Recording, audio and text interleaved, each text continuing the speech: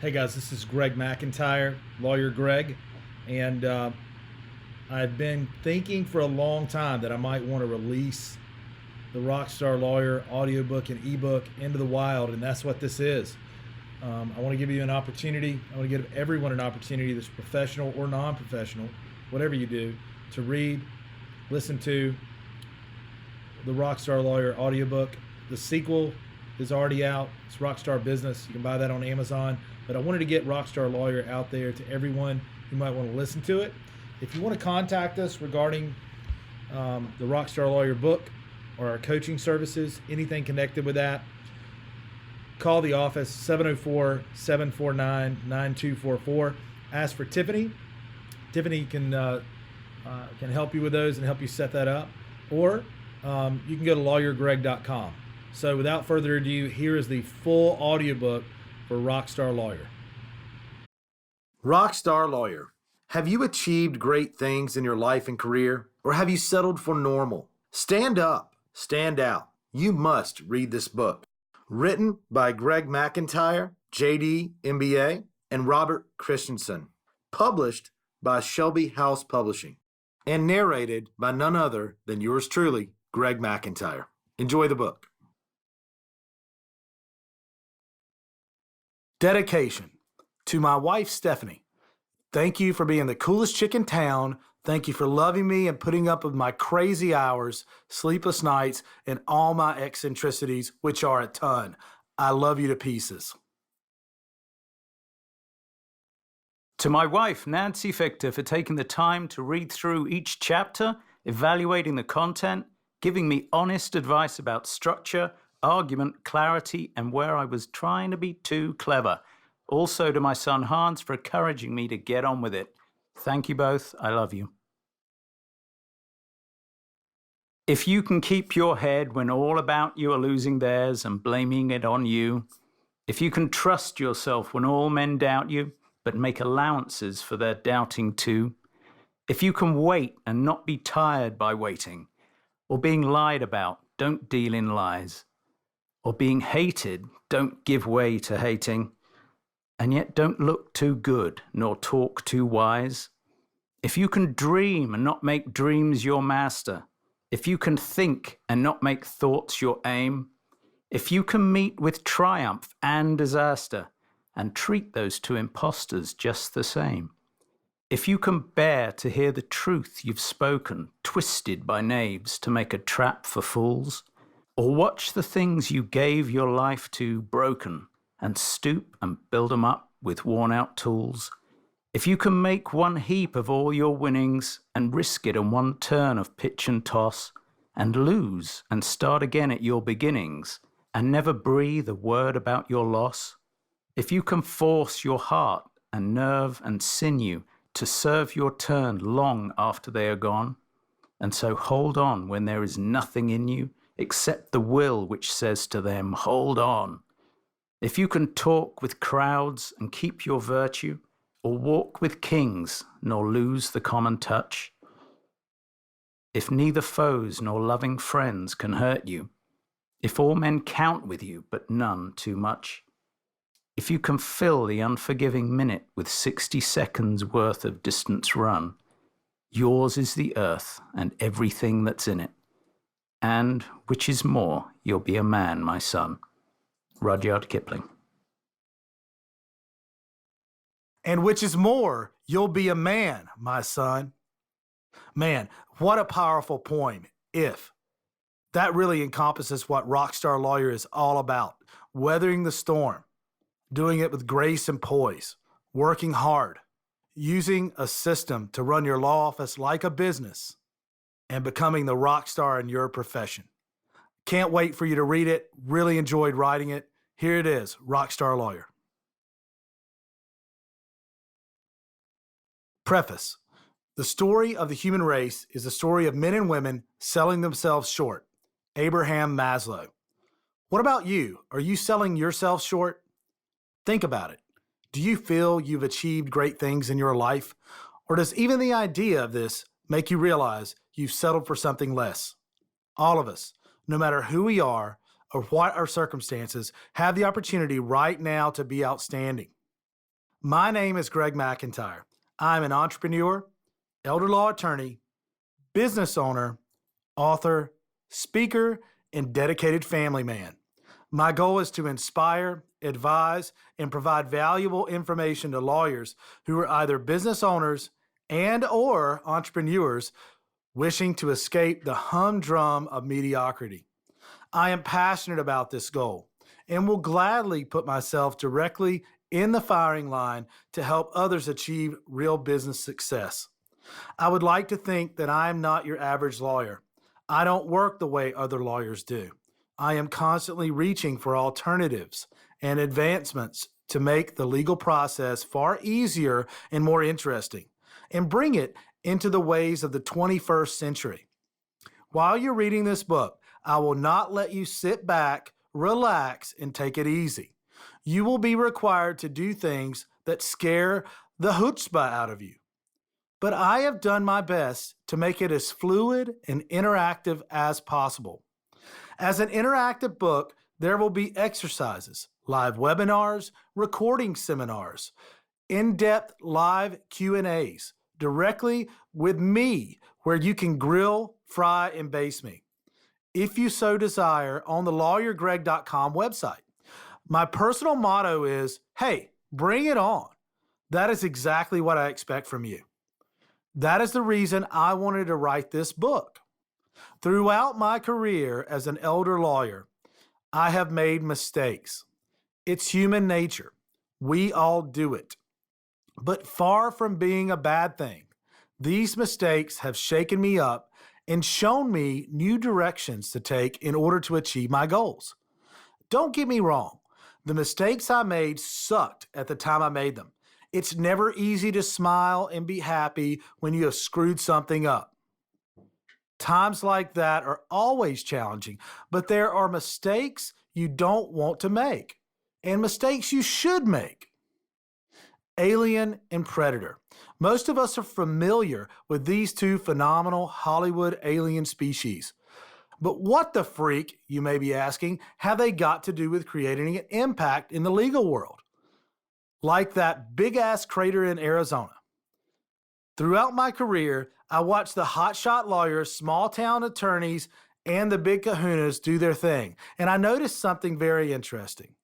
Nearly all of them did it the same way it had been done before them, copying other attorneys to get ahead in their business. It appeared as if there was an invisible cloak around the industry, stopping anyone from seeing different approaches or experiencing opportunities almost all other industries strive for as a matter of survival. Writing this book made me realize that the information herein is as effective and dangerous as either the alien or the predator in those movies when taking on their human opponents. It really wasn't much of a battle when it came down to the fundamentals. Putting stuff out there on social media websites and videos is 10 times, even 100 times more effective than having my info on a billboard because I'm passionate about what I'm doing and it shows. That doesn't show through on a billboard or a Yellow Pages ad or a traditional lawyer ad. I think looking at how the world is now by writing a book and sending the reader to a website where they can interact with the author continuously while reading it, personalizing it, where I'm sending video messages about each chapter and answering your questions on live brainstorming Q&As. I mean, dude, the billboard just can't do that, okay? The billboard can't compete. The bang for your buck. There's just a totally different strategy nowadays. You've got to be all in. This is an acid for blood strategy. No barriers, no boundaries. The funny thing is, lawyers really think they're above all that. I think a lot of them say, I'm above that type of interaction. I cannot wait for when we start that level of interaction with people. Upon launch day, I'm going to be so pumped I won't be able to sit down. I'm so excited about that. I can just see all these emails, questions, and one-on-one interaction flying in, and after 3 weeks, I'm just dying and needing to hire an assistant.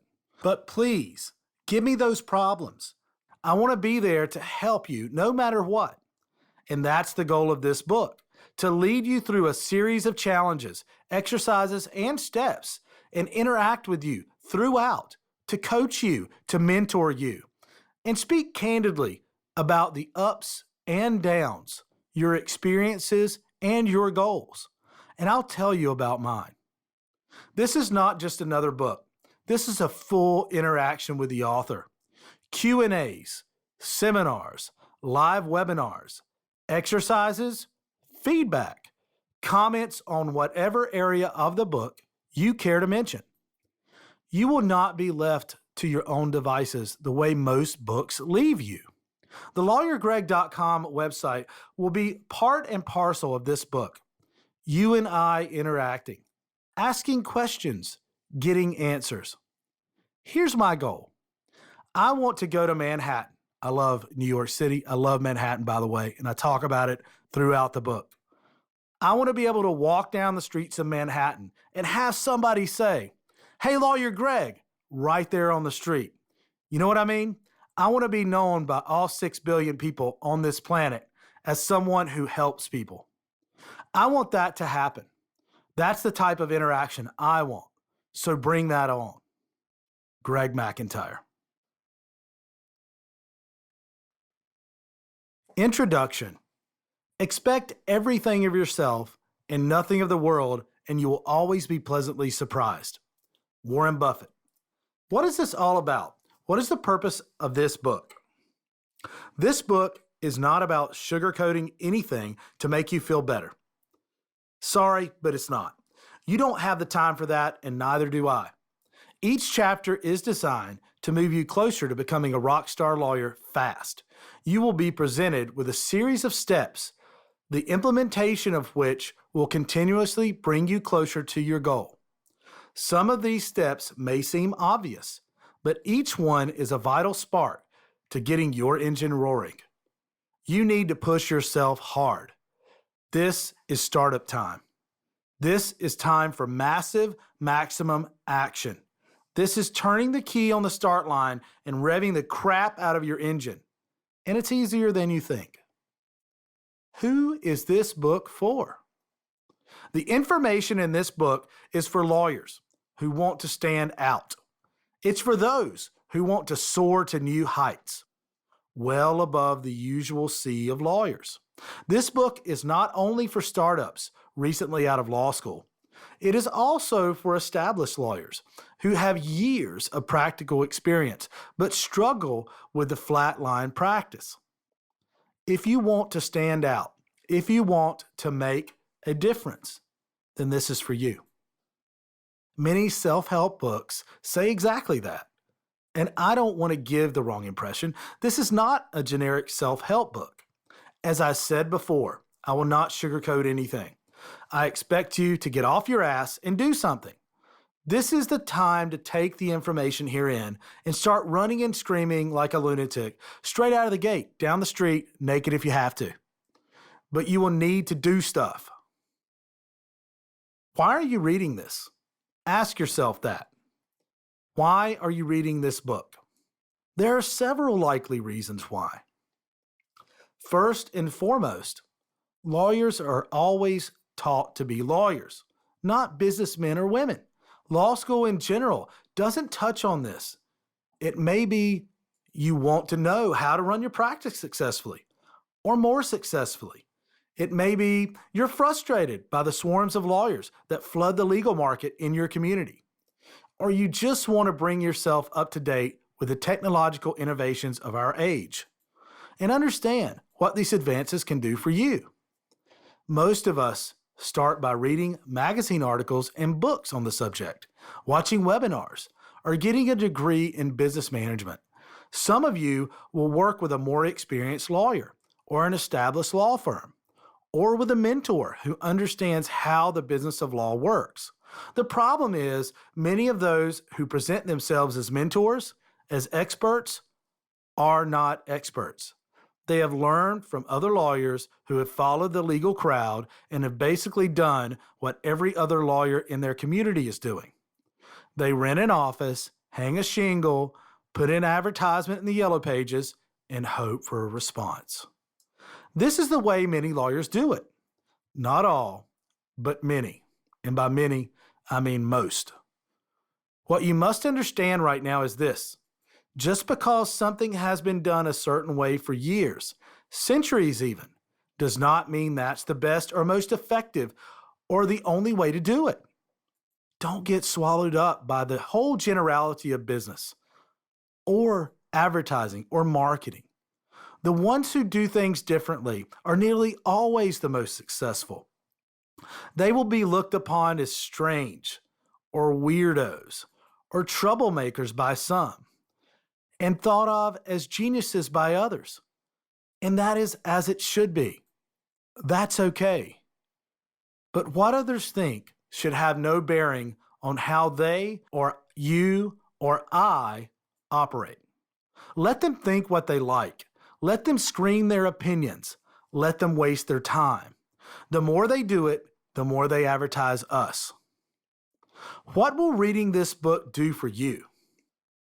What I am presenting here is a change of pace. The steps you take will transform your practice. You will find yourself better equipped and prepared to handle more clients, more effectively, and in a more exciting way. What I mean by this is you will find that you are recognized. Other lawyers in your community will start to talk about you. Not all these comments will be flattering, mind you. Some will be, and some will hate on you. But as I have already stated, that is precisely what you want. Don't be scared off by this. Everyone who puts themselves out there has had both positive and negative feedback. It cannot be avoided. They have their fan bases, passionate in their support, and they have hate bases who scream their message out to the masses. The difference from those who are willing to accept these seemingly opposing states is that they make even the hate bases a cohesive stronghold in their overall campaign and marketing strategy. They make sure both the fans and the haters work for them. This is something you will learn and strive for in these pages. How does all this work? The book is a fully interactive concept. This book is not just a paper copy for you to read. It is a fully interactive concept where you have the opportunity to get private access to me, the author. You will be able to engage with me in discussions relating to law and the concepts addressed in the RockStar Lawyer book. Discuss and adapt the topics and concepts most important to you with me via video messaging, text, emails, articles, or webinars, all of which will be available on the lawyergreg.com website. Have any questions or issues that you feel need to be addressed about the content of the RockStar Lawyer book, reviewed and answered? I will respond to your questions. You will have private logins linked from the book to the lawyergreg.com website for the exercises in each chapter. You will be held accountable by me throughout your progression from exercise to exercise and the results therein. You will have access to other lawyers going through RockStar Lawyer via a private forum on the website. There will be live webinars addressing the subjects from each chapter. You will have access to guest speakers and articles written by ridiculously successful people. In fact, that's the title of the article series we're doing, conducted purely along the lines of the RockStar Lawyer book's content. This is not like any other book on the market. This book has been positioned to maximize your access and opportunities to further you in the practice of law and business. Interactive, in-depth. The steps and the exercises at the conclusion of each chapter and the 10-point summaries will also be available via a link to lawyergreg.com, where you can ask me questions relating to any chapter discuss matters with other lawyers going through this transformation, and have a fully interactive approach to the Rockstar Lawyer lifestyle. I am here to deal with your concerns and any issues you may have, and you can air all these either privately with me or in public on the Rockstar Lawyer Forum, whichever makes you more comfortable and encourages your growth. You can watch videos that I will continuously add in order to further your participation in the whole Rockstar Lawyer process. I will make available to you a series of live webinars where you can air your most pressing concerns, your likes, your dislikes. I will welcome them all. I will address your questions as best I can, but remember, I can only guide you. I cannot do it for you. For this to work, you must take massive action and work your ass off. You must be willing to put yourself out there in the world for all to see. No one else can do this for you. All this will become clear, and clarity is king. The steps are as clear as I can be. So without further ado, let's get to it. Greg McIntyre. Hey, this is Rob the Brit. I co-wrote RockStar Lawyer with Greg, and I'm very proud of what we created. We wrote the book because of a need. We wrote it to send a message to lawyers everywhere that you do not need to accept things as they are. You can make a difference. Read this book. It will not only help you find your path, it will inspire you to take the actions needed to send you into another dimension of success. Chapter 1. You are either on stage or in the crowd. Don't get stuck in the crowd. The man in the arena. It is not the critic who counts, not the man who points out how the strong man stumbles, or where the doer of deeds could have done them better. The credit belongs to the man who is actually in the arena, whose face is marred by dust and sweat and blood, who strives valiantly, who errs, who comes short again and again, because there is no effort without error and shortcoming, but who does actually strive to do the deeds, who knows great enthusiasms, the great devotions, who spends himself in a worthy cause, who at the best knows in the end the triumph of high achievement, and who at the worst, if he fails, at least fails while daring greatly, so that his place shall never be with those cold and timid souls who neither know victory nor defeat. The point? Choose to be on stage. That was Theodore Roosevelt. When I first heard that quote, it made perfect sense to me. It holds great truths and guidance to the point that I felt if I just followed the wisdom in Teddy Roosevelt's words, I would find myself stepping up on that stage. As you progress through this book, you may find that each point in the above Teddy Roosevelt quote is represented in every chapter. I urge you, before reading any further, to reread it slowly and really take it in. Chapter Introduction. Some of you, I'm sure, are thinking, I would rather be in the crowd than up on that stage. On stage, you are exposed and vulnerable. There is no security, no one to hold your hand. It's just you. If you can imagine that feeling of stepping up on stage with all those eyes watching you, all expecting great things of you, how do you see yourself? Are you dynamic, raising your arms up and sending a rush of positive, excited energy into the hearts of everyone there? Or do you see a smaller version of you standing on a massive stage, and the first thing you say is, it's still you, but the differences between the two are obvious. One is a master, the other one, not so much.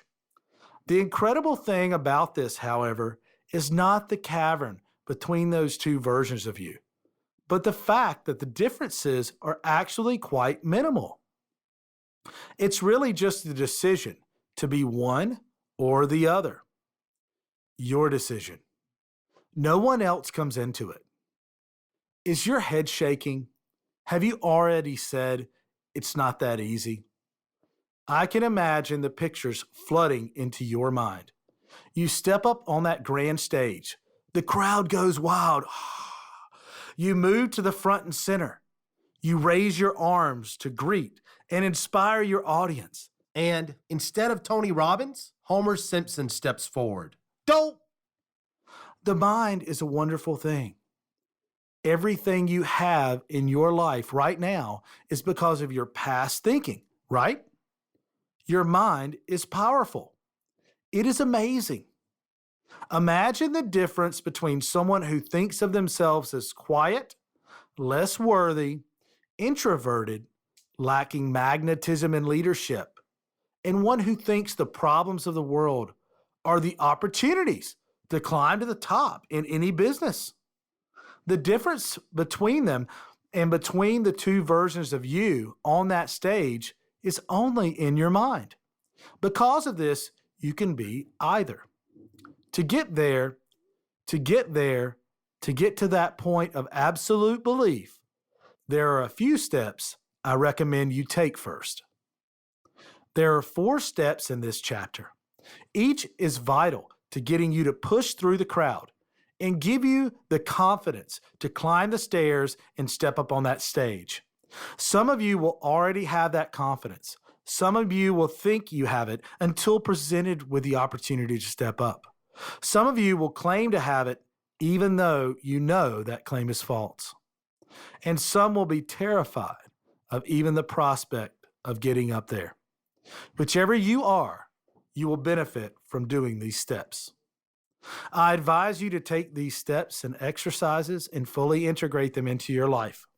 The more you do this, the more effective they will be. They will work if you do them consistently. Step 1, lose your inhibitions. To be the best, to get attention for your brand, for yourself, you must lose the fear of what others will say. You must forget that others are there. You need to ignore the fact that people will be talking and looking and gawking and whispering. This is just natural human behavior. It doesn't matter who the speaker is or even what they say. Each of us will act accordingly to our fears. If you are in the crowd and you are the nervous type, your heart might miss a beat every time the speaker pauses, or when their voices shake, or whenever they say, too much.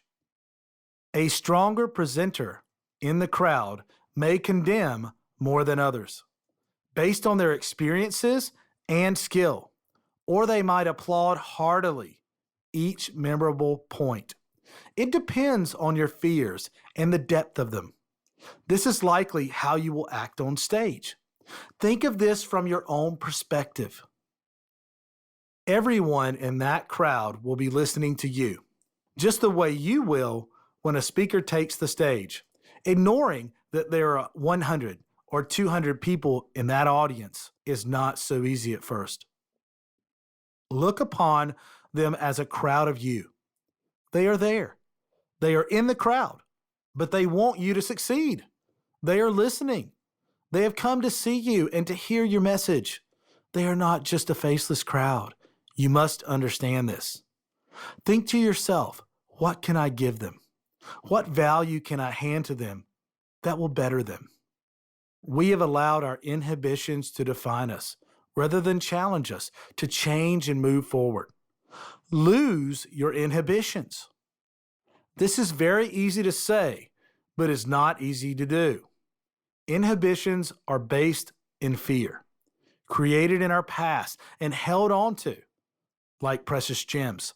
Many times we hold these inhibitions aloft for all to see, as if something for us to be proud of. I'm shy. I'm a loner. I can't speak in front of a crowd. Losing those inhibiting controls can be daunting. We've had them for years, sometimes all our lives. They feel like they're a part of us, right? But ask yourself this while focusing on one inhibition. Does this help me achieve my goal, or does it hold me back? Think about that when you get into the following exercise. Before you do this exercise, there are a number of things I think you should address. Firstly, start thinking from your heart. What are you passionate about? What drives you forward? What is it about your work that excites and motivates you? Find whatever it is. Then follow the hell out of it while doing the exercise below. See the crazy shit worksheet in the appendix. Or go to lawyergreg.com/worksheets and you'll find it there. Exercise. Do crazy shit, man. Okay, what do I mean by that? Crazy shit can mean a number of different things to different people. There's no right or wrong answer here. The simple way to think of it is do something you would not normally do. Skip to work. Yell in your office or even in the courtroom. Ah! Project your voice. Sing something out loud that makes your heart thump and the hairs on your arms stand up. Might be a rap song, I don't know. Scream. Just scream for a second or two. Recite your favorite poem out loud in the middle of town. Read the poem if, because I know that's your favorite poem after reading it or hearing it at the beginning of this book. Go to work or a convention or a restaurant. Dress like Elvis. Jump out of a plane. That would be really cool, dressed like Elvis as well, by the way. Take a balloon ride. Get on a radio show as an expert in your field and air your thoughts. You see how that one can be a little out there for you, but it's not really so crazy in relation to the other things that you need to do to get yourself used to being a little uncomfortable and out there. Go run naked down the street or in your backyard. Do something different is the point, and lose yourself in it.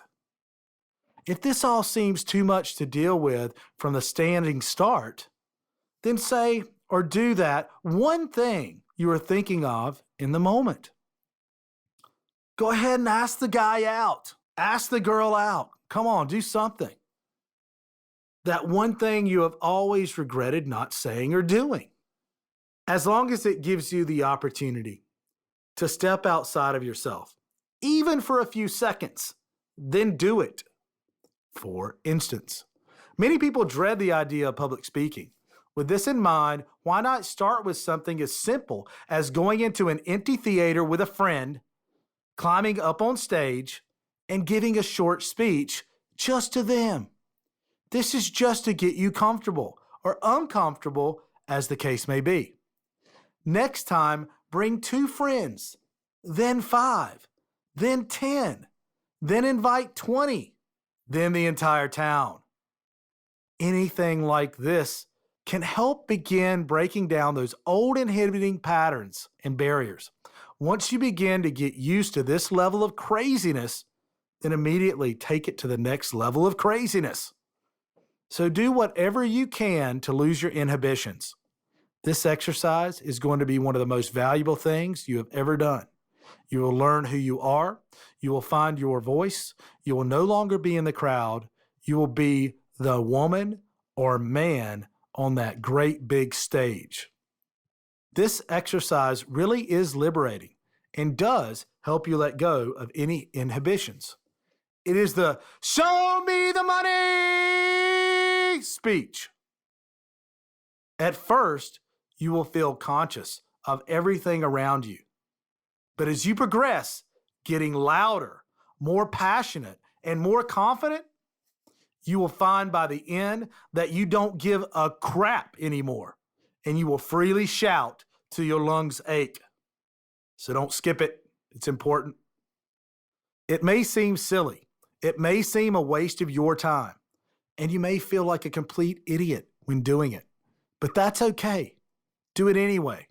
If you allow yourself to grow with this exercise, you will become a very different person, much faster than you can imagine. The whole crazy shit idea does, of course, bring up the subject of comfort zones, which I focus on later on in this book. But for now, just focus on the crazy shit exercise. When you have succeeded in doing something different just once, or at least overcome some of those fears that arise from even thinking of doing this exercise, try it again and keep doing it again and again and keep doing it. Rinse, repeat, rinse, repeat. Doing crazy shit means not following the crowd. One of the great entrepreneurs of our time was Steve Jobs. Steve Jobs thought differently. He, like all mega successful entrepreneurs, did not follow the crowd. He didn't care what others thought of him while he followed his dreams. He did not do it the way it had been done before. Entrepreneurs in general are not scared of traveling off the beaten path. They do not shy away and bury their rebellious misfit thoughts, even when everyone else around them judges and condemns them. They are not afraid to stand up and shout their beliefs, and they do not fear offending others by doing so. Instead, they follow their heart no matter what. In other words, just think to yourself, fuck them. Why follow what's been done before anyway? How can you stand out? How can you achieve difference if you follow behind others? Why do we follow the example of others and do what's done before? Well, it's security for one. It has proved its worth. It is not an unknown commodity. You know, if you follow that path, it will lead you at least a certain way towards your goal. It makes sense, right? But if everyone else does it, how in the hell do you stand out? Let's take advertising, for instance. I'm not saying that advertising doesn't work. It can be very effective if done right. But even a good ad must stand out from all the other good ads. Does a lawyer or law firm stand out in the yellow pages? One way to get around this is to look at how other industries, other than your own, advertise, market, and deliver their products or services. Example of delivering services. The drive-by window at fast food restaurants was taken from the banking industry. You may have heard that before, and I use it because it perfectly illustrates what I'm trying to say. Don't follow what everyone in your industry is doing just because they do it. Look at other industries to see how they function, how they market their services, and how they advertise and deliver those services. There are always other, more effective ways to advertise, market, and deliver your services. Sometimes they might be right under your nose. One of the ways you can advertise everything without spending a red cent is by using what I am showing you in this book. To show you that the money you have set aside for advertising can be used more effectively to better your practice, to train your staff, I will cite one of the other great entrepreneurs from our time, Elon Musk. Musk is the CEO of Tesla. He does not spend any money on advertising the Tesla products, but suggests this. Focus on signal over noise. A lot of companies get confused. They spend money on things that don't actually make the product better. For example, at Tesla, we have never spent any money on advertising. We put all the money into R&D, in manufacturing, and design, and try to make the car as good as possible. I think that is the way to go. So for any given company, just keep thinking about these efforts that people are expending. Are they resulting in a better product or service? If they're not, stop that service. Elon Musk. All of that advertising money goes into research and development and manufacturing. It all goes toward bettering the product. In this case, the quality and uniqueness of the product and service offered. That's what sells it. And Musk doesn't care what others think about this anyway, because it works. You can do this. You don't have to be Steve Jobs or Elon Musk to do this successfully. If you want success in your chosen field, if you want fame and fortune, you will not find it sitting behind your desk hoping, or by doing the same crap that every other lawyer in town is doing. Before you move on to step 2, I want you to post a comment or a video on lawyergreg.com of you expressing your feelings about step 1. I want you to interact with me, but not just for me. You need to know what you have is making an impact. Step 2, get haters now. That may sound like a bad idea, but just allow me to explain. Haters advertise so much better than anyone else. They shout your message over the internet to the entire world. The people who don't like you or don't like your message will spread your word 10 times as much as other people who support you. One great thing about haters is more often than not, they will concentrate their fury along similar channels to those you are spreading your message on already. In doing so, they advertise you directly to the prospects you are hoping to target. And that is the point, to get attention for your name, for your brand. Embracing those who hate and who hate on what you are saying can be daunting. Who really wants others to hate them? But the bottom line is this: they are super effective at getting your message out there.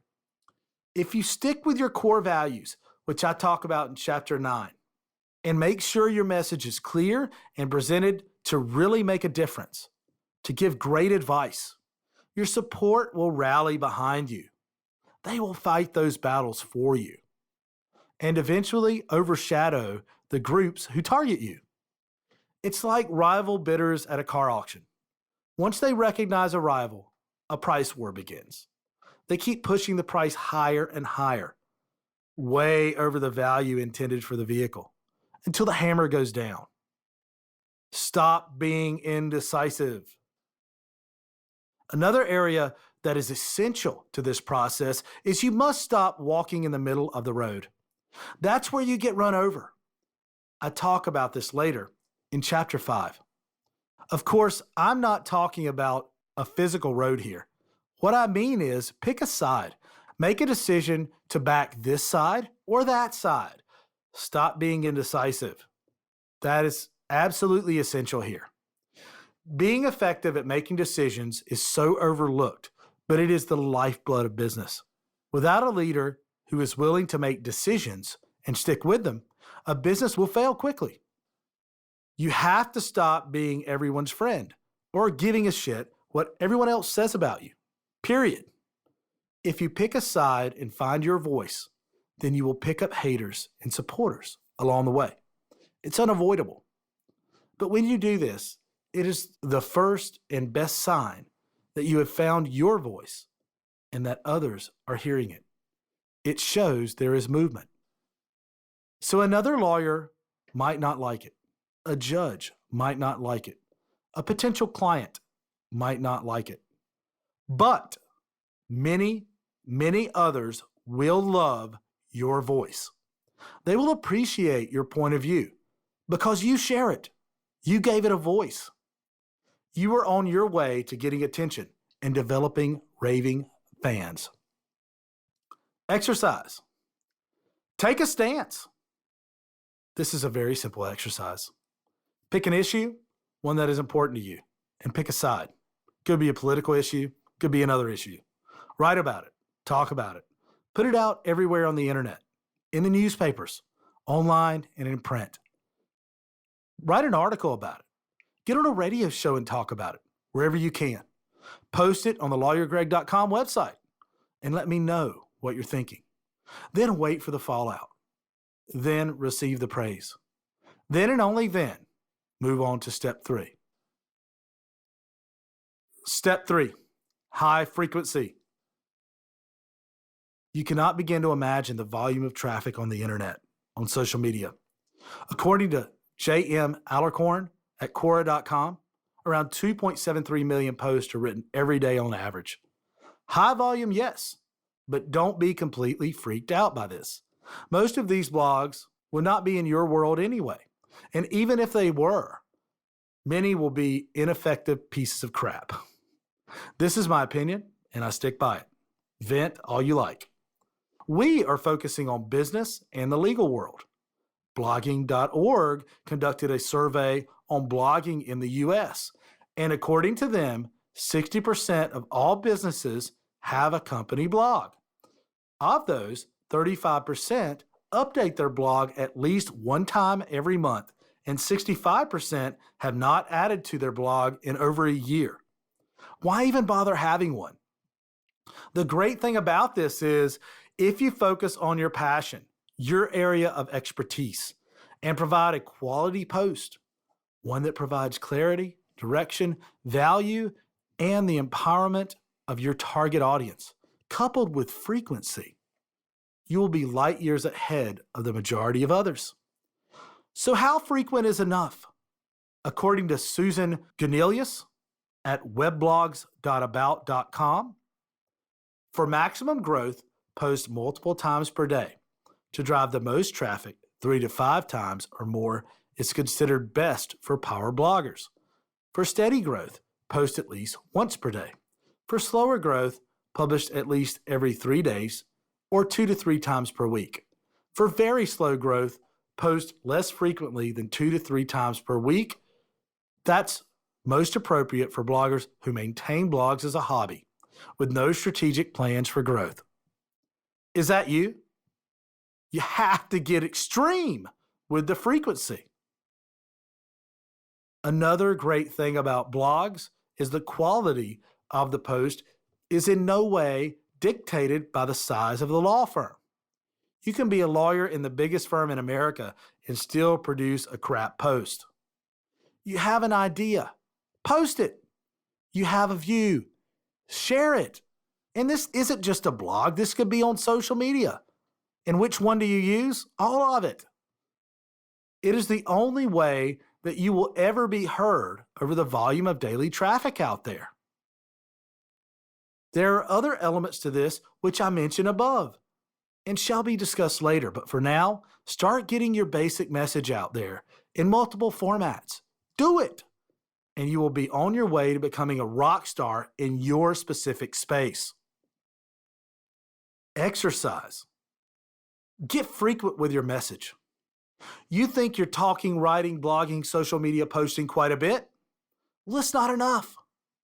Make it your purpose to teach whatever your message is to others. Make your points clear. Allow your passion to come out. Make your message valuable and make it frequent. Step 4. When you are tired and run down. If you can't fly, then run. If you can't run, then walk. If you can't walk, then crawl.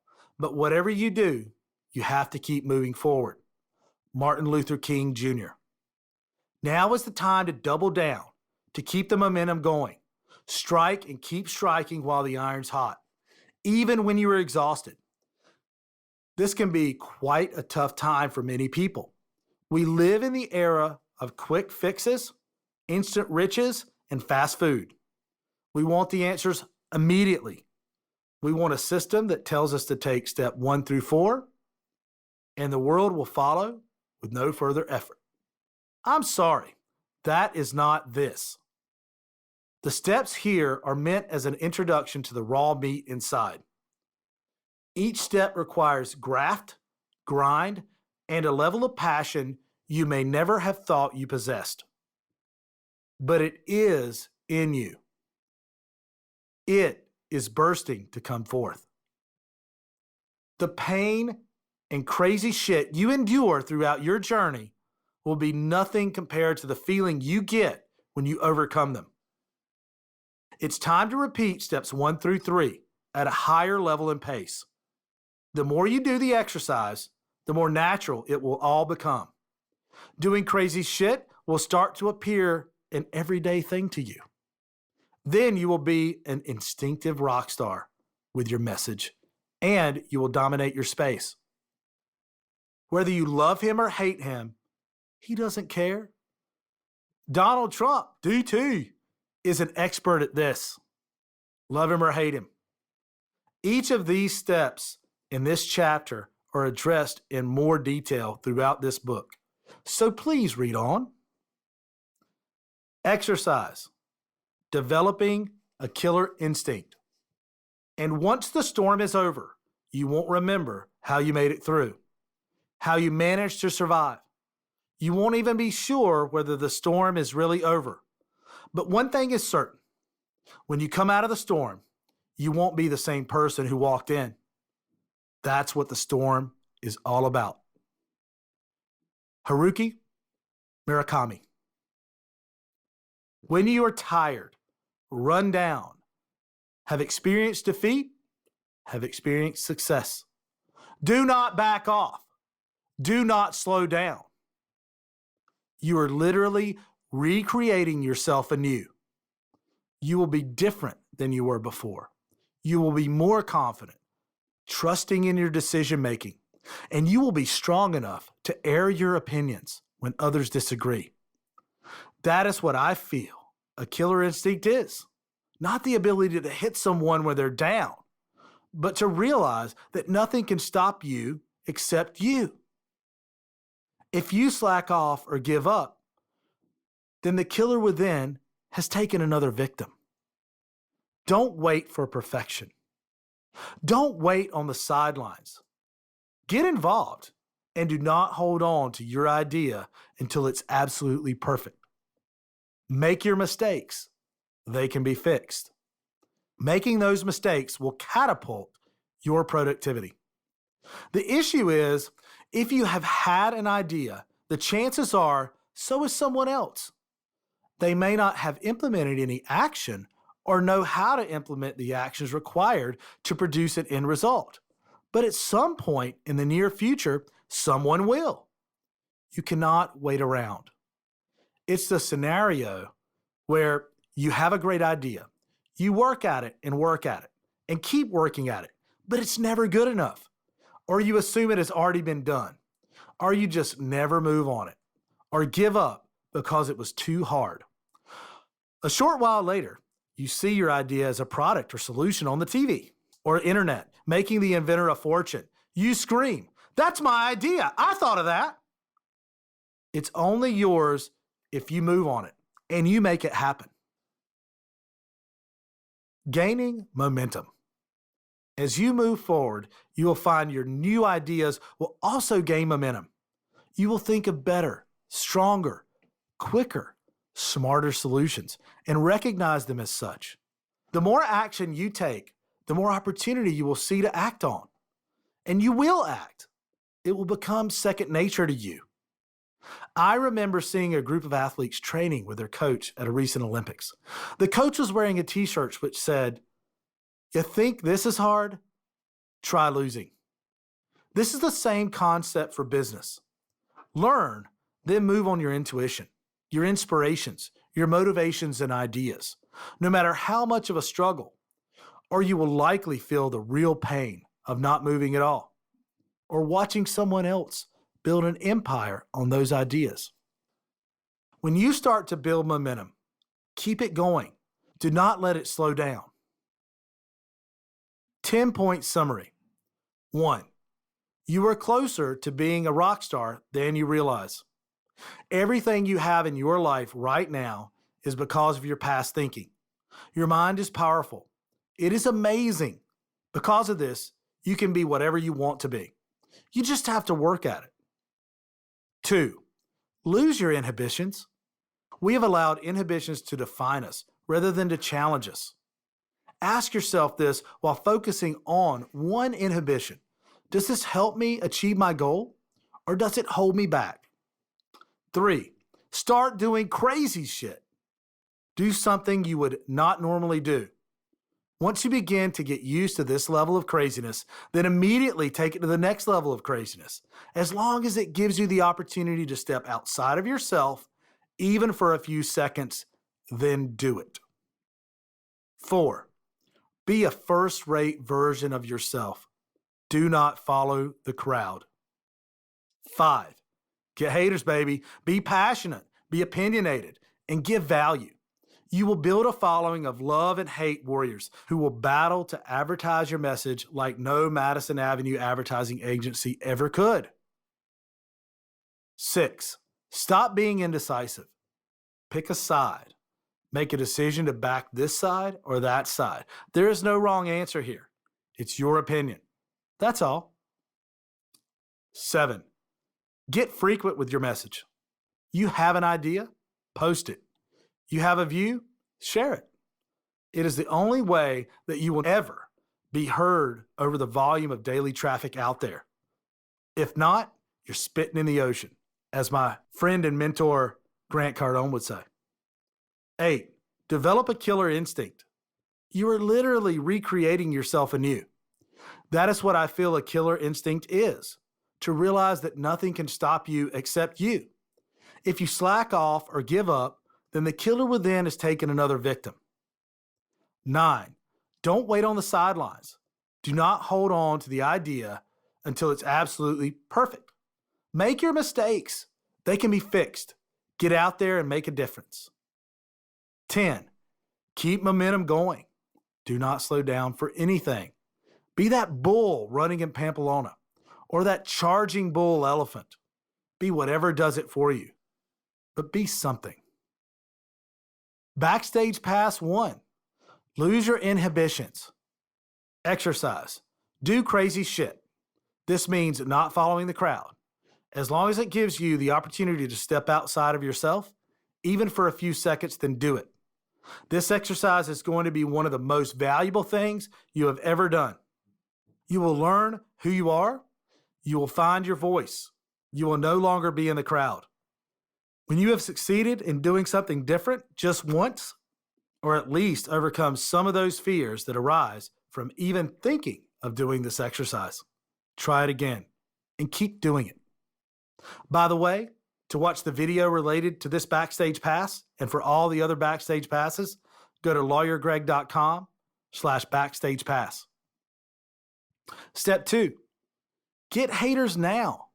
Stop being indecisive or caring what others think of you. Take a stance. Step 3, high frequency. High frequency. You cannot begin to imagine the volume of traffic on the internet, on social media. Step 4, when you are tired and run down. Now this is the time to double down, to keep the momentum going. Strike and keep striking while the iron's hot. Even when you are exhausted, do not back down. Develop a killer instinct. Chapter 2, rise to the occasion. Apple Company advertisement. Here's to the crazy ones, the misfits, the rebels, the troublemakers, the round pegs in the square holes, the ones who see things differently. They're not fond of rules, and they have no respect for the status quo. You can quote them, disagree with them, glorify or vilify them, but the only thing you can't do is ignore them, because they change things. They push the human race forward, and while some may see them as the crazy ones, we see genius.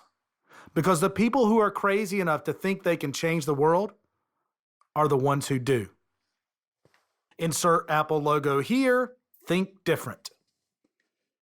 This is arguably the best ad ever produced because it fills you with a desire to go out and change things, to be a rebel or a troublemaker or a square peg in a round hole, to make a freaking difference, and exemplifies the Apple brand in doing so. The purpose of this book is not just about steps and exercises leading to dominance in your specific area. It is also about dumping the old you and embracing your inner, crazy, misfit self. After reading this book, I hope you will read that Apple ad and have shivers race down your spine. I hope you will see you in it. It's about overcoming fear, and as the title suggests, rising to the occasion. To achieve this, you will be asked to call 5 people who scare you shitless. They could be industry leaders or personal heroes. It doesn't matter. The reason for calling these people is to ask them for advice and use their knowledge, experience, and vanity to help you in your quest. You will also need to video yourself giving a freaking opinion on something you are passionate about. Then upload the video for the world to see, to show your true colors, so to speak. Sounds easy, right? But I would love your feedback. So make a comment on the lawyergreg.com website about your thoughts and feelings when you have the cursor over the send button. One click and your opinion zooms around the planet like Superman. It's funny how this affects people. I talk about this later in chapter 10. When you call those 5 people and stand up to air your opinion, it may seem like a simple exercise, but the point of this is twofold. First, this can lead to amazing opportunities down avenues you never imagined. Second, doing some of these things will be more frightening for many of you than driving on ice or petting a big hairy tarantula. My intention is not to scare you, but to present you with opportunities to face fear and open your arms to it. The benefits will be astounding. This is about getting you to that burning desire within, to show the world the real you. It takes work, and it will stir up feelings you didn't know you had, which is what you want. If you don't realize you have an issue with something, how can you deal with it? My struggles and mistakes lead me here. I didn't start working as an attorney, and I mean a real attorney, doing a real job until I was an attorney for over a year. I had taken a job in Wilmington, North Carolina, trying my best to figure out what it meant to be an attorney. Working for another guy didn't work out. It wasn't a good fit for me. I went there to work, but it didn't turn out the way I believed it would. At the time, I wasn't in the right mindset. Everything was a struggle. I had to have a formula for everything. I just wasn't in the right mindset. So I found the position wasn't for me, which was not an ideal situation to be in. I had a new family to provide for. We were strangers in a new town. And so we moved back to where we had more security. I worked for myself for a while, but I was still insecure. So I changed tracks again and went to work with another attorney in Shelby for several years. I worked my ass off as a general practitioner just to feed on the scraps from his table, taking the jobs he wasn't, and putting together a living as best I could. These were long, long hours, as I'm sure you're familiar. All of this struggle was pushing me to a point where I realized I wanted to take control. It meant taking control of my life and my destiny. This was doing something or die time. If I didn't do something, I would never get out. I didn't realize this at first. I had to mature a little bit and find my direction. And we're all like this, whether we work for someone else or for ourselves. We all know on a subconscious level that we determine how much we make and what our job is, where our boundaries are, and what we want for ourselves. Once I opened up to this, I thought, hey, I want to do this in my own law firm. And so that's what I did. This is when I made mistakes. My tail was on the line. I was the breadwinner. It was thrilling and scary, but living in the zone where you are uncomfortable and stretched is where you grow if you don't give up. I've grown enormously by doing that. It doesn't mean I couldn't have gone to work for a bigger firm. I could have, but I was in a smaller town with a young family, and I knew this was the right path for me. Now, I'm growing a larger firm to duplicate the process. I embrace 3 main principles in my early career. 1, Know which direction to head. 2, get moving towards that goal. And 3, embrace and push aside the fears that well up as I go until reaching the desired outcome. Then repeat. Those fears are your gauge to success. By creating situations which cause fear to rise up, you will know this is your opportunity to move forward. Without the fear, you will realize you are not pushing yourself hard enough. Try to do this daily.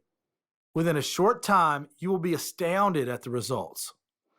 The first years of my practice was very much outside of my comfort zone. I was in the uncertainty zone, for sure, but it helped me grow. If I hadn't made mistakes, I would not be where I am now. I learned to take charge of myself and not to be afraid. It's not being afraid, because you're still afraid. The biggest thing is learning to trust yourself. Trust your gut, your instincts, and do that without second guessing yourself. This is where you need to be. This is the zone to operate in. Get into the right mindset. How important is mindset? How important is it to change the way you think? One way to decide if your mindset is primed for success is to look at your life. Ask yourself, is this the life of my dreams? If you decide, as things stand, you are not living the life you dreamed of, then it may be time to change how you think. Although not mainstream, the idea that our thinking creates everything in our lives makes perfect sense. It's not only about our thinking, but if you don't accept this, you are at the mercy of everything around you. You are disempowered and at the mercy of which government is in control, which president is at the reins, the wars taking place, oil company policy, the new neighbor, whether nice or naughty, the new lawyer in town, what your doctor told you yesterday. If you believe your past thoughts are not responsible for the life you have, then all these things control your destiny. I believe most of us recognize that how we think creates the difference between our successes and our failures. Most accept the good things in our lives result from our past thinking, but the not so good are the fault of someone else. Even this leaves a lot on the table. We control our lives. Accept it. Don't blame others if you suck. Instead, change the way you think. Take responsibility for your thoughts. Let me give you an example of what I do to take me from where I've been in the past to where I've dreamed. It is an exercise which can yield multiple benefits if you embrace the whole concept. I should warn you, it may require a certain amount of travel if you open yourself to the full majesty of it. Be bulletproof. Let's agree to change your perspective. It helps to be surrounded by things which inspire you. I know it's not only this, but for my example, this is the route I'm taking. For me, this inspiration comes from the Big Apple, New York City, where I go one weekend per month from North Carolina to re-energize. I don't know what it is, but when I go there, I'm like a champion of the people. A buzz passes through me as if I've soared above the masses. I could take on anything. I'm bulletproof. You must soak up a bulletproof aura. Find the inspiration which elevates you above everything and anyone around you. It can be a grind, but most of us need this exercise. We need to change our perspective. Okay, no excuses. Shut up and stop whining about it. Use the fire within to drive you on. Live a little larger. Do whatever it takes for you. If it takes a car, hey, rent the car of your dreams to expand your mindset and your thinkingness from where it is to where you imagined it could be. Remember, you are searching for invincibility. Find your city, the one which creates a buzz within you. Fly first class. Book a limo from the airport. Act as if you are the one who will change everything. I don't mean be arrogant. I want to stress that. But be confident and walk about with the chutzpah which proclaims, I am the source of change. All this will cause your mindset to soar to new heights.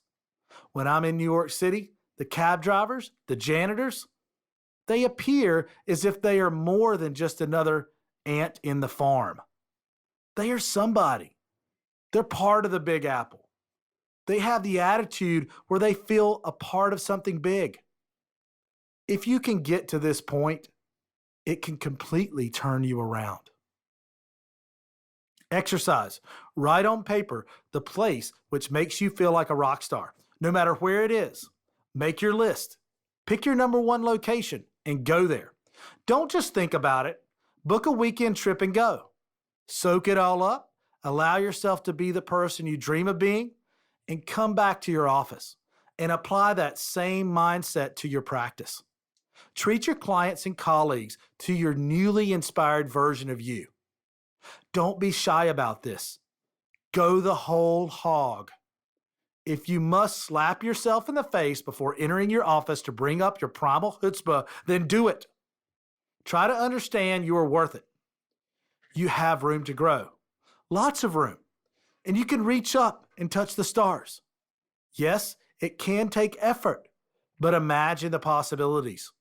Hell, I'm talking about you buying a 2-bedroom apartment in the W building in New York City as a weekend getaway. That's the kind of full-blown yes that I want. If you're a middle-class person, realize you have the advantage over the silver spooners who appear so far ahead of you because you can move up from here to huge. Where are they going to go? From rich to more rich? It's time to be the rock star and realize you can achieve anything, and I mean anything. Can you feel that surge of passion, the release of yes energy? Maybe it's not a city that fires you up. Maybe it's travel or the ocean. Whatever it is, get out of your little world, out of your head, even for a while. I'm not talking about a relaxing vacation either. I mean disappear to a place where you cannot contain yourself, where you can see, touch, and sense energy. Different cultures and experiences will expand your mindset so much you will breeze through life. This is what the entire Generation X needs, life experience. If you were a lawyer of 20 years and stuck in a rut, you really need to experience something different, something amazing. So get the hell out of your office. Ask yourself, how grand is my thinking? Go ahead and blow up your mindset. Lay down your arms, surrender to the awesomeness of life. Take a balloon ride, go wing walking, or hire a stunt pilot to scare the shit out of you. Volunteer at the city zoo to help feed a tiger. Jump out of a plane. Do it this weekend. What's stopping you? Tell me where or what it is that energizes you by making a comment or uploading a video on the lawyergreg.com website. Just find what slaps your mojo or makes your heart leap or your chi burn. Who does it for you? Be Iron Man. Be Wonder Woman. Be Batman or Spider-Man. Tell me on a video post what makes you want to take on the universe and proclaim, I am it. This is what New York City feels like to me. Now find your place that over-delivers for you. How you think is so important. It is essential to your success. Can you be successful with the wrong mindset? Yes, you can. But your level of success will, without a doubt, be far lower than if you try to improve your thinking. With this change, you can become successful far quicker, far easier, with more enjoyment. Spreading motivation and inspiration as you rise. You can make things around you far better. Not just your law practice, not just your revenue, but your relationships, your community, the whole shebang. You can make a difference.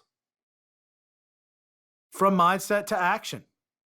Being told get in the right mindset is one thing. Getting there is another. By implementing the steps here, You do not need to meditate for 20 years before you see success. Meditate?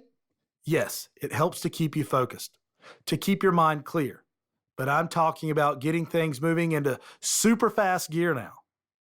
One way to do this is to get from taking normal, everyday levels of action to freaking huge levels of action. Come to grips with the fact you must take your activity to levels of maximum break the dials action. What does it mean to take massive action? Massive action doesn't exist in the mindset of most people. An ordinary workday for a normal person is 9 a.m. to 5 p.m. Half hour for lunch, 5 days a week. They count the hours, take the breaks, and do what is asked. And if on the up and up, will push into overtime. This is average. It's not even close to where you need to be. You don't want to be average or normal, right? I mentioned it elsewhere in this book, but it is worth reiterating here. Normal sucks. It really does. Normal sucks for a person who wants to achieve something great or wants to make a difference in their profession. You don't want to be one of the faces looking in. You want to stand out. You want to be the one they're looking at. Massive action means you stop thinking about 5 p.m. on Friday. You stop thinking in terms of how many hours you've worked today or this week. There is no freaking weekend. This is a full-blown whatever it takes attitude. Grant Cardone, New York Times best-selling author of the 10X Rule, states, there are 4 degrees of action and everyone is taking one of them at all times, whether you realize it or not. Level 1, do nothing. Level 2, retreat. At least you're taking some action, even if you're running the other way. Level 3, normal, 9 a.m. to 5 p.m., half hour for lunch, levels of action. And level 4, massive freaking action. Most people work at level 3, normal levels of action. This is not extraordinary. This is not unique. It will not lift you above the crowd, and you will not find yourself on that stage. When you start operating at the 4th degree of action, your mindset will shift, and so will your results. Grant Cardone. The effect of pushing yourself to higher levels will be dramatic. You will notice a change in your thinking, in your doing, and so will everyone you come in contact with. Commit to doing this first. Decide that you can, because you can. We all know in our hearts we can do anything. It's our negative outlook that holds us back. Our fears. I discussed the topic of fear further in chapter 11. Delegation and control. Once you make that commitment, it's time to move. Don't sit there in your swivel chair thinking you'll start all the big stuff tomorrow morning. Do something now. Blast off now. It takes a rocket and an enormous amount of energy to break through the Earth's atmosphere. It spends most of its fuel going from a standing still position on the launching pad to hurtling at tens of thousands of miles per hour through outer space. Once a rocket clears Earth's atmosphere, it can almost effortlessly and with little energy expenditures accelerate to lightning speeds. However, without the massive level of energy expended in the first part of the trip, a rocket never makes it that far. It never would reach its goal. After a short time of being in massive action mode, you will find it gets easier. It will no longer require the same amount of energy to keep you moving forward. You will appreciate and enjoy the amount of action you are taking. Massive action will become your normal level of action. You will find you will breeze by others as if hurtling by in a rocket ship. This alone can make you feel like a superhero. Commit and move forward. Put the coffee down, get up and move now. Or take the coffee with you. That's what I do. Passion makes massive action easy. If you're passionate about what you're doing or trying to do, it will make moving to levels of massive action easy. If you find pushing yourself beyond the limits you set in the past is a drudge and a chore, you should examine if you're in the right arena. Passion for what you do makes it easy. It is no longer work if you love what you do. Mistakes will be made. Get over it. All the great entrepreneurs throughout history have in their lives failed, sometimes on a dramatic scale. The majority of people pack up and leave from such devastation, but you cannot if you want success. Have the courage to pick up yourself, wipe yourself down, and keep going when a mistake's made. You name the mistake and I have probably made it. I tell my team, if you are going to make a mistake, make a huge mistake. Fail big. Don't get paralyzed by small decisions. Make the decision from the right place, and you have nothing to worry about. Expect mistakes. Mistakes are made. They can be fixed. The same mistakes that cause people to freak out and run screaming for the Jack Daniels show at least that decisions are being made. They show movement. You must move. This is essential. It may not always be in a forward direction, but that's okay as long as you keep moving. You can always change directions if you find out you're going the wrong way. Don't stand still. Keep moving. Keep making decisions. Trust yourself. Mistakes will be made along the way. That's good, because at least some decisions are being made along the way. We'll find the mistakes and fix them. That's Steve Jobs. Think about this. History has shown the greatest times of productivity happen during wartime, or during the worst depressions, or when things appear to be collapsing around everyone. In times when there is a necessity for innovation, things happen. We push ourselves a little farther, a little harder. An example of this can be seen in the movie The Right Stuff. Chuck Yeager's character, played by actor Sam Shepard, is seen trying to break through the sound barrier in the X-1. As he pushes his aircraft closer to breaking through that limitation, his aircraft begins to shake and crack. But he trusts. He goes all in and pushes forward to break through the sound barrier. Most people pull back when the vehicle of our intent begins to shake, shudder, and crack. You don't concentrate on risk. You concentrate on results. No risk is too great from preventing the necessary job from getting done. That's Chuck Yeager. It is usually a single person who makes the difference. They inspire change. They inspire others to make the leap of greatness. We should all be striving for this. By bringing out the greatness in someone else, we show the greatness in ourselves. One person can make a difference. If you don't create new problems, then you're not taking enough action. Grant Cardone. Expect criticism and shout louder. The moment you get out there and state your case or try to make a difference in your community, you will open yourself to the opinions and voices of others. This is going to happen. Even Gandhi and Mother Teresa had detractors. So you're in good company.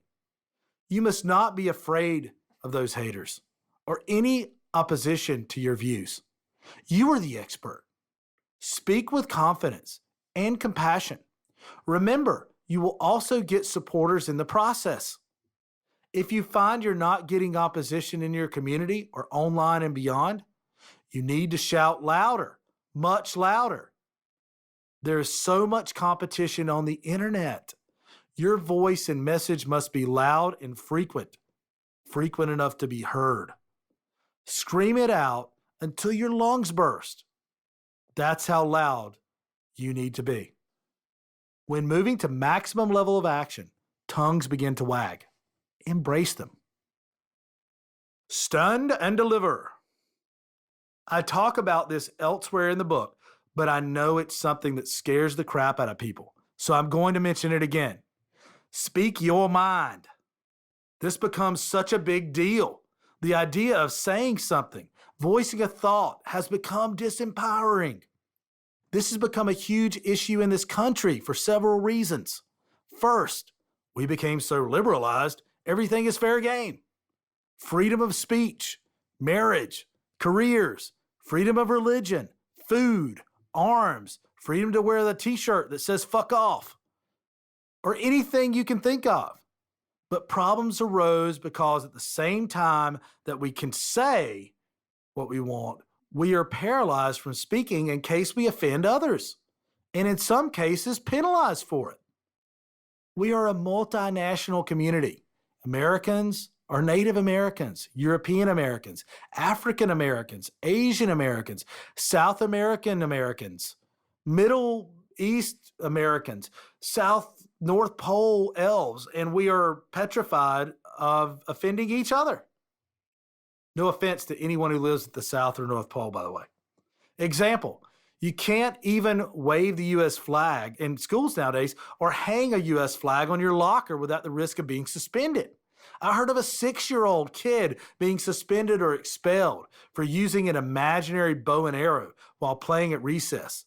Whether this was for fear of offending Native Americans or fear his imaginary arrow would cause an imaginary injury to someone, resulting in a lawsuit against the school, in a real lawsuit, I guess, against the school. I don't know, but it's gone absolutely crazy.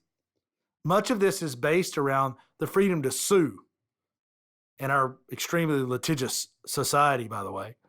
But it begs the question, how can you speak your mind when there is the unofficial policy of speak your mind as long as you keep the thing to yourself?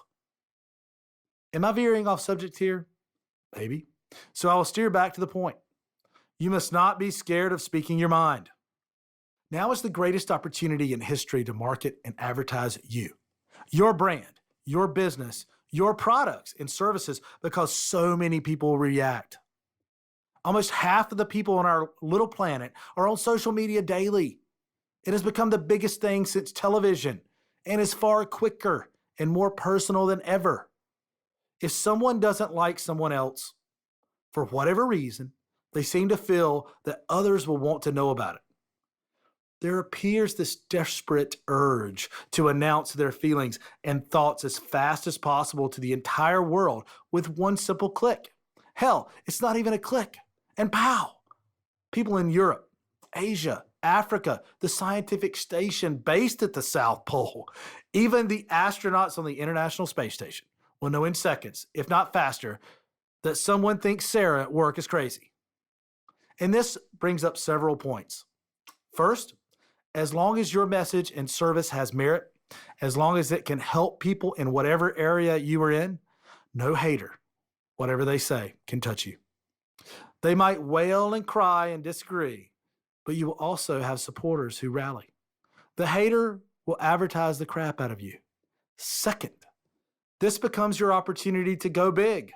Target your haters, use them to amplify your message. Mega advertising. Third, you can't buy that type of press, by the way. If you add something controversial to your message, something that slaps people, pushes them to address real issues that most people want to bury, while still spreading your underlying message or cause, you have reached tsunami levels of advertising. This will reverberate around the edges of every continent before spit hits the ground. Example, get a politician to hate on you. Again, no offense to my politician friends. Now, there are much easier ways to get a tsunami of expression screaming around the planet. But hell, if you get a politician standing up and hating on your views, your services, or products, you hit the mega jackpot. You couldn't buy that kind of publicity. It would be far too expensive. And you don't have to. I'm not saying get a politician to react to something you recorded or wrote on a blog post or in a newspaper article is easy. They're like chunks of granite. You can disagree with them, heckle them, argue till you're blue in the face, even throw crap at them, and they will keep that big controlled smile going throughout. What you must remember is, and I have had politicians hate on me, by the way, in case you're wondering, this happened to me. And it's amazing what comes out of the woodwork from those types of discussions. What you must remember is this: they are still human, more or less.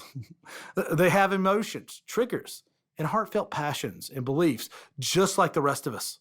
Because of this, if you hit a nerve, if your message is strong, opinionated, controversial, stinging in its effect, and sticks a pin in their gluteus maximus, they may lose touch of their control long enough to put you on CNN or Fox headlines. The media want to be used. The media is always begging for more and always will. More controversy, more opinions that differ from the mainstream. They want shock, they want awe. You can sense the excitement of news anchors, journalists, and photographers when something big hits. It's their chance to shine. That's their job. Their job is to advertise you and your point of view. Most of the stuff the media gets is regular stuff that's been done before, many times, ad nauseum. It can still shock or involve opinions that draw viewers, but if you give them something a little different, they will lift you onto the shoulders of televisions and internet sites worldwide. Not for your sake, but for theirs. And yes, I have been on the news many times for free. Make sure you give the media something they love to present. Find whatever it is in your area of expertise that needs to be heard, that is controversial, or hidden in layers of red tape and bureaucracy, but can be a difference maker to someone, and give it some airtime. Then keep doing it. Look deep within your passion to see the things that piss you off the most.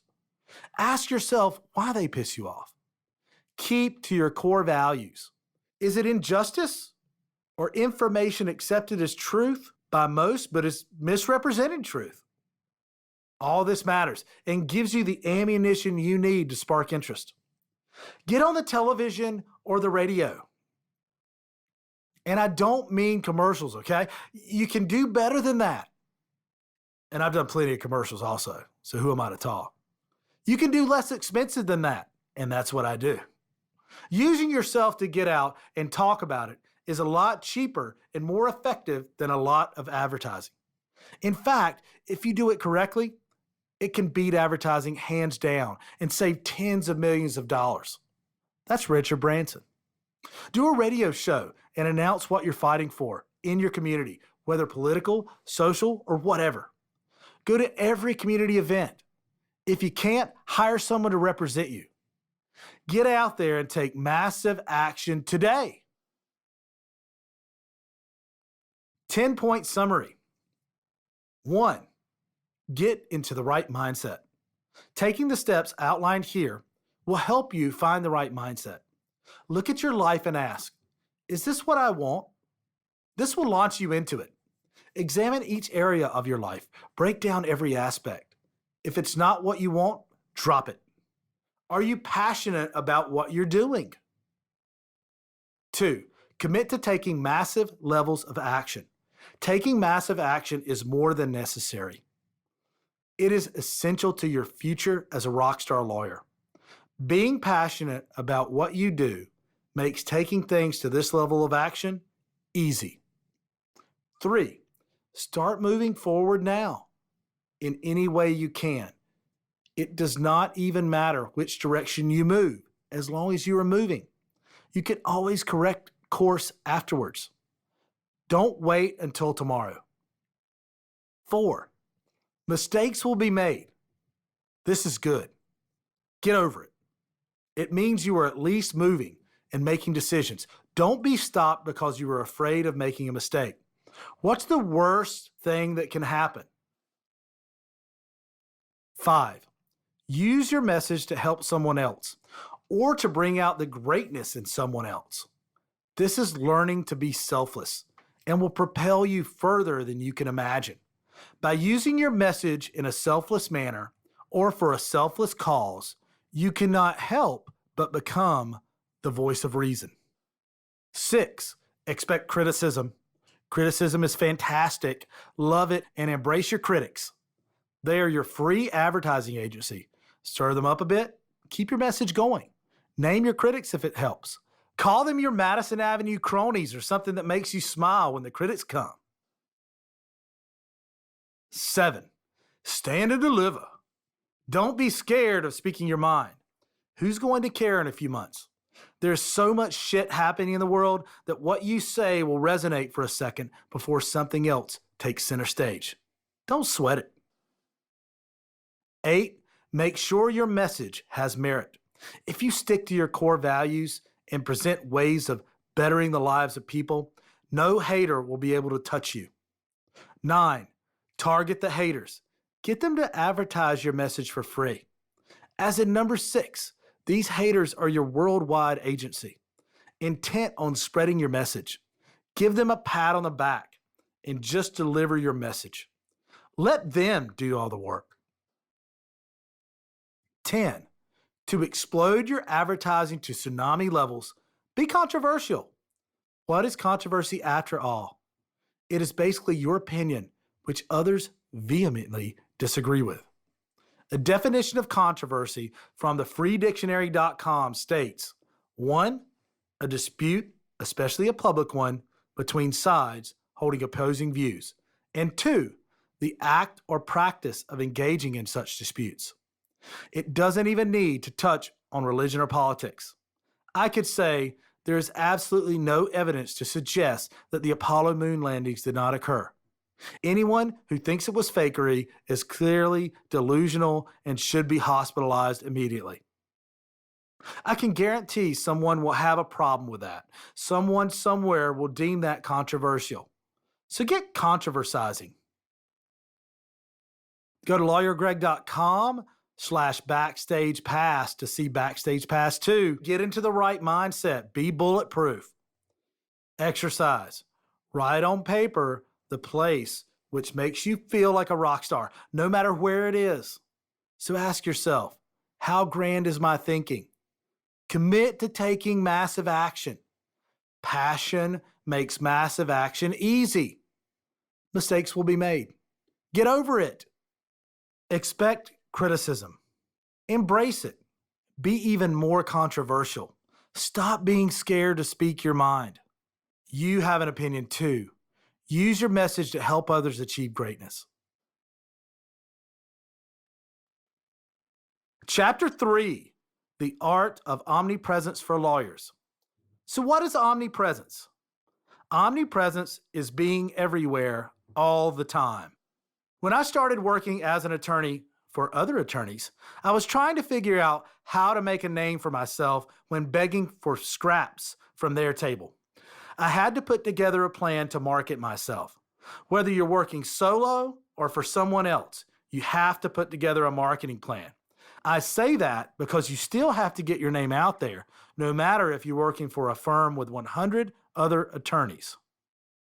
Remember, the one who gets the most attention makes the most money.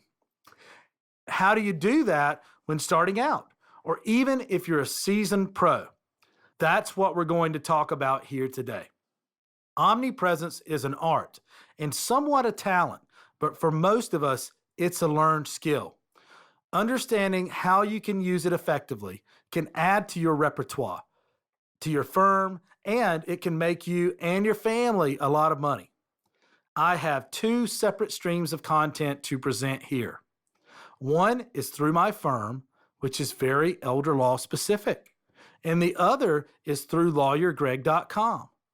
That website, which is very attorney and business oriented.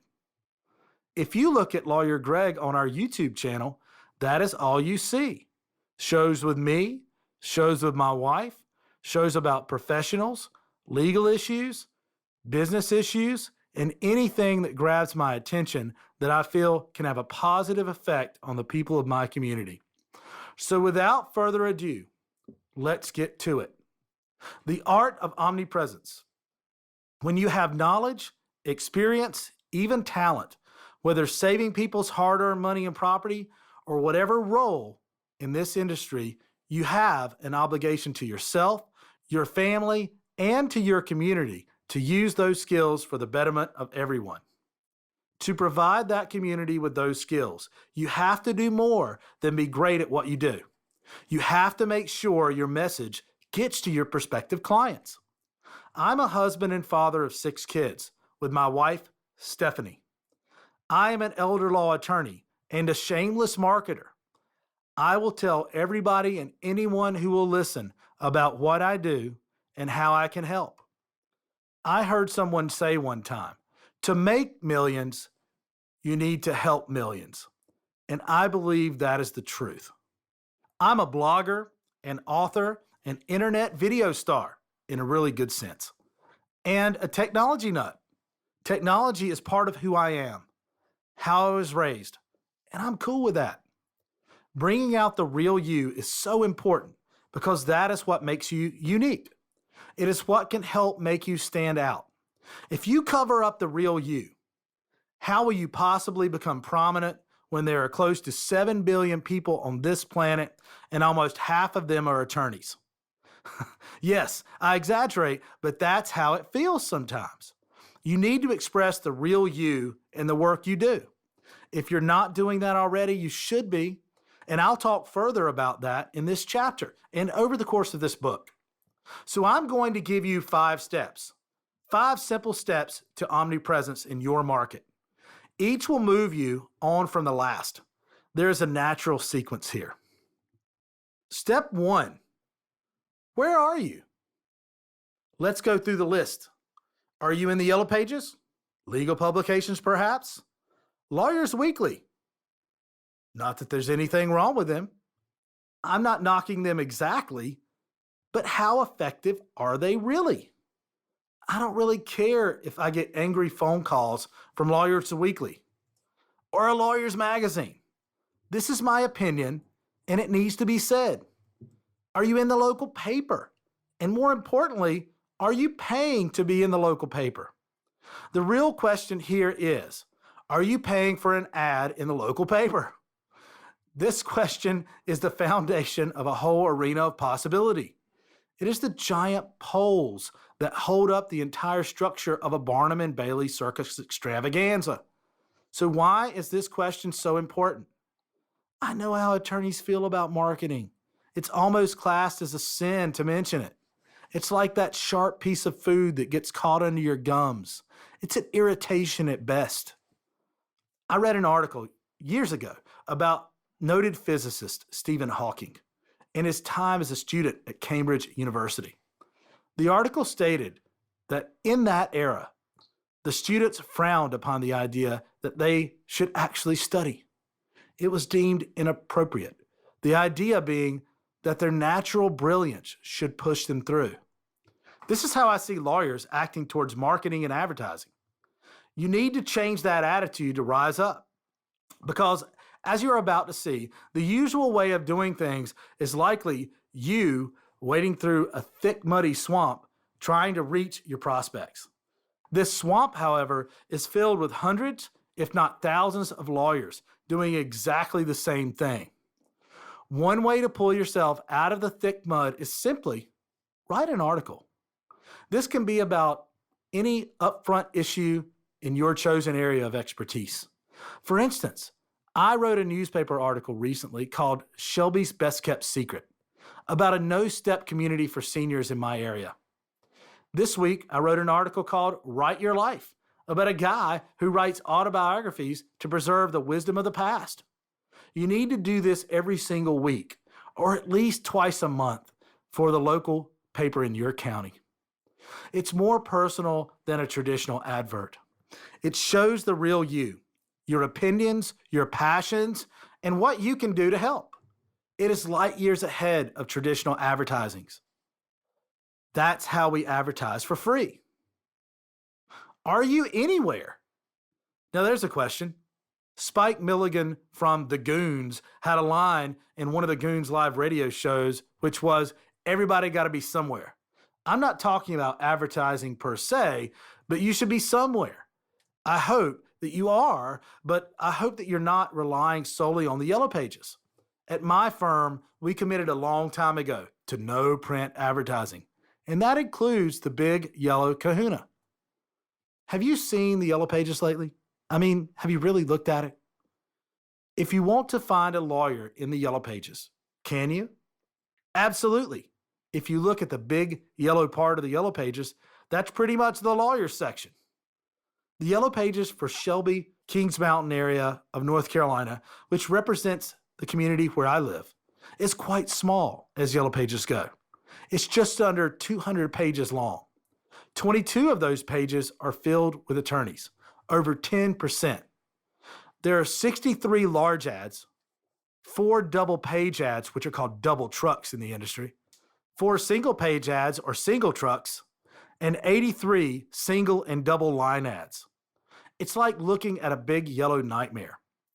All these different areas of law, all these smiling faces, and occasionally, and you know what I'm talking about here, a deadly serious face from a less experienced alumni. All these advertising headlines, letters after names, all vying to pique your interest and grab your attention. That's a shitload of attorneys to choose from, and that's just Shelby and Kings Mountain, North Carolina. Take a look at your yellow pages right now. If you live in a big city or even a big community, the number of attorneys in your yellow pages will be huge. If you want to spend tens of thousands of dollars and even more to get lost in that sea of people doing exactly what you do, then continue and repeat it. I can't help you. Let's be honest here. The general public doesn't really know the difference between one area of law and another. If they need an elder law attorney or a domestic attorney or what I call a door lawyer, which is what I used to be starting out, did everything that walked through the door. If you had a breath and could fog a mirror, you were my client and a legal problem. There are basically hundreds and hundreds of ads to choose from. All of them have law, lawyer, law firm, and attorney printed all over them.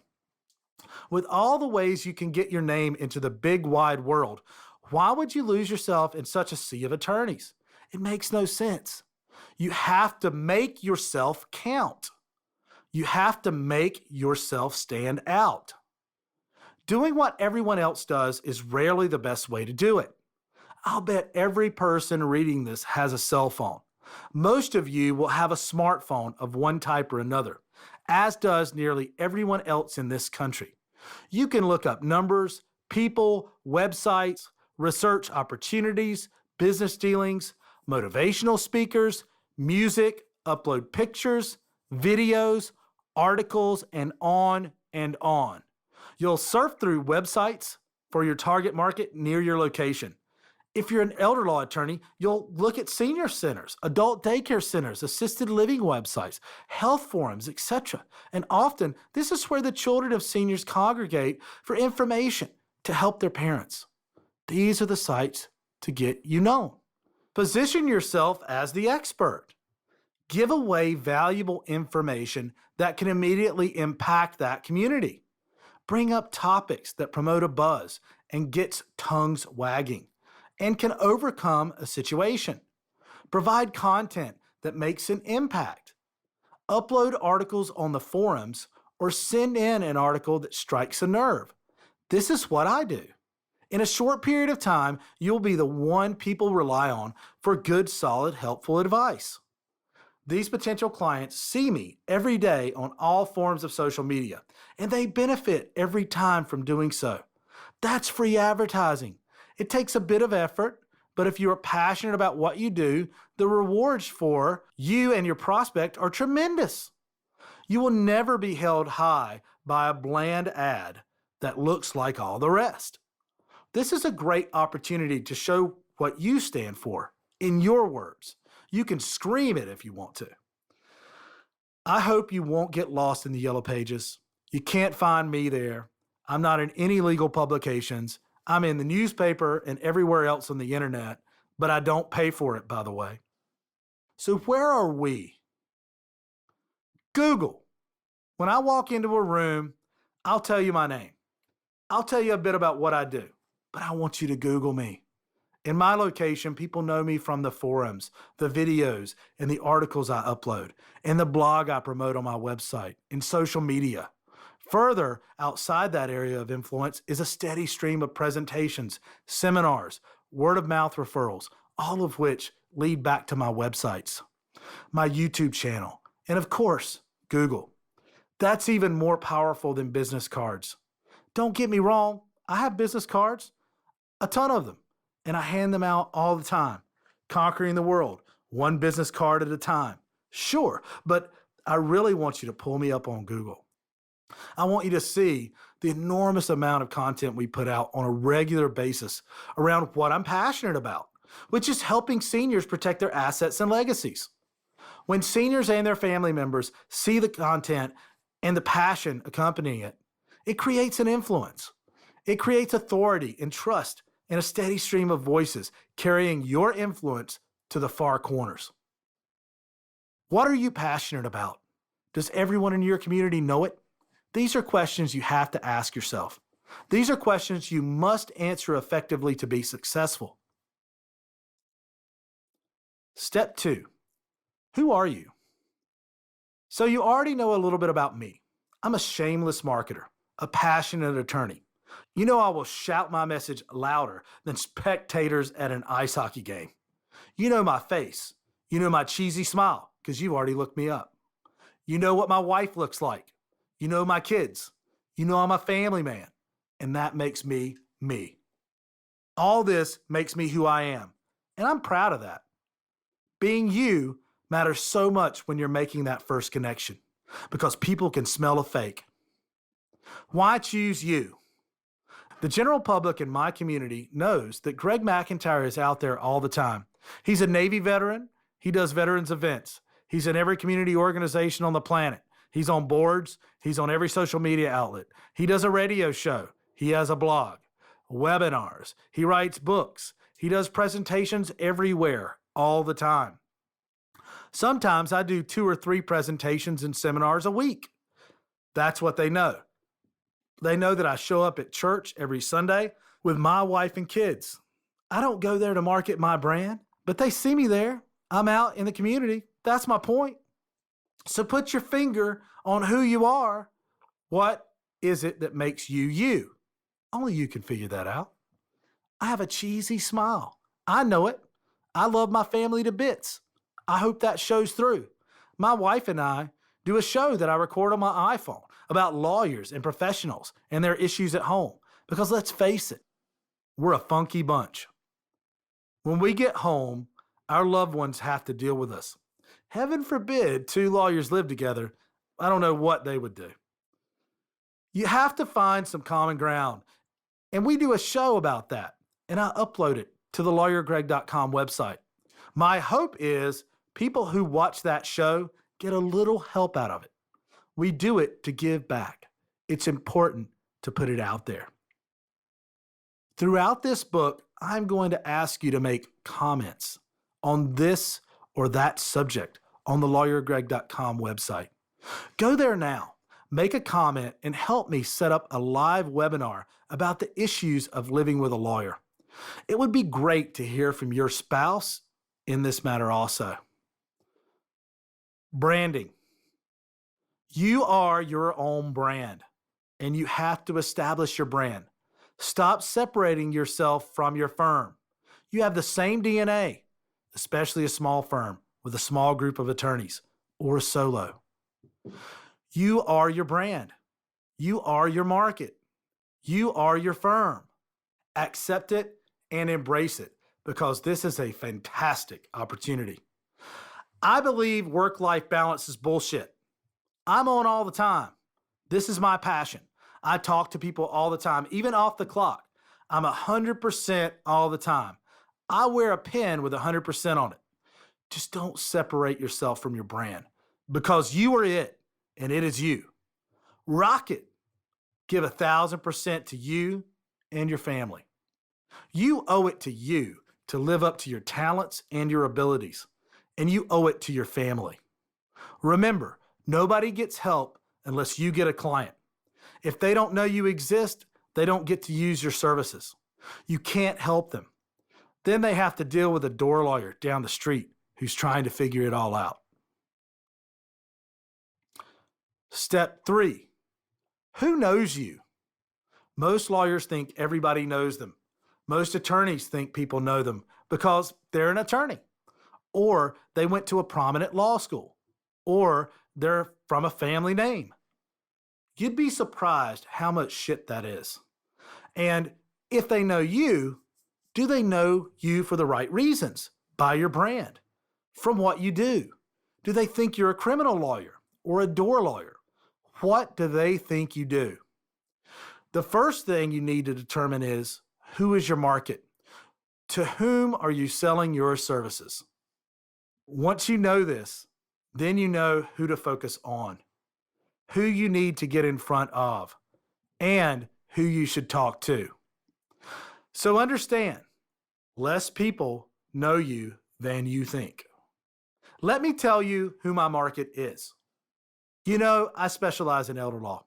I know my clients are nearly always going to be seniors. However, on occasion, I deal with other members of the family also. The practice of elder law is something that naturally affects the lives of a much younger group of family members, such as the children of those seniors, and sometimes the nieces and nephews and grandchildren even. They are also the friends of seniors who feel the effects of senior care. If I take a step back to see the global impacts of this, it becomes apparent that of the 6 to 7 billion people on planet Earth, all of them at some level of association have a connection with a senior whom I can help.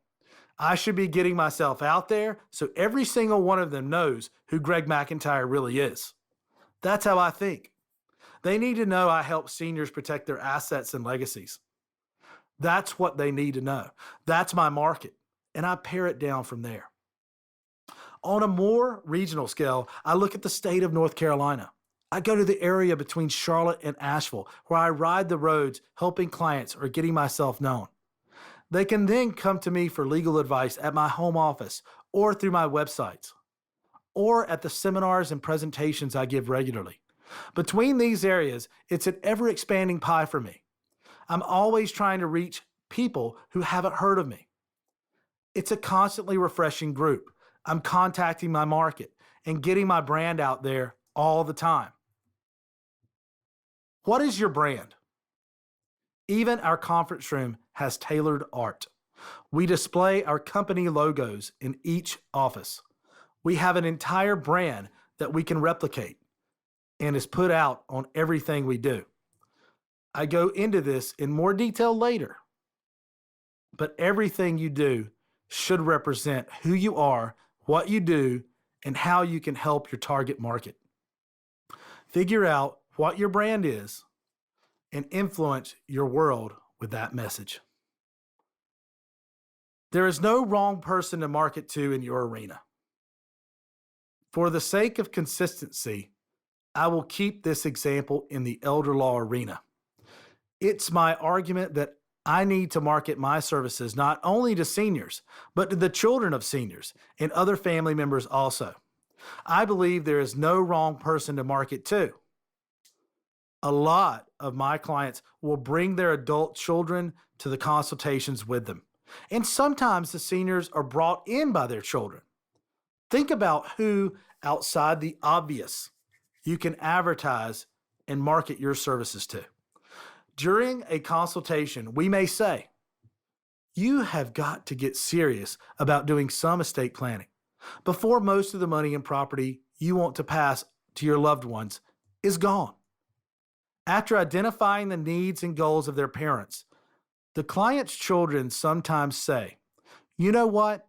My wife and I have all these holes in our plans too. Will you do our planning?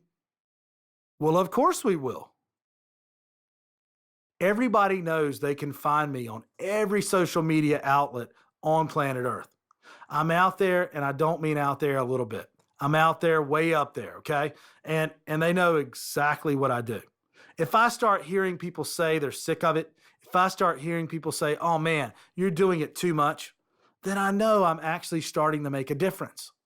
I recently did a radio show on WGIV in Charlotte with host Dr. Business.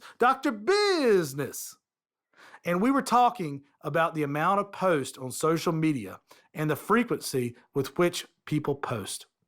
What he said perfectly illustrates how frequency of post is as important as the message you are trying to share. Here's what he said. I had someone do a LinkedIn post for me and put it out there. And 5 minutes later, I went to them to see what it was.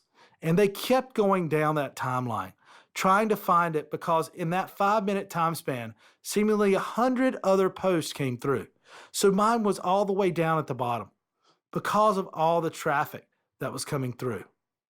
That's Dr. Business. Think about it. There's an ocean of social media content going out to the world right now. Okay? An ocean. All you are doing is spitting in that ocean. The once a day Facebook post or tweet, a weekly email, a video on YouTube once a month, You need to be pouring buckets and buckets of water in that ocean. You need to make sure you're getting heard over the other noise out there. Where should you be? You should certainly be on social media. The art of omnipresence is not just about social media, but you should be there every day and twice on Sunday. Actually, you should be there multiple times every day and on multiple outlets. Well, you might say, should I be on Facebook? Should I have a personal page? Should I put business information on my personal page? Should I put it on my firm page? Are there any other media outlets I should put it on? The answer there is there's no wrong answer, okay? How many times should I follow up with a client? Every day, every single day, until they die or it kills you, right? How many times should you contact the public on Facebook? Post messages into the universe multiple times a day. If you have a firm page, share it on your personal page. Get the firm involved. Get them to share information on the firm page every single day. So you're reaching tens of thousands of people for free with a specific message. You want to make it real. Get a video app like Meerkat, or check out Periscope, or you can do Facebook Live now if you haven't already done it. They are worldwide broadcasting apps right from your phone. I do a worldwide question and answer session right then and there. I do it once a week. You should be doing that and recording it. Have it transcribed and make it into an article. Put it on your YouTube page. Put the video there. Then integrate it into your Facebook page. Put the video there. Then integrate that into your video blog on your TV station that's on your website. This needs to be put out on all forms of social media. Then turn all that data, all that content into a nice newspaper article or blog piece. Now, some of you may feel you don't have time to do all this. Do I have help doing the social media thing? Yes, and I pay for it. They help me keep track and have a consistent message. Sometimes they create posts, but I'm on 10 times more than the person I pay to do it. So I do 90% of all my social media. If you want to make it real and personal, do this. Do a video with your spouse talking about your passion, about who you want to help, about your message and the value of that message to your target audience. Put that on your personal page. Do a video of your kids talking about it. Put that up on your personal page, but don't do it so cheesy that it's blatant marketing. Allow your passion to shine through.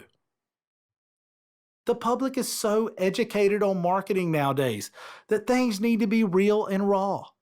They want to know you're a genuine person who isn't smiling and acting like the best buddy for a buck. Most of the polished ad campaigns are garbage, and the younger generation can see through them. That will become more and more true as time goes on. People nowadays have a window into your life. You may not like it, but it's true nonetheless. They grew up with a window into other people's lives. We can talk privacy issues, or maybe you don't want to get sucked into the social media craze, or you just want to keep home life and work life separate. Well, just know that's not how the generations behind us think. They understand social media is a presence all the time. They accept the imperfections of social media, such as the lack of privacy. It's as much a part of them as Mickey Mouse or Batman was to us. Accept it and get on board. They'll respect you more. People will respect you more if you roll with it. What will the other lawyers think? Who cares? I don't really care what they think. That doesn't mean I don't respect other attorneys. I do. I have a lot of attorney friends. I have a lot of judge friends, district attorney friends. But do I care if they grumble and say, oh, McIntyre's doing stuff on social media again? Hell no. Or McIntyre's writing about his passions again? What does it freaking matter? Forget about it. If you find yourself starting to draw criticism, that's when you know you're creating movement, that you're doing the right thing. As long as what you are doing comes from a good place, that it's your passion, it's ethical, it's genuine and raw, and it's there to benefit your target audience, then do it. When you research and learn about what to put out there, you're doing a public service to the community. And who cares what lawyers think, period? They see they're not doing it, and they're mad about that. They think they can't do it. Don't live your life worrying about what others think of you. It's none of their freaking business. There's other reasons as well why people will hate on you, why lawyers might talk bad. It means they might have to change. Trust me, you need haters. I know. I've spoken to this in chapter 1, but I want to get the message across. You need detractors or haters as much as you need followers.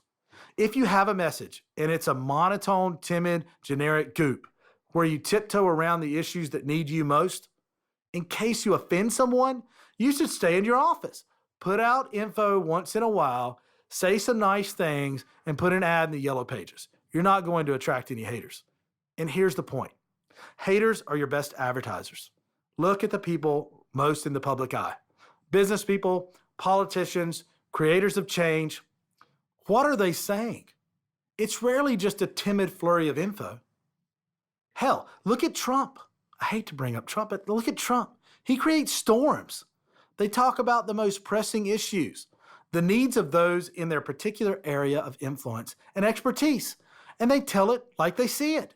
There's no hiding behind niceties. They want to create a frenzy. I had someone say one time, McIntyre is over there trying to shelter or hide money so that family doesn't lose it.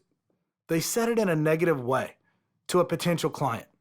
That client came to me and said, "Do you have strategies that will help us protect our property for our family?" I told them, "Why, yes, I do." That isn't the only time this has happened, by the way. Those people are now my clients. Polarize people with your message.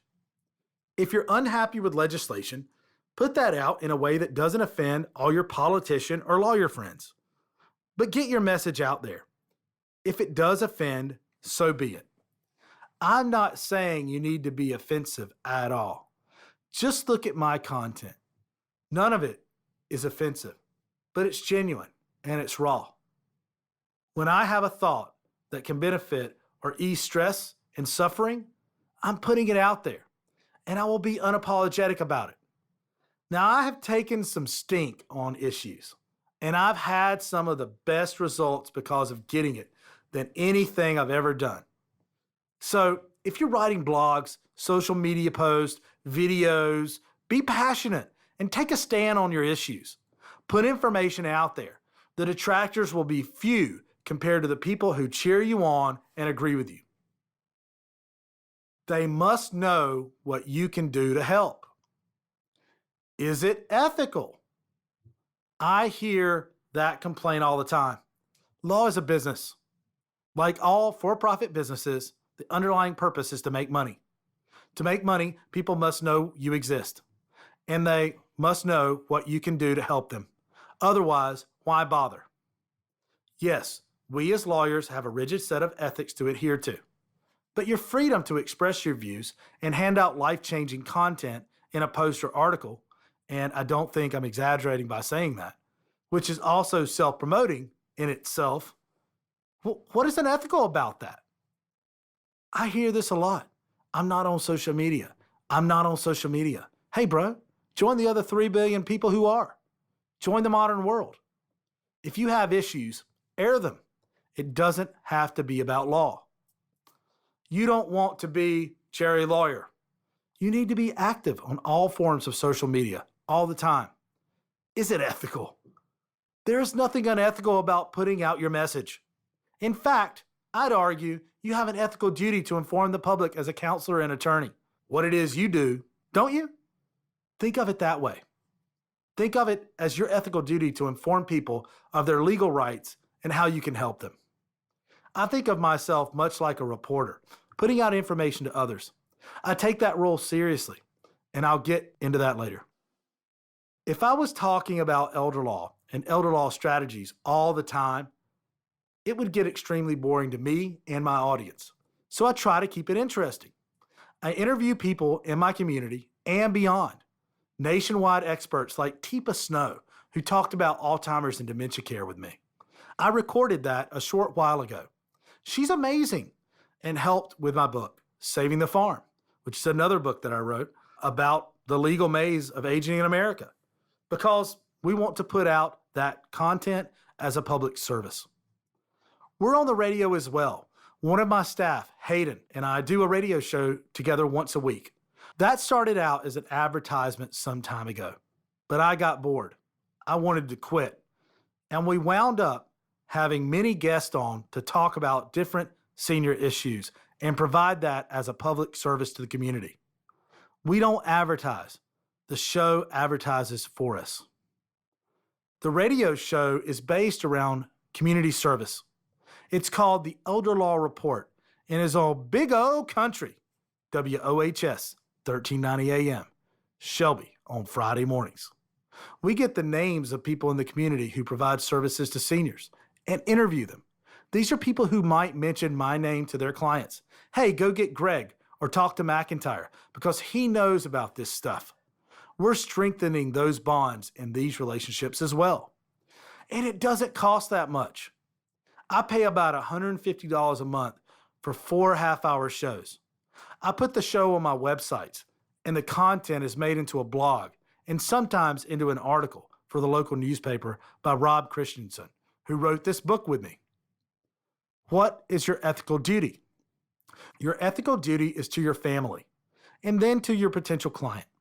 Without you and without your services in their hands, you cannot help them. And without them, you cannot pay for your mortgage. You cannot pay your employees, and you cannot send your kids to college. Make millions with your phone. I'm not kidding here. You may laugh when you see that, but I mean it. I'm not saying you have to make $1 million gross per year as a law firm. Hopefully, you have a multi-million-dollar per year law firm. What I'm saying is, cumulatively, over time, you can make millions with your phone. If you're still rocking a flip phone, go get a new smartphone today. I should get paid by Verizon because this is an entire freaking media studio connecting you to the world. I have an iPhone, but iPhone, Android, any smartphone will do. Just don't get the ones that blow up. Question: what if I don't like iPhones or smartphones or Androids? Yeah, I don't really care. Which one you use, just find one that works for you. But get one and use it.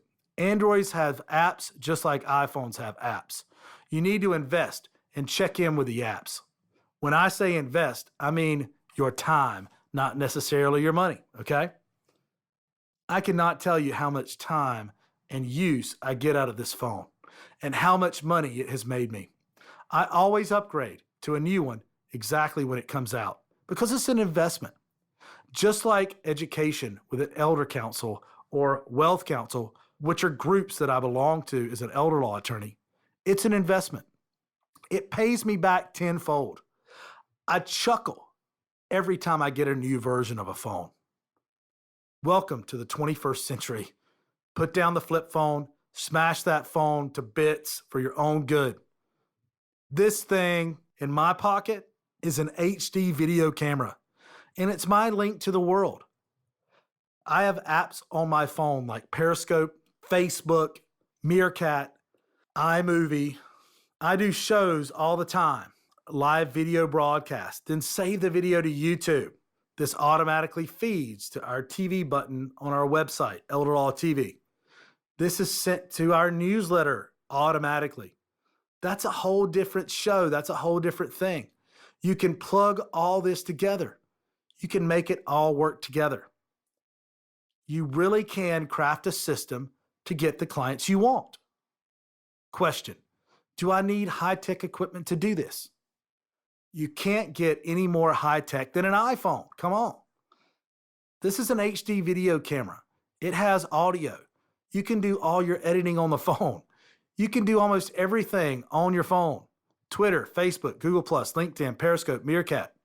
I'm so excited about them. Anytime you put information about you into the universe, then you've got something special.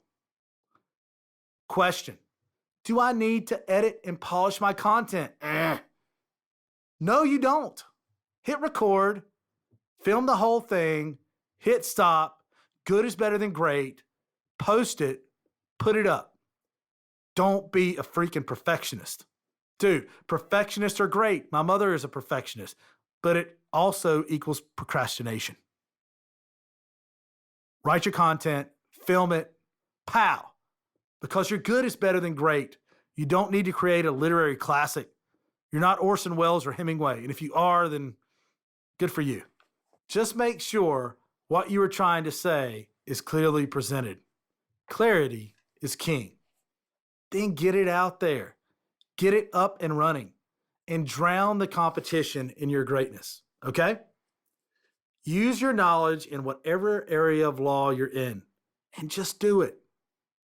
Question: what if I'm too young or old or I look like crap on camera or other excuses? Maybe I'm not the best looking, I don't know, and I sounded like I smoked 4 packs of cigarettes a day, but I don't care. I'm doing a nationwide webinar anyway. I was talking about myself there. You take me as you find me. In my mind, I can't means I won't. If you say you can't, it's because you're in the wrong mindset.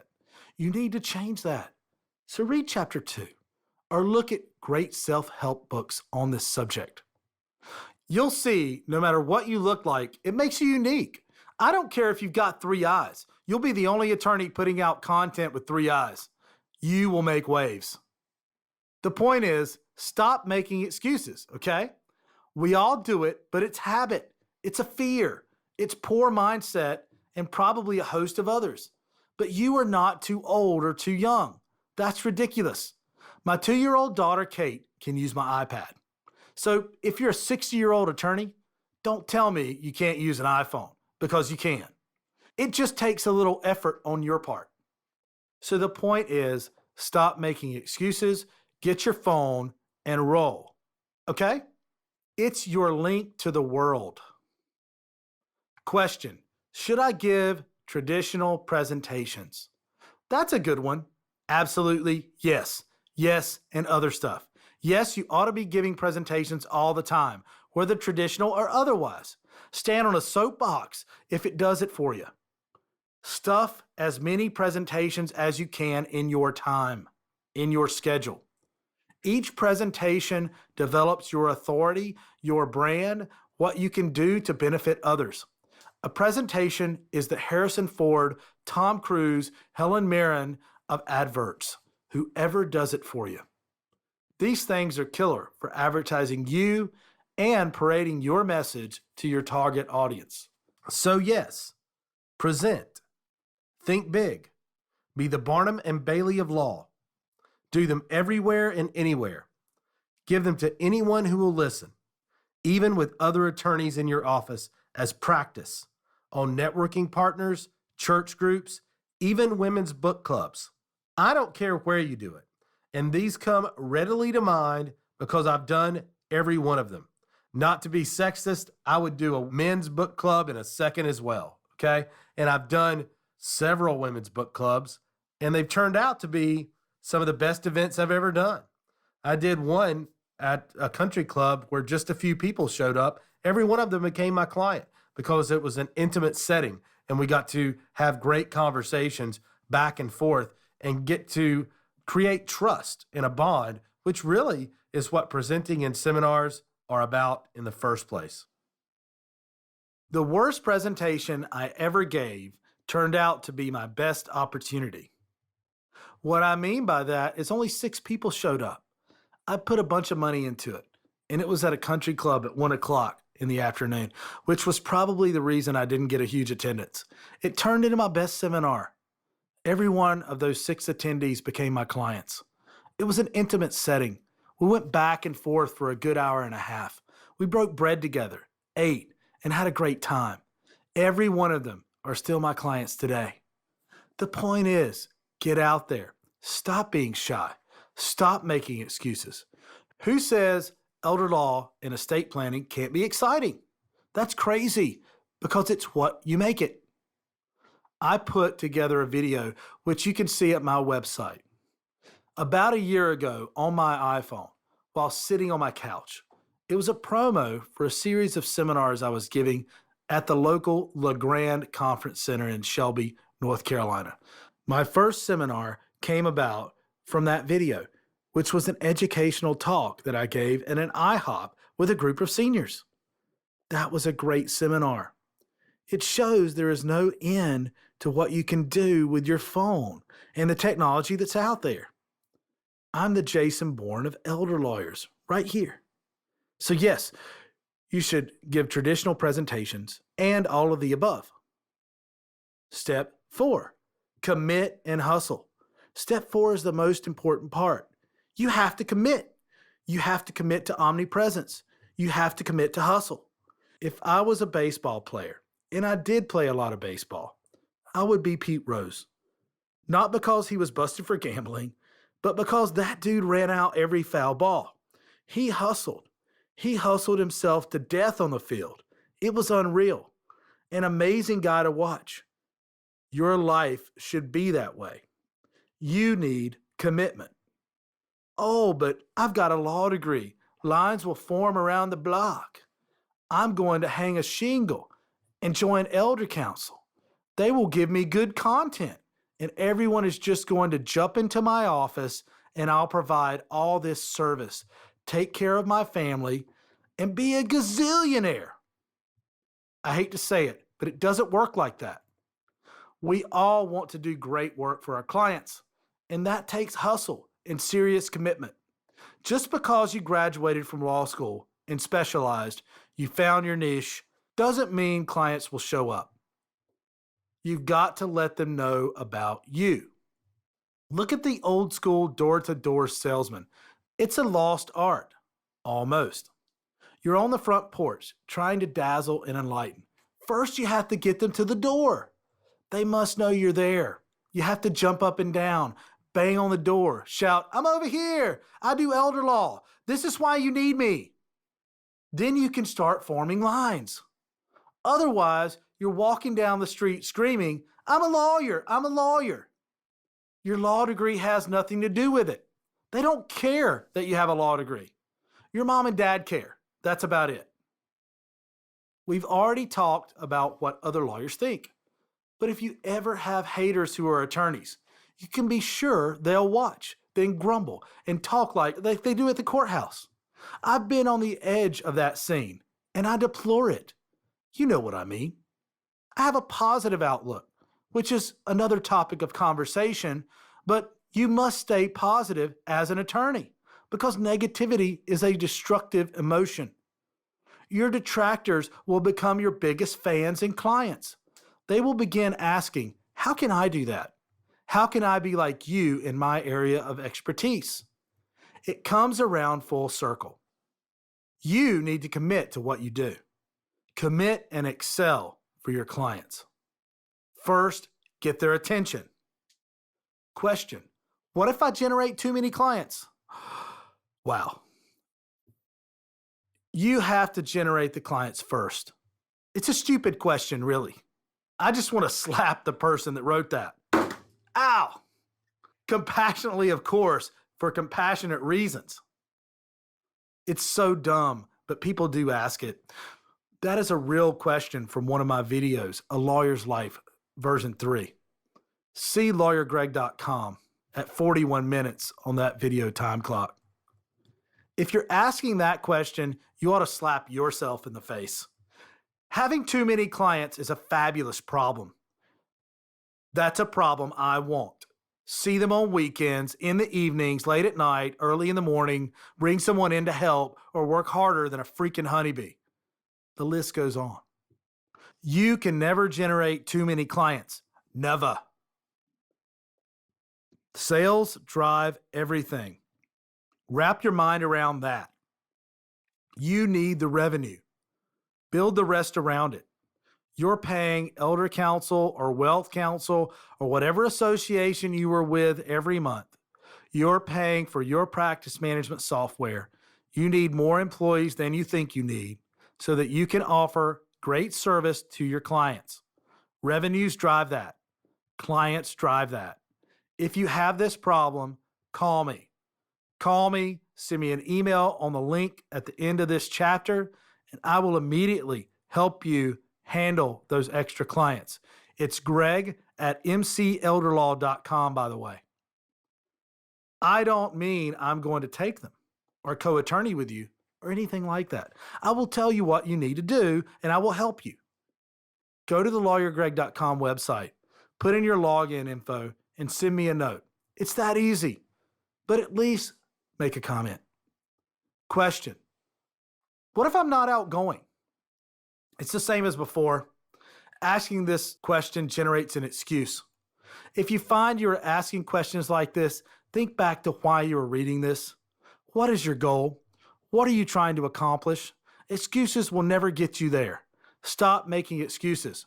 You may not like that, but it's true. If you're not outgoing, a computer is your freaking kingdom. Social media, your adoring subjects.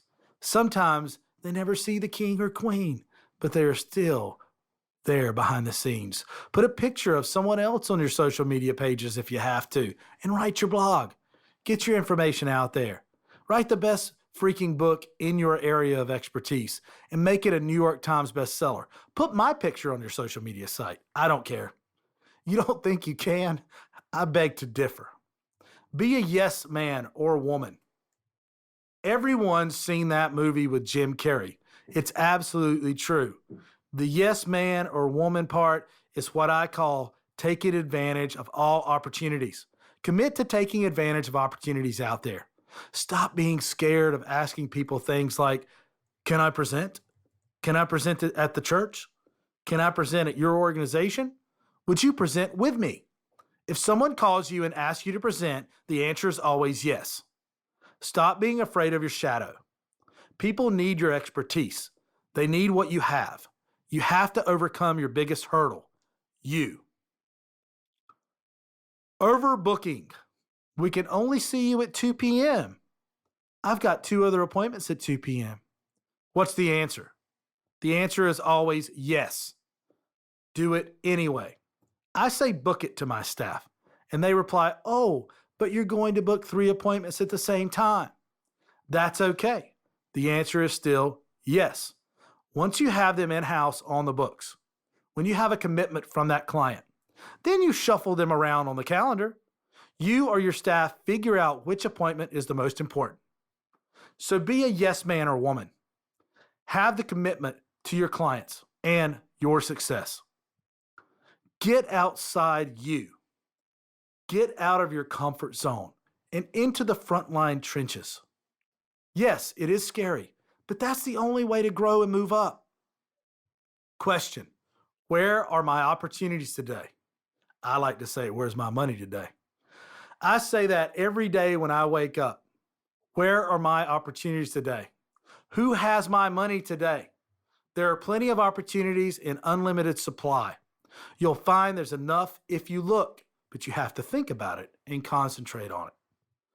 One of the greatest copywriters of all time is Gary Bencivenga.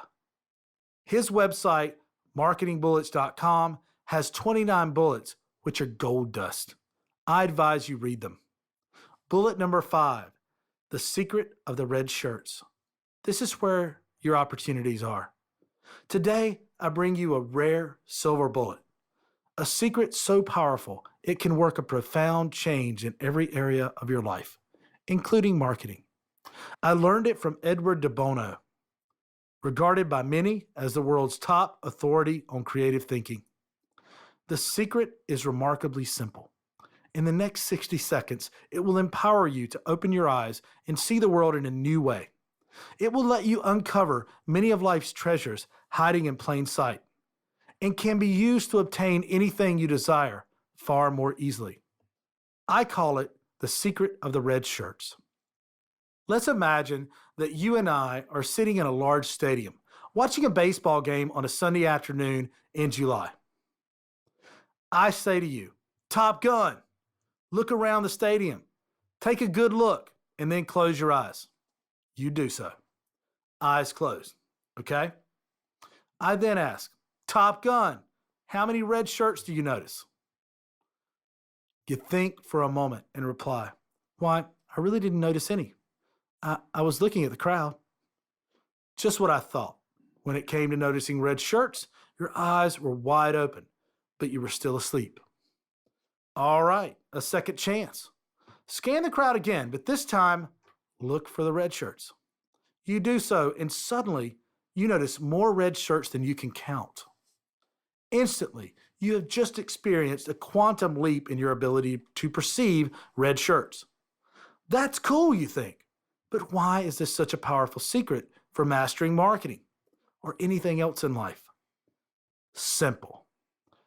For the words red shirts, substitute blockbuster headline or irresistible offer or product that will make you rich or new report that will sell like wildfire or career of your dreams or love of your life. You won't likely stumble across any of these things by going through life staring blankly at the crowd, but you will spot them unfailingly once you look specifically, exclusively, and persistently for each. Gary Bensavenga. Advanced omnipresence.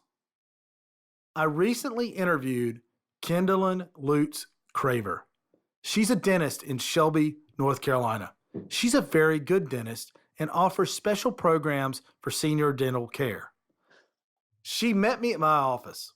I didn't have any notes, which made her laugh. I just wanted to ask her how she provides dental care for seniors. How should seniors pay for it? What special programs are there for senior dental care? If you don't know, dental care is an issue for seniors. Many times the health departments do not service anyone over the age of 21. There really aren't other options for some seniors in the realm of dental care. It's a problem I'm trying to help solve with the help of professionals in my area. So I interviewed Kendallin about this issue. This is a form of advanced omnipresence. By helping others, I am helping myself. This interview highlighted issues, provided solutions, and advertised the dental practice and my elder law practice in a short video and blog post. I was recently at a festival called the 7th Inning Stretch Festival. My town hosts the World Series for the American Legion, and I had a presence there with my wife and kids and the staff from my office. They all helped me at the show. I mentioned before that I have a radio show where I interviewed a lady from the local senior center. We talked about how seniors should get organized. I have help with the show from Hayden, who works with me. We do the show every week. My wife and I do a show called Speaker of the House. We discuss life, being married to a lawyer. I do a show called The Lawyer Life, and a ton of things in my spare time. Even on vacation, I'll talk about healthcare directives and the importance of having those in place, especially before going on vacation. And I'll film those talks, and I'll put those on all forms of social media, including YouTube that goes out to our e-newsletter list. We'll type that talk up and make it a blog post and get a lot of mileage out of that one video. I answer questions my clients have, such as, what happens when I go on a vacation? Well, we provide online bank-level security products for our clients so they can log on anywhere on planet Earth from any device, by the way. They have all their estate planning documents right there at their fingertips. This is all advanced omnipresence. There's no wrong answer here. All of it is relevant to omnipresence. Okay, stupid omnipresence. Yes, stupid omnipresence exists. I'm going to say, don't do this, but if you're like me, you'll do it anyway. I have a phone holder in my car, so that's just the disclaimer I have to put out there. Don't do this.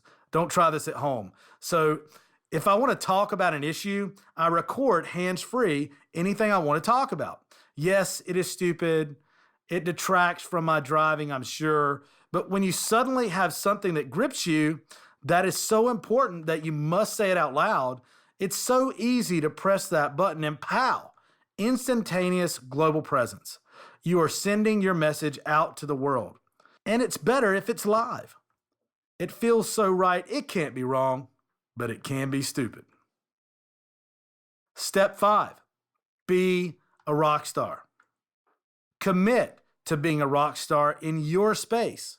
Be the celebrity in your arena of law. This is what you must do. 1, write an article about something you are passionate about in your area of expertise. Don't be concerned about revising it. Just put it out there, flaws and all. Keep it real. People will respect you for that. They'll know you're honest. Plus, speed beats perfection every day of the week. 2, don't worry about perfection. 3, email it to your clients. 4, shoot a video about it. 5, do a show live and record it. Put it up to questions. And what I mean by that is upload it to social media. Ask for comments. Ask for critiques. Ask for people to chime in about what they think about what you're talking about and your area of expertise. What do they want to know? But don't be afraid to put it out there. And 6, email that to your clients.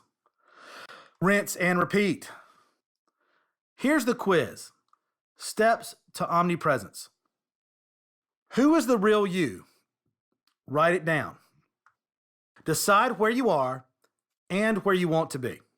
As a side note, decide where you are in your practice. Decide where your brand is. How many people know you? Probably not as many people as you think. Again, people overestimate that regularly. And then see, how many people do you want to know you? Is it everyone in your town, everyone in your county, everyone in a certain region? And then craft your plan. Start blasting your live messages out there to those people. Ask, how can you stand out from the crowd? Who knows you? Again, usually not as many people as you think. Are you sure as many people know you as you think know you? And if they know you, do they know you as the soccer mom or dad? Or do they know you as the absolute hardcore domestic attorney or whatever kind of attorney you are that you are in the courtroom or in the office? Commit to hustle and be a rock star. And back on how they know you, that's extremely important as well, okay? And I should have added that in the book, which is great with the audiobook that I can ad-lib that. How they know you is extremely important.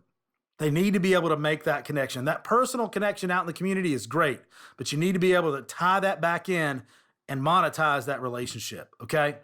If they need the attorney or the entrepreneur or whatever you do for a living, if they need that, they need to know that you're the person to come to. So you need to get good at rolling those casual relationships into trusting relationships and letting them know exactly what you do.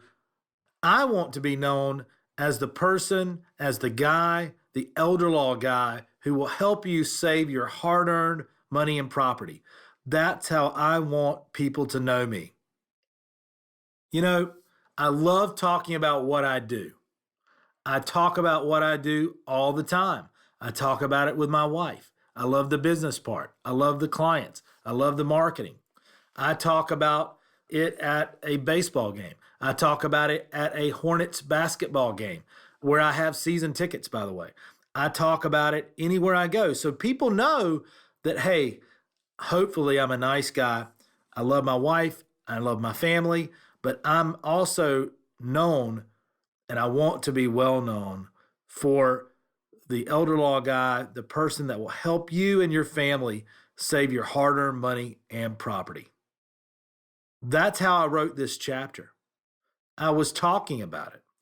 I did a webinar, and I talked about it so much, about marketing and the firm and everything I was excited about and the way I use social media. It's a great webinar, and it's on the Elder Council website.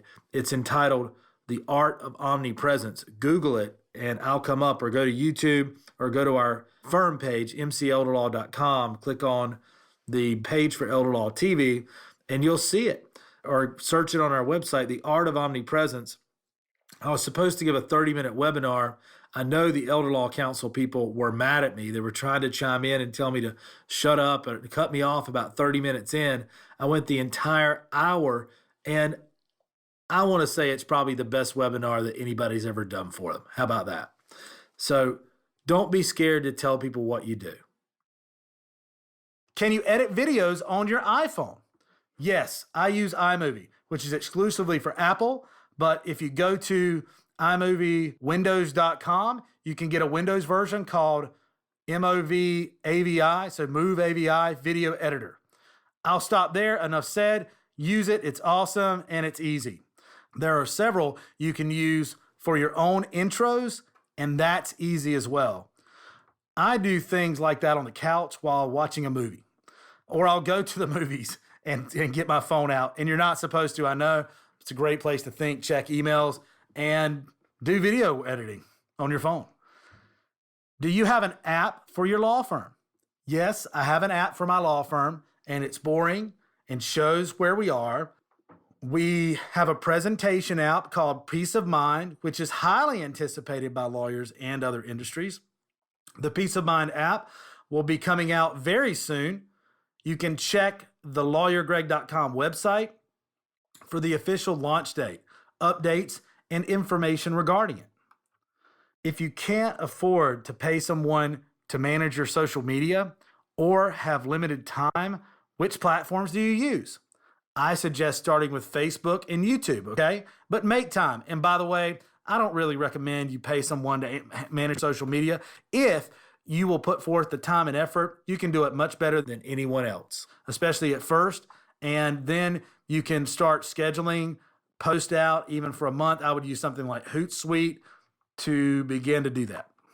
So if you can pay somebody to help, it'll be worth it. But you need to supplement it, by the way. You need to put yourself into it. Pull your other ads. I advocate quit print ads altogether. Just do it. I'm telling you, you'll thank me for it. Get out of the phone book. You'll thank me for it in the end, okay? Get out there and be amazing. 10-point summary. 1, commit to omnipresence. Commit to making the world a better place. 2, bring out the real you. If you cover up the real you, how will you possibly stand out? 3, where are you? Are you in the yellow pages? Are you where you need to be with your brand? Where are you presently? And again, I would advise abandoning all print advertising until you at least get your brand to a certain level where you can afford it, okay? And then only do it strategically. 4, make yourself stand out. Make yourself count. 5, why should a potential client choose you? 6, who are you? You are your brand. 7, who knows you? Do they know you as a door lawyer? I call a door lawyer somebody who takes any client who walks through the door. Hey, that used to be me. What do they think you do? What do people in the community think you do? Do they think you are a door lawyer? Do they know that you just practice domestic law and you love fighting for clients? That's how you want them to know you. And that's what you want them to think of you. That's how you want to brand yourself. So in order to do that, you have to get loud with your message. You have to get frequent with your message. You have to get people to pay attention to you. Think about the old traveling salesperson. The only way that you could get your message across to someone was to knock on the door. And you had to knock loud enough for somebody to even know you were on the front porch. So you have to get people's attention before you can even get them to hear your message. So make sure you're knocking loud enough and that you get them to come to the door so you can actually give your message. You know, for some people, the law degree does have something to do with it, but that's not for you and I. We're not those type of people. 10, be the rock star lawyer you used to dream of being. Backstage Pass 3. Exercise. Where are you? Who knows you? To make yourself stand out, you must commit and you must hustle. Steps to omnipresence. And I want you to write these things down. Who is the real you? Write it down. Decide where you are and where you want to be.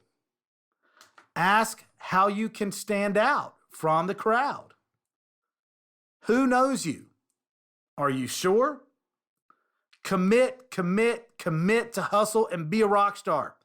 I'm going to do this one for you so you'll know how I would answer this. Not that you care, but here it goes. Who is the real you? I'm Greg McIntyre. I'm a husband and father. Sometimes I do a good job. Sometimes I don't, okay? I try to hang in there and support And my wife does too. She does a great job all the time. She tries to support me and our children, and I try to support them as well. That's who I am. Sometimes I struggle. Sometimes the business is a struggle. Just keeping it real. Big families are hard. Small families are hard too. But you hang in there every single day. And I don't mind people knowing that. I don't mind you knowing that because that's real. And I'm working for my family as hard as I can and to build my brand, not just for me, not just for money, but to send my kids to college, to give them a better life, to give them an easier life. Decide where you are and where you want to be. I am not in the yellow pages. I used to be there. I found it was a waste of money. I was lost in a sea of attorneys, an inch thick. It was ridiculous. And unless I was willing to shell out 50, 100 grand, which I didn't have, and I could have used for other purposes if I did have it, then it was useless for me to even be in there. But I can get out there and have a digital presence for pennies on the dollar, if any money, and have an organic presence that really resonates with my fan base. And I am omnipresent on social media, but I could do better. I know every day that all 6 billion people on planet Earth don't know my name. Okay, so I can do much better. Ask how you can stand out from the crowd.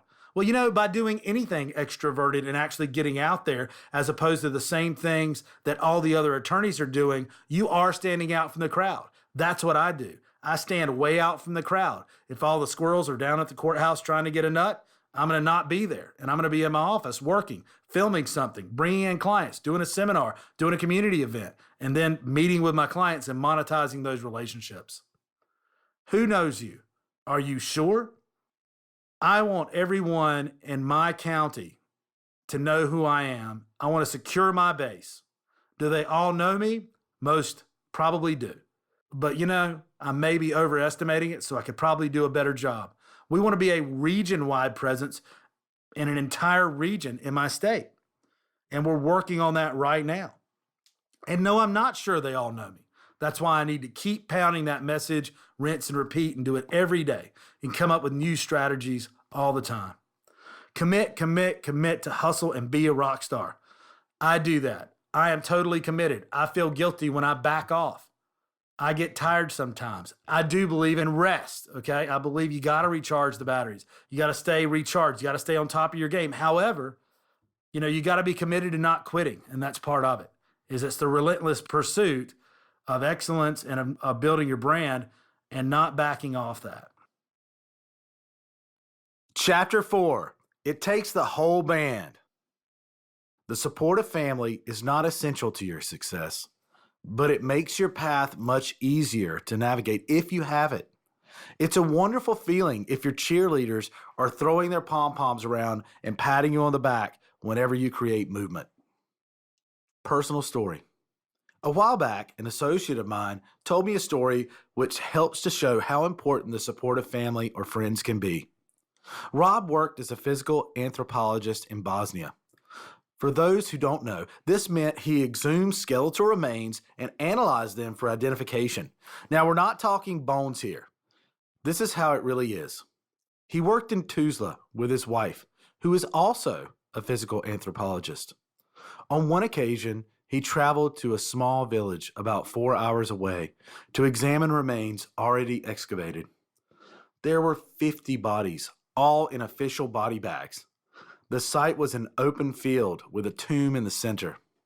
A long, thin crypt, 3 shelves high on each side. Oh, and it rained the entire time, just to add to the creepiness. There was no electricity, just a dark tunnel with a door at one end, which he kept open to let in light. He began at the far end of the tunnel, picking up a body bag and moving it to the door to analyze the remains and record the results. At the end of his day, the interpreter would pick him up and drop him at his hotel. This interaction with the interpreter was the only contact Rob had with another living human during that time. In the morning, he was driven back to the site. This continued for 3 more days. There was no support, no one to talk to and let out the day's events. And as you shall see, this goes to show how quickly not having support can affect you. The first night, he began having graphic, violent nightmares, which continued on through the second night. He didn't go into details, but he said he still remembers these dreams 16 years later. By the morning of the third day, he started questioning his own sanity. After 3 days, they returned to Tuzla, and he related everything that happened to his wife. Although the work they were doing continued, once he had the support of someone, his wife, a way of letting go of the day's stresses, the nightmares and issues never returned. This may seem like an extreme example, and for the purpose of this book, it is. For the purposes of anything, that's an extreme example.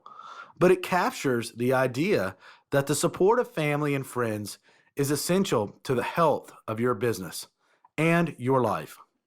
You must involve everyone in your mission. Involve your parents.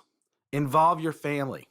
Involve your fiancé, your husband, your wife, your kids, your friends, etc. Get every freaking person you know to support you in your mission. And then start on everyone you don't know. You want to eliminate resistance.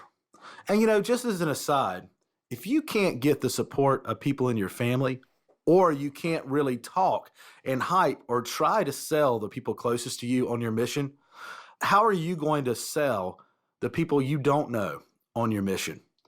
And I understand that sometimes the people who resist you the most are the people that are closest to you. I've experienced that myself, but you got to keep working on it. You got to bring those people around or keep trying. You need to get the whole band involved. Your life will be much easier that way. So you want to eliminate that resistance. When you start a business, you are likely to find resistance, more so in friends and family than anyone else. There will be a ton of obstacles put up by them. They will tell you why it won't work and how difficult it will be. They will hammer home what could go wrong and the impact it could have on your life and the lives of your family. Negativity will rain, and it will rain hard. We are talking hurricane force negativity. People focus on the negative no matter what. There are very good reasons for this. If you're starting a business or expanding the one you have, the people closest to you will be on the front lines. They will see the pressures you are under, how each decision affects you. They will watch as the stress builds higher and higher. They will notice these things, these changes in you more than anyone else because they see you every day, and it will affect them more than it will anyone else. Starting or expanding a business is stressful. Elon Musk stated that his friend has a saying, starting a company is like eating glass and staring off into the abyss. Not a pretty picture, but this is what your family and friends will see in you every day. And so their reaction will be strongest. They will be the ones who build the largest barriers to protect you. This is okay, but it shouldn't hold you back. The simplest way to overcome this resistance from a family member is to talk to them. Explain what you are doing, what you plan to do, how you plan to do it, and why. If your idea is thought out and does what you claim it will, at least on paper, then resistance will melt away. I should rephrase that. Most of it will melt away. And why is that? What's the worst that can happen? If you are starting a new business, your family will have reservations. They will, like most of us, focus on the worst possible outcome. The venture will fail. Okay, that would suck, but if that's the worst thing, it's not so bad. You can start again, right? One door closes, another door will open. Getting the it's not so bad idea across to a loved one, however, and getting them to understand your reasoning, that's something else. If you look at this from a historical perspective, the greatest people in their fields, the biggest opportunists in the world, came about after failure upon failure. Examples of well-known people who pulled themselves up and became the biggest thing in their fields in history. Henry Ford. While Ford is today known for his innovative assembly line and American-made cars, he wasn't an instant success. In fact, his early businesses failed and left him broke, not once, but 5 times before he founded the successful Ford Motor Company. Walt Disney. Today, Disney rakes in billions from merchandise, movies, and theme parks around the world, but Walt Disney himself had a bit of a rough start. He was fired by a newspaper editor because he lacked imagination, and I quote, and had no good ideas. After that, Disney started a number of businesses that didn't last too long and ended with bankruptcy and failure. He kept plugging along, however. He didn't quit, and eventually found a recipe for success that worked. Michael Jordan. Most people would not believe that a man often lauded as the best basketball player of all time was actually cut from his high school basketball team. Luckily, Jordan didn't let this setback stop him from playing the game, and he stated, "I have missed more than 9,000 shots in my career. I have lost almost 300 games. On 26 occasions, I have been entrusted to take the game-winning shot, and I missed. I have failed over and over and over again in my life, and that is why I succeed." Winston Churchill. He failed in every school and was defeated in every election for public office until he became prime minister at the age of 62. Albert Einstein. He did not speak until he was 4 years old and couldn't read until he was 7 years old. His parents thought he was subnormal. He was expelled from school, and his teachers described him as mentally slow, unsociable, and adrift forever in foolish dreams. Stephen King.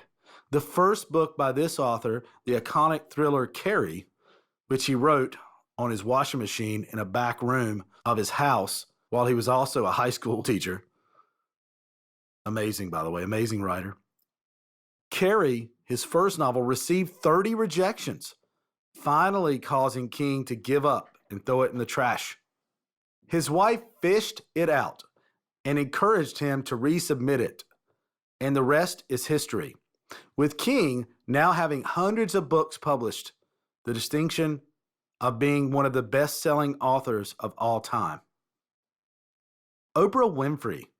Most people know Oprah as one of the most iconic faces on television, as well as one of the richest and most successful women in the world.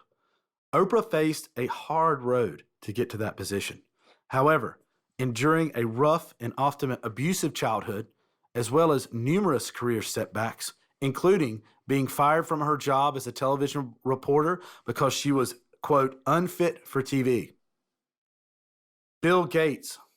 Yes, the richest person in the whole world, couldn't make any money at first. Gates' first company, Trafo-Data, a device which could read traffic tapes and process the data, failed miserably. When Gates and his partner, Paul Allen, tried to sell it, the product wouldn't even work. Gates and Allen didn't let that stop them from trying again, though. Here's how Allen explained how the failure helped him. Even though Trafo-Data wasn't a roaring success, it was seminal in preparing us to make Microsoft's first product a couple of years later. Change your perspective by asking yourself, what's the worst thing that could happen? This will help you let go of that big-ass elephant in the room, resistance. Resistance. Changing your perspective, whether career, personal life, house, car, outlook, or whatever, will bring up resistance. Just by thinking from a different perspective helps, because once resistance comes up, you can deal with it. If you don't know it's there, how can you break through it? What do I mean by resistance? Resistance is reaction from people who fear change and failure. You will find it in people you have never met who are fearful and jealous someone else is moving forward. But most important of all, yourself.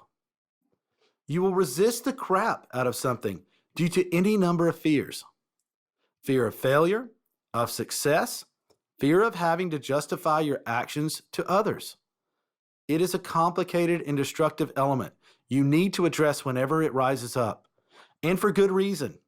The resistance within you can show itself in the strangest of ways. How about self-sabotage?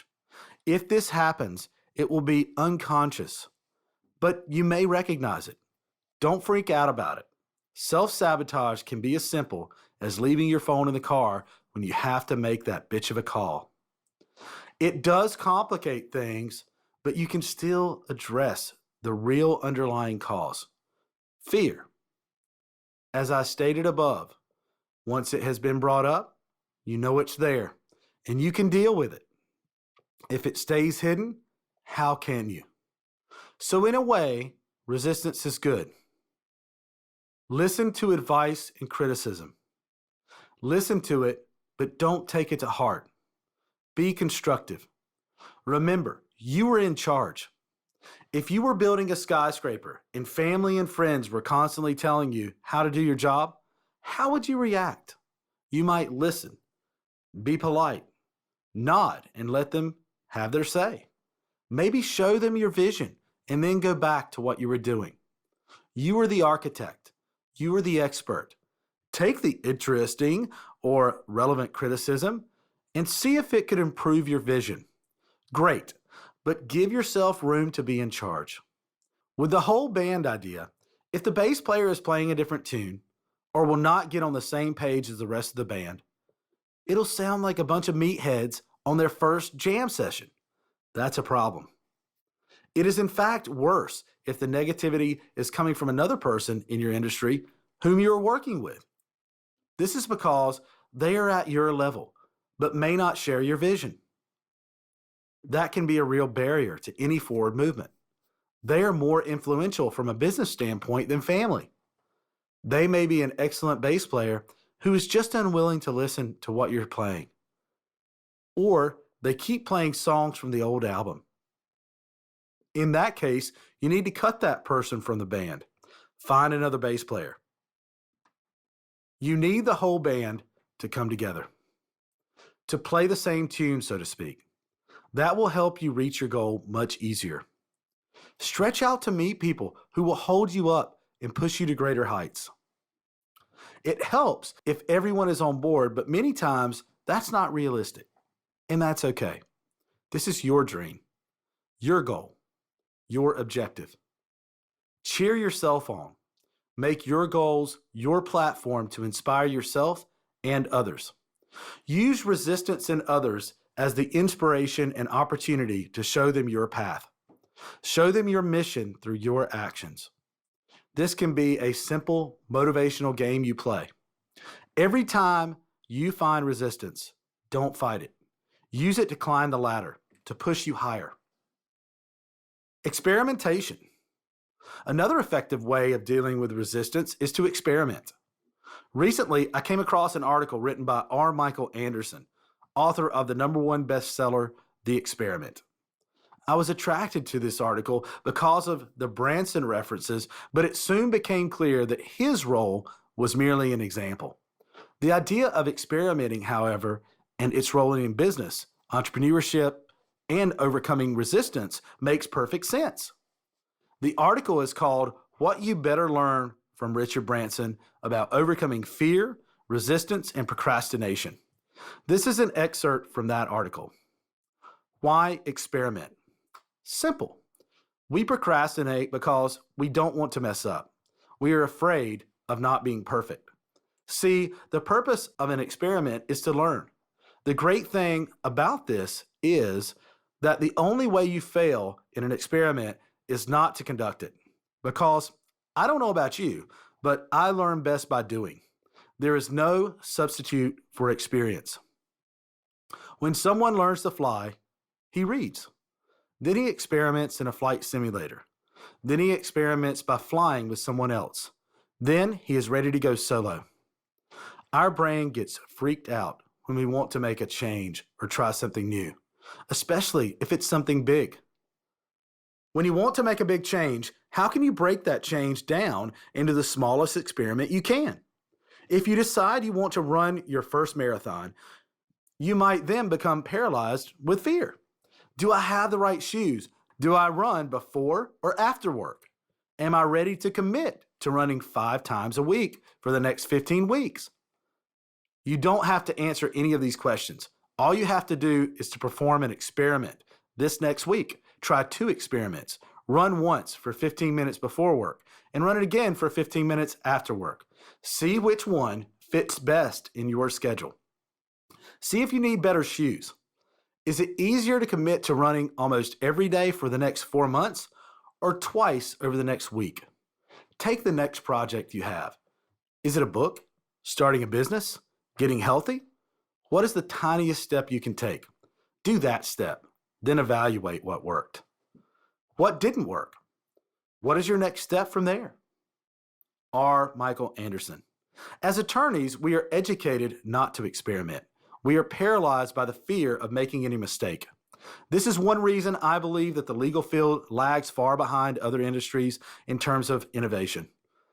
I realized after years of frustration and beating my head against the rigidity and negativity of the profession that this is the practice of law. I started being different. I just started using my talents and drew from my experience to other industries. I looked around at my coffee shop and saw how easy it was for customers to pay. Why couldn't a law office experience be that simple? Well, it can be. It's up to you. Play jazz. The previous chapters of this book were designed to break you out of the rigidity and rut of the legal profession and inspire you to be yourself, to dabble, and to experiment. I experiment with everything, all the time. Hell, this book in itself is an experiment. My life is an experiment. Who is to say that I am wrong? That I can't experiment and change things? A fellow attorney? A law school professor? A judge? I say loudly, no. This journey will be scary. It will test you. In the end, however, it will be well worth it. On the other side is a profession, a career, an industry that has been changed by you. A firm that fits you like a glove because it sprang from you. The true you. It didn't come from you following you, copying a model of stodgy old practitioners that existed 100 years ago or more. What is the worst that could happen? What is the best? I have come to realize that I want the best and do not fear the worst. To be happy and productive over the span of a lifetime, I must be myself. I must build my business around myself, my career around myself, and the world around myself. You can too. Your enthusiasm is infectious. Have you ever noticed the effects of being in close proximity to someone beaming with enthusiasm? How do people react when someone near them is enthusiastic? It doesn't matter what subject they're enthused about or who they're talking to. Their impact seeps into everyone. This isn't only a mental thing. People will physically straighten up without realizing it. Their whole embodiment becomes more positive and striking. It's the same when being in a room with someone who's depressed. You will be less likely to have breakthroughs, and you will hunch up and stagnate. It is more destructive than you could imagine. That's why if you have a single employee who is unhappy, frustrated, or angry, they can affect the upward flow of an entire company. Morale is essential to success. Poor morale is something you must deal with immediately. You should be the champion of your company's enthusiasm. It is your job to boost morale. Your job to keep family, employees, associates, and clients clear as to the mission or goal they are a part of. The bigger and more incredible the goal, the easier it will be for you to help people up and lift them above everyone else. Think about this. How much impact do you think it has on a client if they walk into your office to be met by a cold, negative atmosphere? Even a cold welcome from your receptionist can turn a client or a potential client off. They will probably be feeling down already. A slight change can transform. A warm greeting from someone who loves what they do, or the smell of freshly brewing coffee, fresh flowers each morning, positive imagery, even the color of the walls can help create a positive impact. These simple changes will stun you. Don't go average because that's where you'll stay. Make it amazing. Not everyone will agree, but it's very hard not to get swept along in the flow. The chorus of smiles and adventurousness that follows enthusiasm about. It's like a drug. This feeling we get when enthusiastic would be worth a freaking fortune if it could be broken down, bottled, and sold in every pharmacy in the world. But it is something we all have already, if we move in certain channels. So how do you get enthusiastic about your practice? It's difficult to get enthusiastic in any area of business or about a product or opportunity that you are not passionate about. The opportunity to create money can certainly grab people's interest, but if that is the sole reason for the endeavor, the chances of success, of pushing further and further into hostile territory, risking life and limb to overcome, is likely to fail. Making sure the area you want to conquer is your passion. Your business should be something you are proud of, and I mean real pride. It should be an example and a beacon of light in your community. It should encourage you to make your creation incredible. Don't think what's the cheapest way to do it or what's the fastest way to do it. Think what's the most amazing way to do it. Sir Richard Branson. Scientific evidence shows how you react has a far greater impact than you know. 10-point summary. 1. Involve everyone you know. Get every freaking person to support you in your mission. 2. People focus on negative aspects. Do not let this stop you. The simplest way to overcome resistance from family members is to talk to them. Explain what you are doing, what you plan to do, and why. If your idea is thought out and does what you claim, then resistance will melt away. Mostly. 3. What's the worst that can happen? The venture will fail? Okay, that would suck. But if that's the worst, it's not so bad. Really, it's not so bad. You can always start again, right? 4. Resistance. You will resist the crap out of something due to your fears. 5. Listen to advice and criticism. Listen, but don't take it to heart. Be constructive. Remember, you are the expert. 6. Inspire others. Make your message amazing. This is your dream, your goal, your objective. Cheer yourself on. Make your goals your platform to inspire yourself and others. 7. Experiment. Enough said. 8. Enthusiasm is infectious. Be the champion of enthusiasm. 9. You have a greater impact on others than you realize. 10. Don't go average. Make it amazing. Backstage Pass 4. Remember, go to lawyergreg.com/backstagepass to see all the backstage passes and videos and interact with them, including this one. Exercise every day and do this exercise too. Involve everyone you know. You will meet resistance to your goals and dreams from family, friends, and professional associates. You must not allow this to bring you down. Ask yourself, what's the worst thing that could happen? Then say to yourself out loud, in 5 years, who's going to give a shit? Feel better? Chapter 5. Mentor is a must. The mind is not a vessel that needs filling, but wood that needs igniting. Plutarch. Mentoring played a huge part in my success, and as you will see, it continues to be so. You can never be so successful where you cannot learn from others. Sometimes it's your mentor's experience you rely on, or their unique perspective that holds the gold. But whatever it is, having a mentor will bridge gaps you never knew existed. While writing this chapter, I came upon issues that need to be addressed, things to be aware of while searching, finding, and working with mentors. This is an important subject.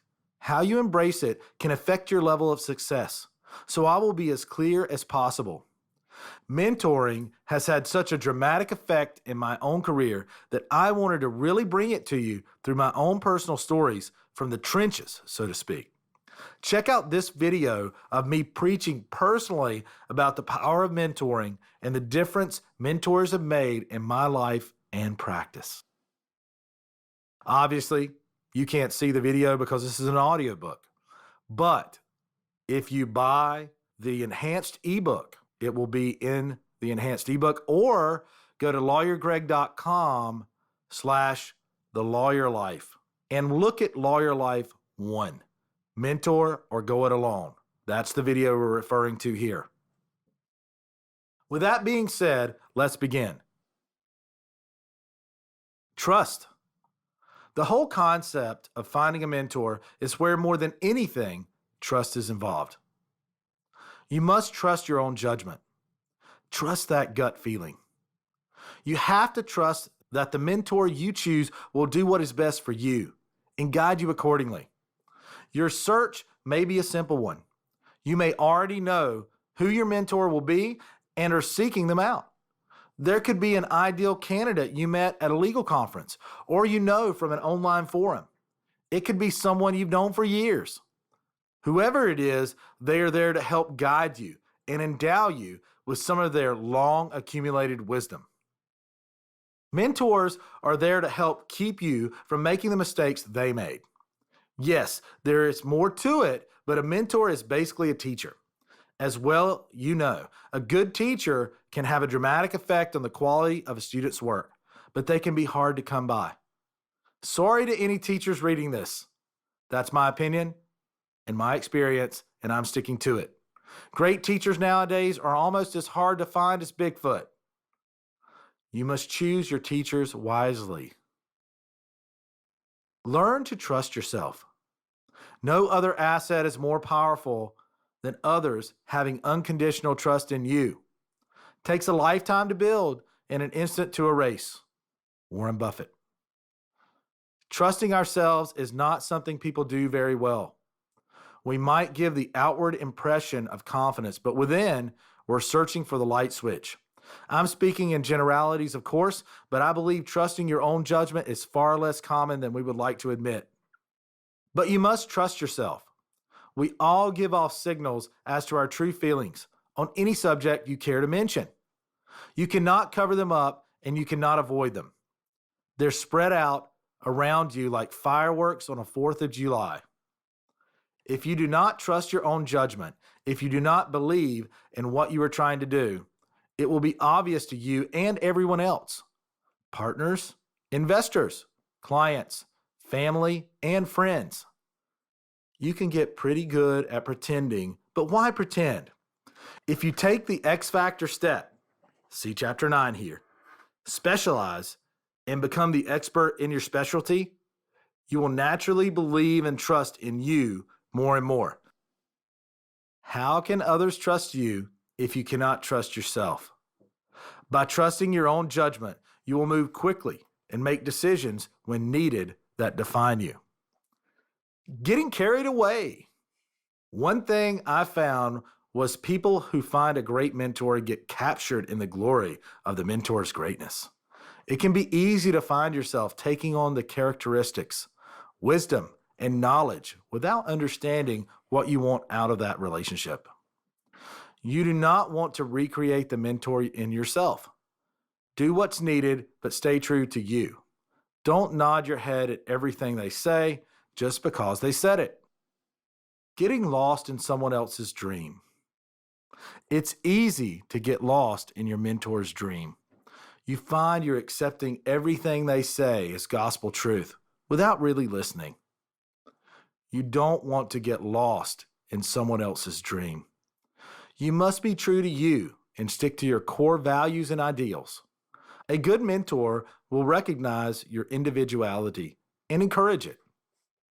One way of doing this is to break down what someone has said to see if it's based on real truth or opinion of truth.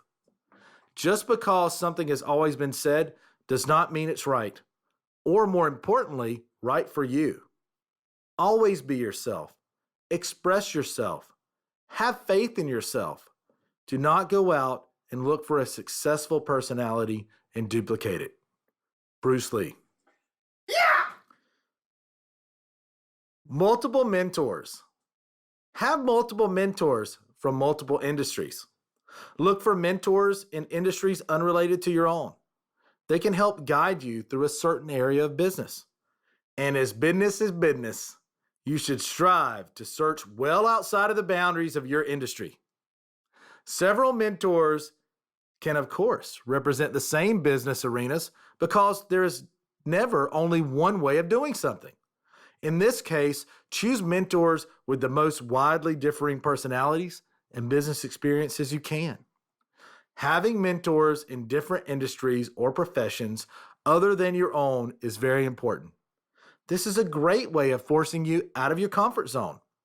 It can also lead to adopting a very different business style and way of thinking that can significantly affect your position in your industry. It can lead to advancements most never pick up on. Titans of industry. The titans of business, such as Jobs, Gates, Branson, Musk, and yes, even Trump, are usually the mentors most of us want. We want great world-famous mentors with decades of knowledge and connections galore. That's fantastic, and I applaud you for it. Do whatever you can to get them to mentor you. And don't give up if they say no. But look within your community also. Yes, the titans have proved themselves, but that doesn't mean there aren't businessmen or women closer to home that have experience and talents to offer. Dead or alive or real? Does a mentor need to be alive or even real for them to help guide you? Personally, I say not. Steve Jobs is a clear example of someone who can still be a fabulous mentor. And there are other examples from television or books or from the movies of worthwhile mentors. Study Obi-Wan Kenobi if that works for you, or the personality and business practices of Tony Stark or Gordon Gekko. I would, however, be careful that you shadow the right mentor for you. Whoever that mentor is, make yourself accountable. Using a mentor from the movies makes this a little more complex, although by no means impossible. It does mean you will need definite checks and balances to hold yourself accountable. This will take more effort, but it could be worth it. Try and be sure your mentor is right for you, that their ethics support your goals and beliefs. If not, change them for another. A poor choice. This brings up another point I feel we should address. Can you learn from someone who is a bad or poor choice as a mentor? And the answer is probably yes. I'm sure even the lawyer from the TV series Better Call Saul would have a lot to offer.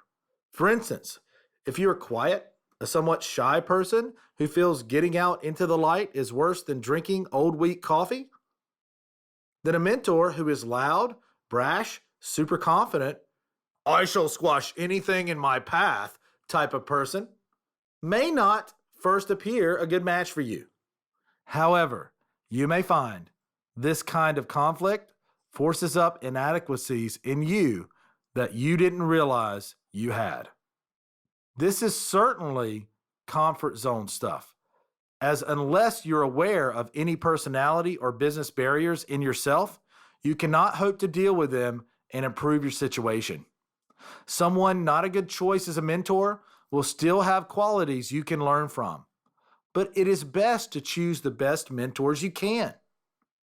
It is important to note you do not have to stay with your mentor if they are not the right fit for you. Keep looking around. Why you need a mentor?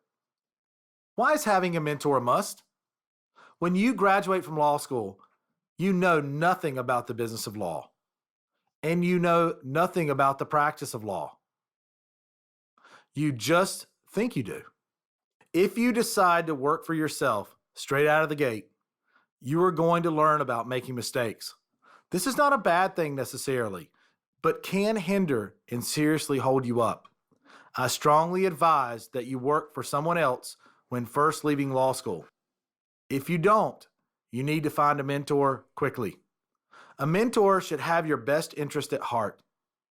Someone who will help guide you through the practice of law, who will help guide you through the courtroom, and most of all, help you through the setup and running of your own solo practice. Most importantly, a mentor will hold you accountable. This is so extremely important. Accountability. Accountability is the difference between succeeding in every New Year's resolution or New Year's goal you've ever had and failing to keep it going after the second week of January. When you have a mentor, they keep tabs on you. You are motivated to keep pushing forward, if for no other reason than to prove to them that you can. But more importantly, to prove to yourself that you can. You want to show you that you can do it. So you must push yourself hard. Having a mentor is not always easy. They will push you, hold you accountable, and make sure you are not wasting their time. If you are half-hearted, demonstrating your enthusiasm, it will be obvious to them. Remember, they can help you, but they are only the guide. They will expect you to take action, serious action, if you are worth their time and effort. Steve Jobs took mentoring seriously. My job is not to be easy on people. My job is to take these great people we have and to push them and make them even better.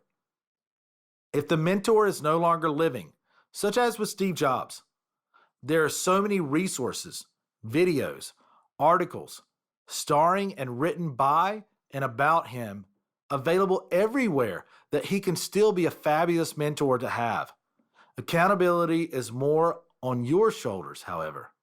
You must be disciplined and self-motivated if you want to succeed. You must act in accordance with how you want people to see you. Law is a business.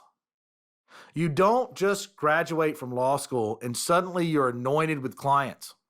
Even if you go to work for a medium to large size firm, regardless, this isn't like the firm or the devil's advocate. You are not going to hang your shingle and clients will line up.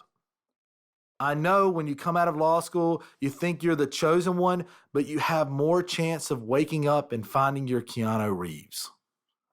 Look at your practice just like any other business, because it is a business and therefore needs to be addressed as such. Systems, protocols, goals, it all comes into being. Unfortunately, it's not all super exciting stuff. As I'm sure you know, the business that goes on behind a business can be monotonous and tedious. As I said before, you will not open your doors and find clients screaming for your help. You must build. Think of your business as a whole, then break it up into its relevant parts and improve, just the way you would if you were opening a grocery store or a GameStop or a fast food franchise. See Chapter 12, Systems and Processes here.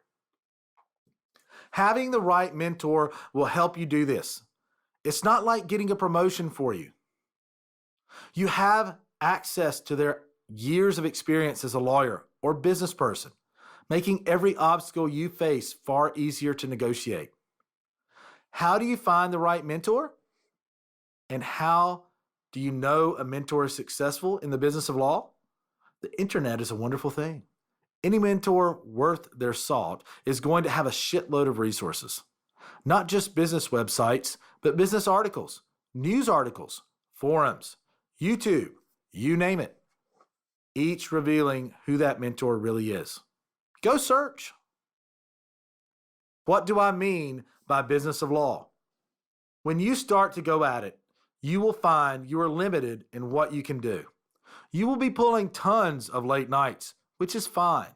That's the practice of law. You will find that law is a business. It's customer service. It's manufacturing. There are pipelines. There are sales, which is a foreign term when it comes to law, but you are selling yourself and your legal services.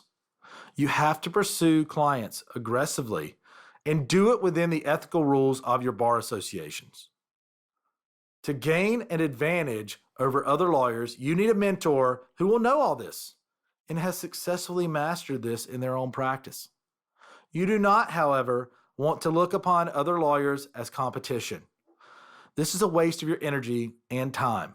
Forget about them and focus on doing the best that you can do. If you realize law is a business, that it needs systems and processes for everything, and you're offering a service that can be systematized, much like any other business process, you are going to find yourself in an elite minority of attorneys. Keep tweaking, keep striving. You have to become obsessed with your success. Let me tell you something that may come as a shock. One thing that is horrible about this country is the belief that success is a bad word, that making money is bad or unethical. The whole country is wrapped up in feelings of guilt over this. Every hater you come in contact with thinks this. Attorneys suck at this. Attorneys are horrible at charging money. They are horrible at wanting to charge the client money. Horrible. They don't understand how to do it. And worse still, they don't know what they're worth. Go to the doctor and see them for free. It's not going to happen. I know there is a growing belief that happy makes the world go round, but I can't pay my mortgage with happy. I'd lose my house. I can't feed my wife and kids with happy. They'd starve. Somebody has to get out there and make freaking money. You can be happy at the same time. We have to get rid of feeling guilty for being successful. You need to understand that, and you need a mentor who understands that. If you don't have a mentor, you are stumbling around in the dark trying to turn the lights on. Everyone thinks lawyers are filling their coffers with moolah and ridiculously rich. But most of you aren't going to know which direction to head or which area of law to practice. You'll figure out quite quickly if you don't like the area of law you have chosen to practice. And that's okay. You can correct that course as you go. The key is to keep moving forward. Make a decision. Don't whine that you don't know. Just make a decision and move forward. Get killed at the crossroads. Let me tell you what I mean by getting killed at the crossroads. It means speed is power. You have to make decisions quickly and move fast. You have to pick a road. It doesn't matter if it's the wrong road. That's something that can hold you up forever if you're not careful. If you don't make a decision, you are standing in the middle of that crossroad and you will get run over. Don't just stand there. Make a decision. Then put your heart, might, focus, intent, power, support, message, learning, and on behind it. Remember, the mistakes you make and the lessons learned from them will be the most productive times in your career. So, be the first person at work every day. Make the decision to be a leader and lead by example. Decide to be great. Don't be normal. Normal sucks. Everyone else is normal. Don't follow suit. The only level of action you should think about is massive action. To whom is an attorney's first duty? This is a question I've heard a lot, and I know when I hear it where we're headed. You think I'm going to say my first duty is to my client, but it's not. My first duty is to my family, to myself even, to my employees, and then to my client. Realize that you have to support all of these to be successful. You have to charge what you're worth, and you're probably worth more than you think. A mentor can help you more effectively implement these things. So don't only focus on getting clients. Focus on the overall operation of your business. The better your systems and protocols, the stronger your staff, the better your customer service, the more effective your business will be. And you still need to market yourself. You have to get into the community and tell them what you can do for them.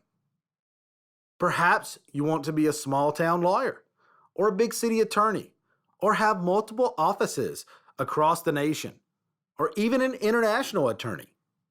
Either way, you're going to have to develop the business as a whole process. That will be your main problem. A mentor can help you. The following analogy was told to me by my mentor, Bob Demers, and helps show the process of moving from one level of expertise or accomplishment to another. The monk story. 2 monks were walking along a road beside a river. One was older and wiser than the other. They carried with them a raft. As they reached a good crossing point in the river, they got in and rowed it to the other side. When they reached the bank, the first monk got out and started to walk off, leaving the other monk to leap out and pull the raft up the bank. He called out to his associate to help, as it was a heavy raft. But the first monk replied, "The raft was brought this far. We needed it to get here, but it will not assist us getting further. So drop it." The point? Having a small town mentality, for example, will not necessarily work in New York City. You must shed that raft, shed the equipment that got you to small town mastery, but will hold you back from moving on in a big city. You have to put that raft down. Put the freaking raft down. And another point would be, it could be an idea that you put a lot of work and time into, a part of your practice. It could be an employee. It could be a system that you invested in. You spend a lot of time making that raft, carrying that raft, just to get across a river that represented a small part of your journey. To carry that raft forward, that employee, that system, that mentality may become a burden to carry that raft for the rest of the journey. So learn to identify the rafts and to put those down and let them go. The quicker you can do that, the faster you will move forward and towards success. Mentors come in all shapes and sizes. In this case, you would be advised to find a big city mentor, someone who is familiar with that environment and the pitfalls associated with it. So who are my mentors? One of my mentors is Bob Demers. I work with him all the time. He is responsible for the above analogy. He works with me as a business coach on a regular basis. Everyone needs to check their ideas. I have a ton of people who are my mentors. I have what I call a celebrity mentor called Grant Cardone. What I mean by that is I study his methods, but I have not met him in person yet. David Teddy is a very successful attorney in my area. He strives to help people do the right thing, the right way. I have great respect for him. He has mentored me for a long time. One person I have wanted to meet for a while is lawyer and businessman Bob Crumley. Bob owns one of the biggest legal firms, Crumley Roberts, in South Carolina and North Carolina. It took me a long time to track him down and speak with him. But as you will see, this small amount of action led to terrific advancements and productivity in my own business and in my business perspective. So let me show you a specific incident where having a mentor helped me dramatically. Reaching up. What do I mean by reaching up, and how does this relate to my mentors? The first time I spoke with Bob Crumley was by phone. I had a great time talking with him, savoring every morsel of wisdom I could out of a 45-minute conversation. I was pumped. I got a list of wisdom, things I needed to do to run my firm like a business and grow it. And that is how I would describe reaching up. I was reaching up beyond my experience, my boundaries, and pay grade, even beyond my belief. People are afraid to talk to someone they see as better than them, or smarter, more successful. You have to remove those self-imposed boundaries. You put the boundaries there, but all they do is limit you. Bob was in Florida when I called him.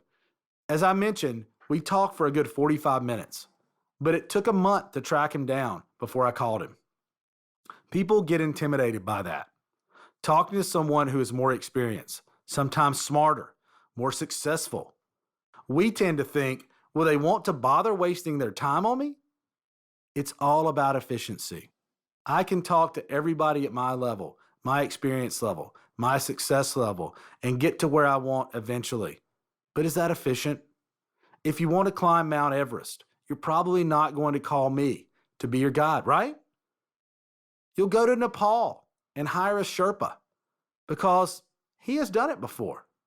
He knows the way. He knows the tricks. In a short period of time, literally in a 45-minute conversation, I got more business value than talking to a bunch of friends at my level for a year. I don't want to argue with Bob. I have my own point of view. I put my own spin on it. But you want to talk to someone at a much higher level.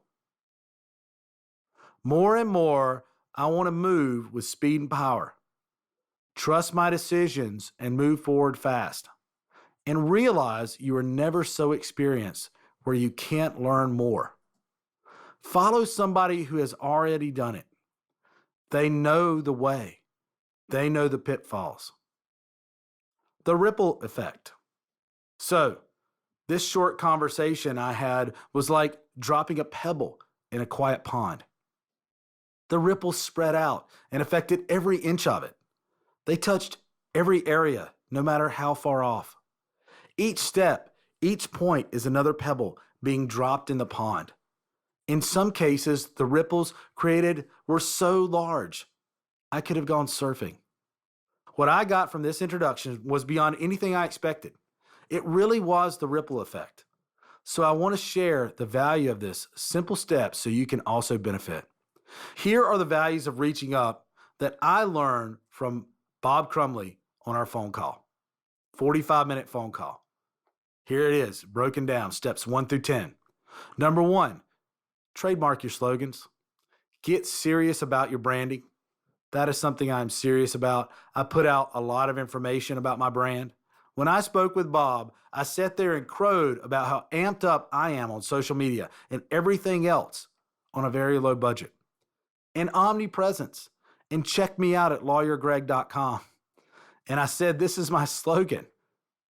This is this is that. And Bob said, have you trademarked that? I was stumped. No, I hadn't. If you are serious about your brand, you don't want someone to hijack it. So protect it. Because I hadn't stopped long enough to do that. It left me vulnerable. So watch your back a little. Think about it as you go along. I'm sure Bob learned that the hard way.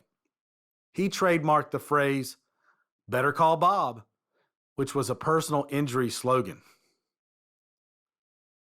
Point number 2, making referral relationships.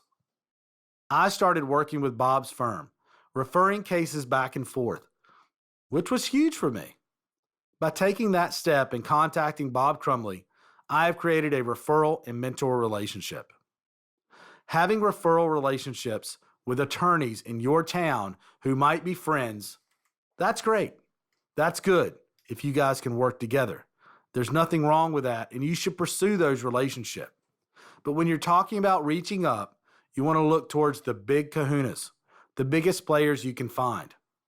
I made a referral relationship with the largest firm in North Carolina and South Carolina for specific types of cases. In turn, they started referring me cases for what I do because they know I get them and their business, and I organize my firm in a similar way to them. So I'm talking to Bob, and he says, we used to have all these military VA benefits and cases, and we have had no one to assign them to. Well, I'm thinking, I don't think I've discussed that with your firm yet. That's one of the things I do. He said, you ought to talk to so-and-so and see if you can come by and do a lunchtime presentation to our attorneys on VA military benefit pay, because we could refer a ton of people to you. Right there is an example of how a simple connection led me to a great opportunity if I took the initial leap. Without that simple phone call to a leader who I respected, by just reaching up to him, not with an intention of getting referrals, but to simply ask for advice, led me to huge opportunities for my business and my professional growth. At this point in my life, I have no shame. I want the help. No one's going to jump up and help you. You've just got to ask for it. Don't be afraid to ask. Number 3, give great customer service. Great customer service can be as simple as having a receptionist who can welcome your clients with a smile, make them comfortable, and be professional and diligent. Another area of service is to have case managers contact clients at least once every 2 weeks, and attorneys contact clients at least once a month. Make giving value to your clients a top priority in every department. You might be a great attorney, but if you don't have great customer service, the client could have a total misconception of the experience. And that's even though they get great legal services. They may totally misconstrue the experience. Great legal work may not be enough. A bad experience because customer service was lacking may be enough to send a client elsewhere. And let's face it, there's always another law firm in town. Number 4, get technical. Bob Crumley was notorious around his firm for snatching legal pads off desks with notes written on them. He would take them and they didn't get them back. He threw out all the paper, bam, threw it away. His reasoning was not to hold them for ransom. This was just his way to steer his people to follow the rules. They didn't get the pads back. They're gone. The rule was all notes, whether on the phone with a client or whatever, they go in the system. They're typed in the computer system. They go in the computer system for that case. Then everything is there. Everything is tracked, okay? I thought I was the tech guy. And to an extent, I am. I'm comfortable with technology. I talked about going digital for years, and now technology is set up for that. But I was still taking notes on a legal pad when I ought to be putting them in my system. Heck, my team will not allow me to take notes on a legal pad anymore. They want it typed because they say I write like a chicken. Make sure everything is written up in a digital file where everybody can find that information. That's efficiency. How much time does that save over a year? Imagine all your records in one place where you have easy access to them. That may sound obvious, but if you look around, you will find everyone in your office taking notes on paper. It's then put in files, in a drawer, in someone's desk. It's not clear where everything is. Not everyone in your office will know where to look for any file, case, or whatever. Number 5, for the sake of your own firm, you have to be tough. If you have a policy you need to implement, do it today. If somebody won't implement that policy or will not get on board, you will need to get tough with them. This may mean firing them or laying down the law. Get on board or you're gone. The one-strike rule. Lawyers and business people in general are notorious for carrying employees rowing the wrong way. Everyone in the rowboat needs to row in the same direction. If you have one person in your boat rowing against you or rowing differently, that causes problems. I put up with that for years. It took me a long time retooling the firm and getting it to where I shed enough baggage to know how I wanted it and how it was going to be, period. You have to take charge. It's not personal. It's just how business works. If you don't do it, business doesn't work. It's not about being a nice guy. It's how it is. And this is how I want it. If someone will not get on board, if they don't like the way you're doing something, they can start their own business or work for somebody else. Number 6, creating your firm's manual. Your firm's manual is your firm. It's from this manual, everything is accomplished in a specific way. It's done your way. There are no gray areas where someone is unclear how something works or how it's done. The manual is used for everything, even where a stamp is placed on an envelope. Make things as clear as possible, and you will have clarity in your firm for everyone. Can it be any clearer than that? If everyone knows exactly how you want a stamp placed on an envelope, there will be no discrepancies. Point after point, step after step, the development of a great system makes it easy for anyone in your office. You want it McDonald's easy. McDonald's is an obvious example. They have systems so precise, teenagers are able to run the business successfully. The firm's manual separates the average lawyer from one who is really able to grow. Take the time to create all the systems for each department. Get it down to a science. Everybody who comes to work for you needs to study the manual. They should know exactly how the firm works and their place in it. You should have training on it. How to do it your way. By making these improvements, you will be amazed how quickly your business moves forward. This works great when you're reaching up to more experienced lawyers. It gives you a way of developing a relationship by asking for advice on how to improve your firm's manual. If you do this right, it can lead to the development of a referral system with a larger firm. There are 3 functions to a business and 3 sections in the firm's manual: sales and marketing, operations, which should be divided into 3 subsections: pre-planning, benefits planning, and probate. This is for my firm. And then finance, how we get all the money, banking, and relationships. Remember, don't outgrow your cash. Make sure you have money put aside for those lean times. I'll come back to this later. Have weekly staff meetings about processes and procedures and making sure these are implemented and held to. You can delegate some of it, but it should have your blueprint DNA. Number 7, moving too fast. I've learned over the years to trust myself. I want to move fast, okay? I want to make clear decisions without looking back. But if you grow too fast, you can end up outgrowing your staff. Make sure you have the right people to transition. Be sure to budget for training, or you can lose staff by moving too quickly. Number 8, don't outgrow your money.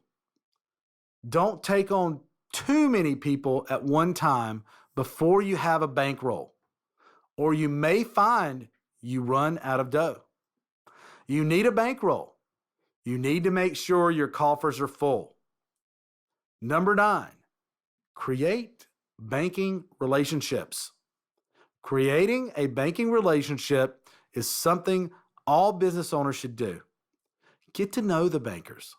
Talk to them. Educate them on what you do and show them your books. Show them more than they need, more than they ask for.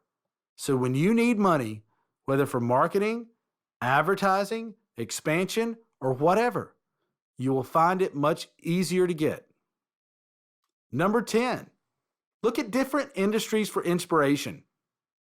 Example, look at a hospital model. You do not find doctor-heavy hospitals. It's nurses that are the case managers in a hospital. Doctors go around checking on patients analyzing systems, and prescribing medications. But it's the nurses who really run the hospital. Most law firms are the opposite of that. That's not just a Bob thing. You see any successful person in any industry, they will look around at other industries for inspiration and borrow from those industries. It doesn't matter if it's a totally foreign industry. You can use it and adapt it. Just understand that business is business in any business, and law is a business. It's no different. All this from one 45-minute phone call. Are you ready yet? If not now, when? 10-point steps. 1. Trust. You must trust your judgment and that gut feeling. Trust that the decisions you make will move you forward. 2. Getting carried away. Don't get lost in someone else's dream. Listen, learn, but be yourself and keep to your goals and values. 3. Break it down. Is it real truth or imagined truth? 4. Have multiple mentors. Choose different mentors from each area of expertise. 5. Look outside your own industry. By searching for mentors outside your industry, you open yourself to opportunities not found in your own. 6. Big or small, dead or alive, rich or poor, Trump, Branson, Jobs, Martha Stewart, Obi-Wan Kenobi, Andrew Carnegie, Tony Stark, Wonder Woman, Teddy Roosevelt. All have qualities that can aid you. It just depends on how committed you are. 7. Accountability is huge. Being held accountable by your mentor can create massive levels of action. Accountability is their way of deciding if you are worthy of mentoring. They don't want to waste time any more than you do. 8. Law is a business. 9. Become obsessed with your success. Obsession can be a good thing. 10. Killed at the crossroads. Make a decision, any decision, but make one quickly. There is no right or wrong. Any decision that doesn't work out the way you anticipated can be changed, fixed, remedied, altered, and you will learn from it. How can there be a wrong way? You are writing the script as you go. Backstage Pass 5.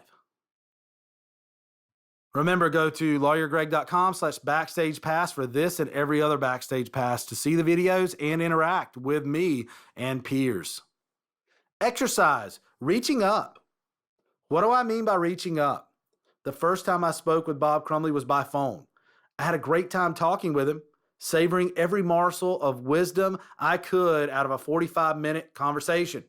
I was pumped. I got a list of wisdom, things I needed to do to run my firm like a business and grow it. And that is how I would describe reaching up. I was reaching up beyond my experience, my boundaries, and my pay grade, even beyond my belief. People are afraid to talk to someone they see as better than them, or smarter, more successful. You have to remove those self-imposed boundaries. You put the boundaries there, but all they do is limit you. Stop being afraid to reach up. Call a business person, big kahuna lawyer. Hell, call Richard Branson and ask them something that you want advice about. Reach up to them for help. Chapter 6. Stop making excuses and start doing. You are now at a crossroads. This is your opportunity to make the most important decision you will ever make. Forget your past. Who are you now? Who have you decided you really are now? Don't think about who you have been. Who are you now? Who have you decided to become? Make this decision consciously. Make it carefully. Make it powerfully. That's Tony Robbins. At the beginning of this book is the Rudyard Kipling poem, If. You have probably heard or read it before. I first read it from my dad when I was small. Although a few years have gone by, and new generations and thinking have taken over, this poem still holds seeds of greatness. If you didn't read it upon opening this book, I advise you do so now. It exemplifies everything this chapter is about. Let me tell you a story. Look, I wanted to be a lawyer since I was a little kid watching Perry Mason reruns. I knew that was my destiny. The way Perry cleverly presents each case, beating that prosecutor every single time. It was the only thing I ever really wanted to do. So to prepare, I proceeded to squander my grades and get distracted late in my high school career. I went into the military. I did most of my undergrad online while in the military. I had all the excuses in the world. I created most of my own obstacles, actually. I was married young. I had a child. No way I can even go to law school. I stayed determined. I studied. I applied, and the rest is history. So I found myself sitting in a law school with graduates of some really top-tier schools. What am I even doing here? I thought at times. I found that I actually had an extra bit of gas in the tank and a chip on my shoulder, which made me try harder, study harder, fight harder. I turned some disadvantages into advantages. There are a million different excuses you can make for yourself every day in your career. I didn't go to the best school. My undergrad was weak. I wasn't born with a silver spoon in my mouth. I'm the wrong sex. I'm the wrong color. We love to make excuses. It doesn't matter about what. We have an excuse stuffed in every pocket for almost any occasion and season. None of the above excuses are reason to quit. There are a million more excuses where those came from. These are reasons to grit your teeth and try harder, to be better, to be tougher. Now, I'm not suggesting everyone is a complete loser.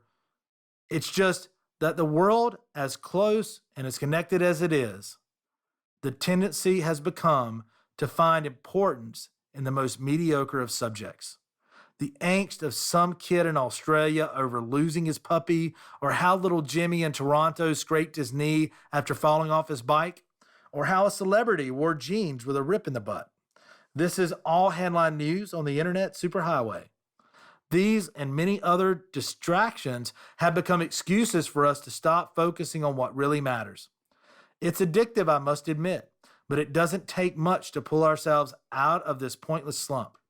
If we set our goals, the big crazy ones, and prioritize, challenge ourselves and each other to push for the stars, moving out of that slump will be far easier. The collective.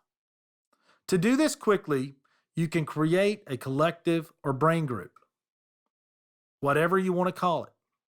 This could be a few coworkers who meet once a week at the local coffee shop to discuss the progress each person has made on goals set the week before, or use the internet for a wider audience. The great thing about these usually small groups is the energy they can build. You are at the center. You have input. You are not crowded out. You get lifted up by the collective and energized to push harder and further. This can quickly become an effective support group where each member holds the others accountable. Some collectives have been built into full-time businesses. If you create a collective around multiple professions or a single profession or a specialized niche within a profession, meet regularly and brainstorm the freak out of some things, set goals, hold each other accountable, support and assist each other in these pursuits, who knows where that could lead? Certainly a powerful networking group. BNI that I belong to was started by a professor and is one of the largest, if not the largest, networking group in the world. So certainly starting one of these collectives in your own hometown can benefit you and the rest of the group.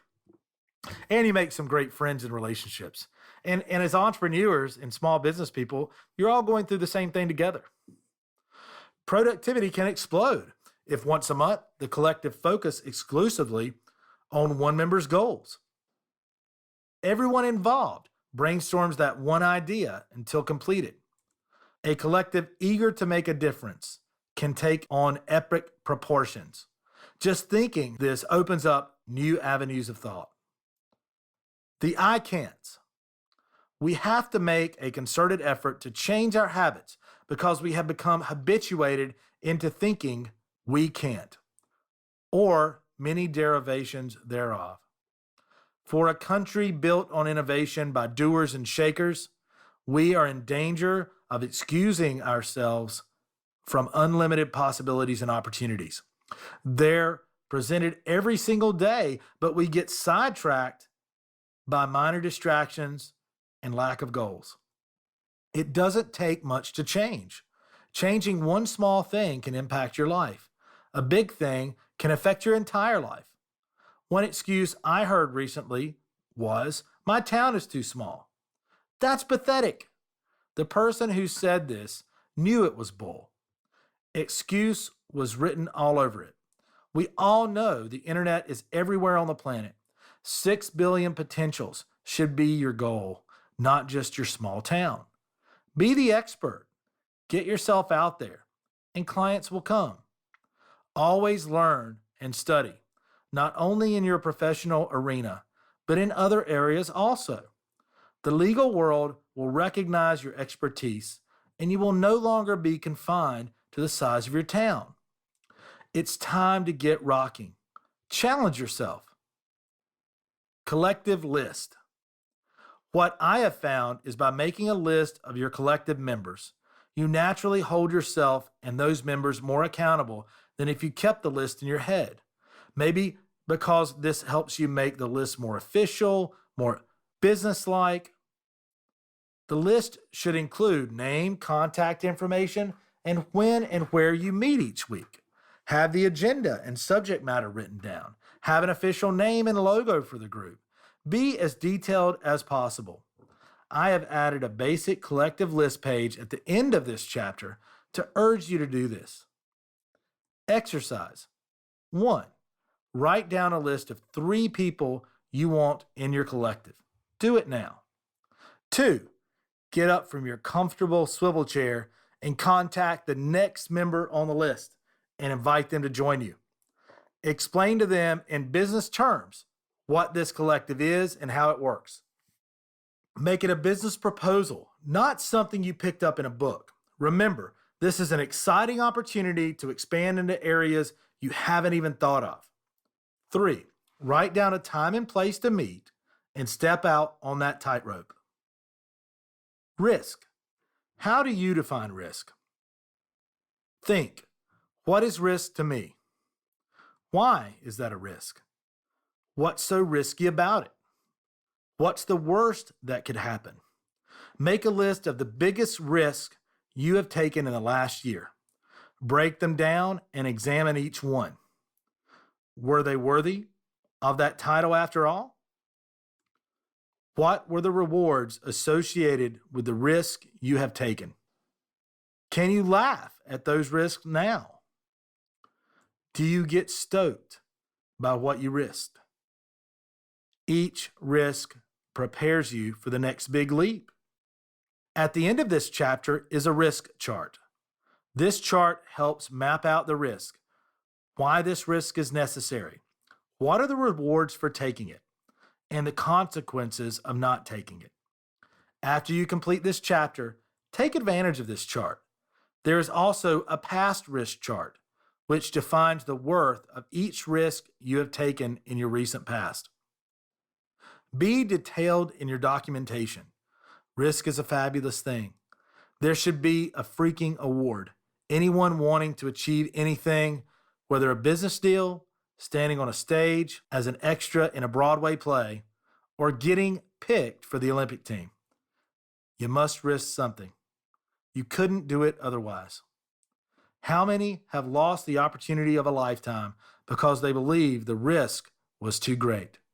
They failed to act because of their fear.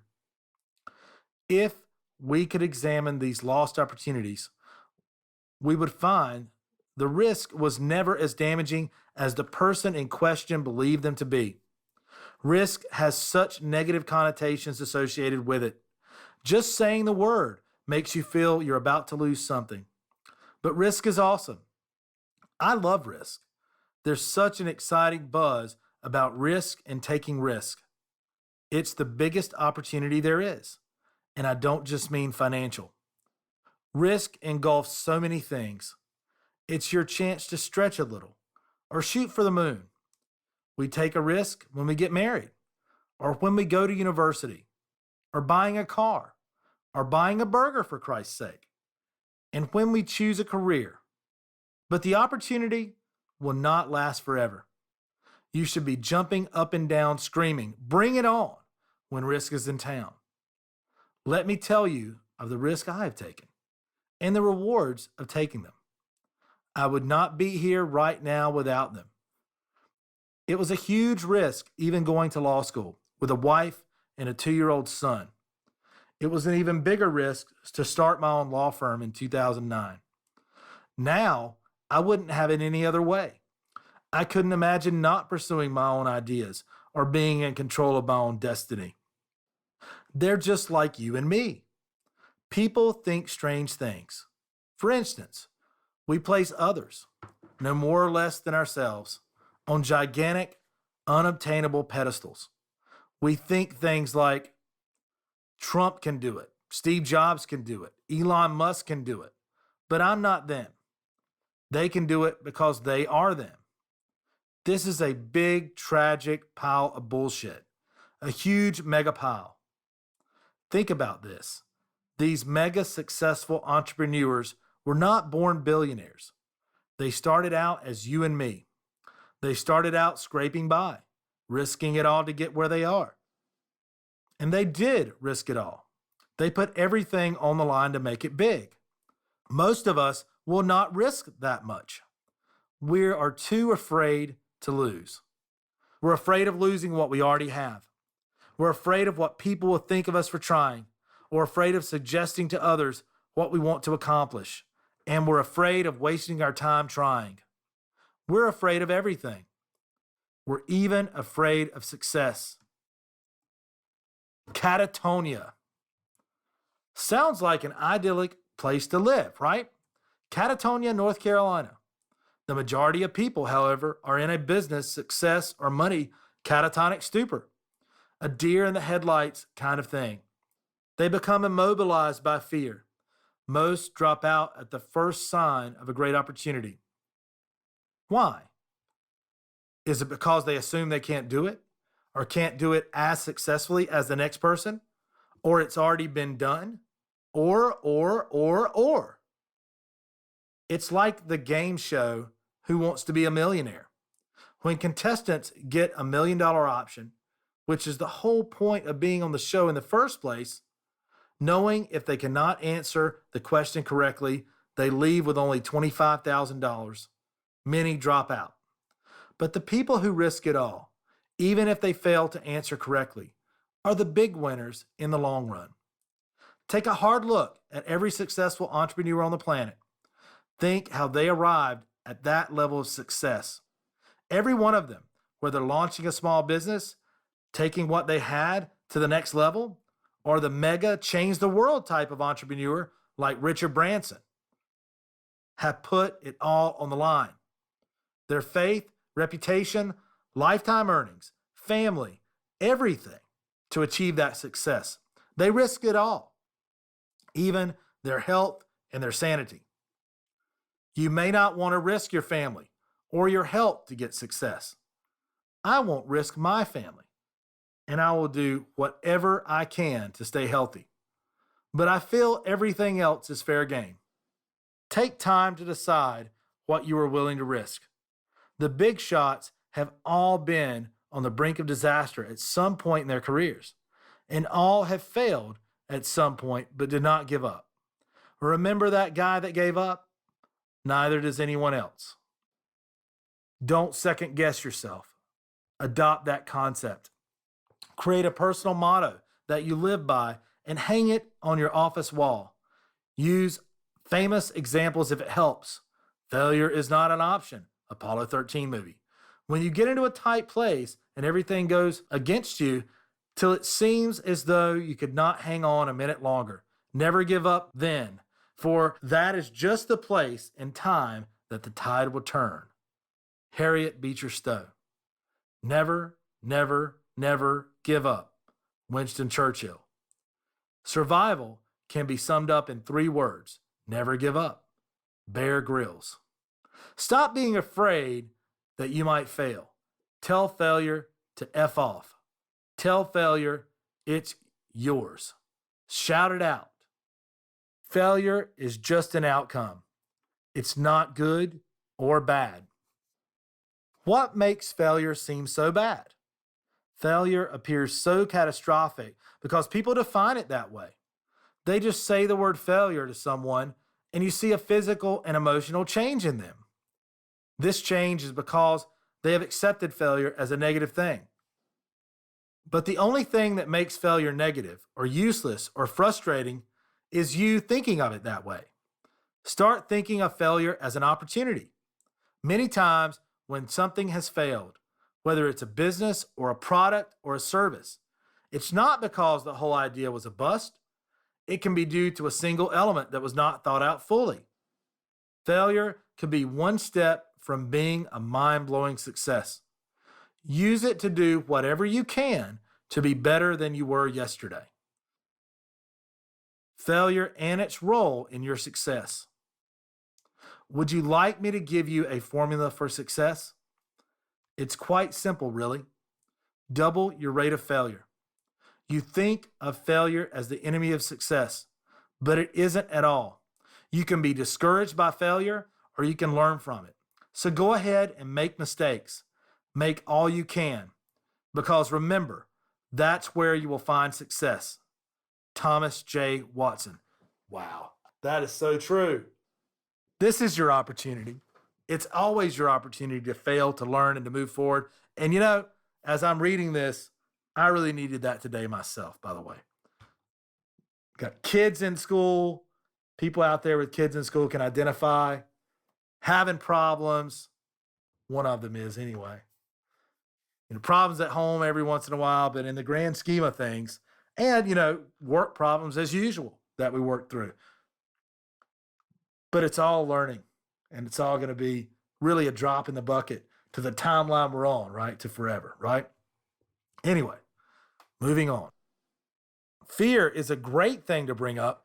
If you're not fearing an opportunity enough, then you're not far enough out of your comfort zone in the first place. If you have to make money and there's a big case on the line or something like that, you'll start wanting to run away. Those thoughts go through your head. But if you stick it out for another minute, then another and another, you'll be so far ahead of where you are, it doesn't compare. That's stepping up. When fear comes up, we should be wrapping our arms around it and thanking it for giving us direction. I read a book a while back called The Fall of the Phantom Lord by Andrew Todhunter, about a climber called Dan Osman. This guy got into the habit of climbing something so he could jump off of it with a line attached to him. And it got to the point where if he wasn't petrified, he realized he wasn't pushing himself hard enough. He got to a level where he was so scared of climbing higher that he had to break through the fear and force himself onwards. Branson had huge failures, but does he care? No. You fail into something bigger. You learn from those failures. It's a natural culling process. You will find you are elevated by each failure if you keep your goals and dreams front and center. Many people think the mega successful were born that way. They left kindergarten holding hands with success. But of course, that's not true. So here's a question. How big of a failure can you be? Don't be a little bitty failure. Be a kill yourself failure. We all, and that comes from the other guy that we were talking about that loved the heights and climbing and jumping off things. He ended up killing himself. Now, we're not saying kill yourself, obviously, but we're saying take those risks because you have a safety net. It's your mind. It's the smart people you work with. So don't be afraid to take a little bit of risk or a lot of risk, because if you believe in yourself and you build that network, you cannot fail and you refuse to quit.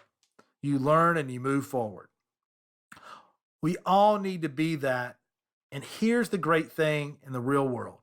With a network of trusted people, you're not going to kill yourself unless you do something that's totally unethical. So go ahead, fail your way to the top. You will get stronger and stronger as you go. And other entrepreneurs will recognize what you're doing because they have done it or are doing it, and they are going to become your supporters. This is another negative picked up by Hollywood. The loser calls the hero a failure, and they lower their head and are shamed by it, but that's not how failure works. Failure is bigger than a Harvard degree. It's an opportunistic university degree in itself. It teaches us so much if we make use of it, if we learn from it.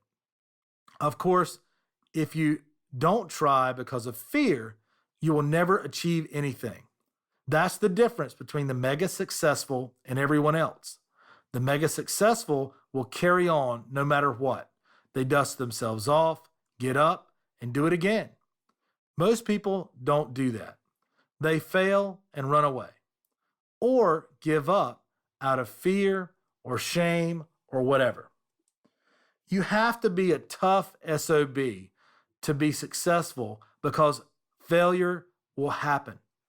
It just depends on how you react to it. That determines how successful you will be. You need a day where you video the bloody mess of your startup, the mistakes, the struggles, the whole works, then post it on the lawyergreg.com website. Tell us where those failures took you. Calculated risk. Calculated risk help control your descent in the fall. You have a network of people to catch you or throw you a rope. If you don't panic, you will learn. The February 2016 issue of Inc. magazine has a page 10, which was awesome. Reach out to people you look up to. Email them, tweet them, Facebook them. Most of the time, they don't say no. Look it up. If you don't ask, you don't know, right? The article on that page suggested that you ask people stuff, ask for interviews, ask for advice. It had 4 things to tell yourself when the going gets tough. 1, this has happened before. 2, failure is the path to success. 3, this won't matter nearly as much in 5 freaking years. 4, live according to your values and beliefs. I had a big ass challenge recently. At least it seemed that way at the time. I was staying at a Hilton in New York City. What a challenge, right? My wife and I were getting ready to go out and see the town, and we were all excited when I got this call from work. The wheels had fallen off this one thing, this deal, this case we were working on. So I had to have a disaster response team meeting right then. The whole team was around the conference table at my office in Shelby, North Carolina. And I was on the phone in New York. All these different parties coming together. When I got that call, my heart skipped a beat. I felt a heart attack would be better than that. I wanted to jump off the Hilton, okay? But I didn't.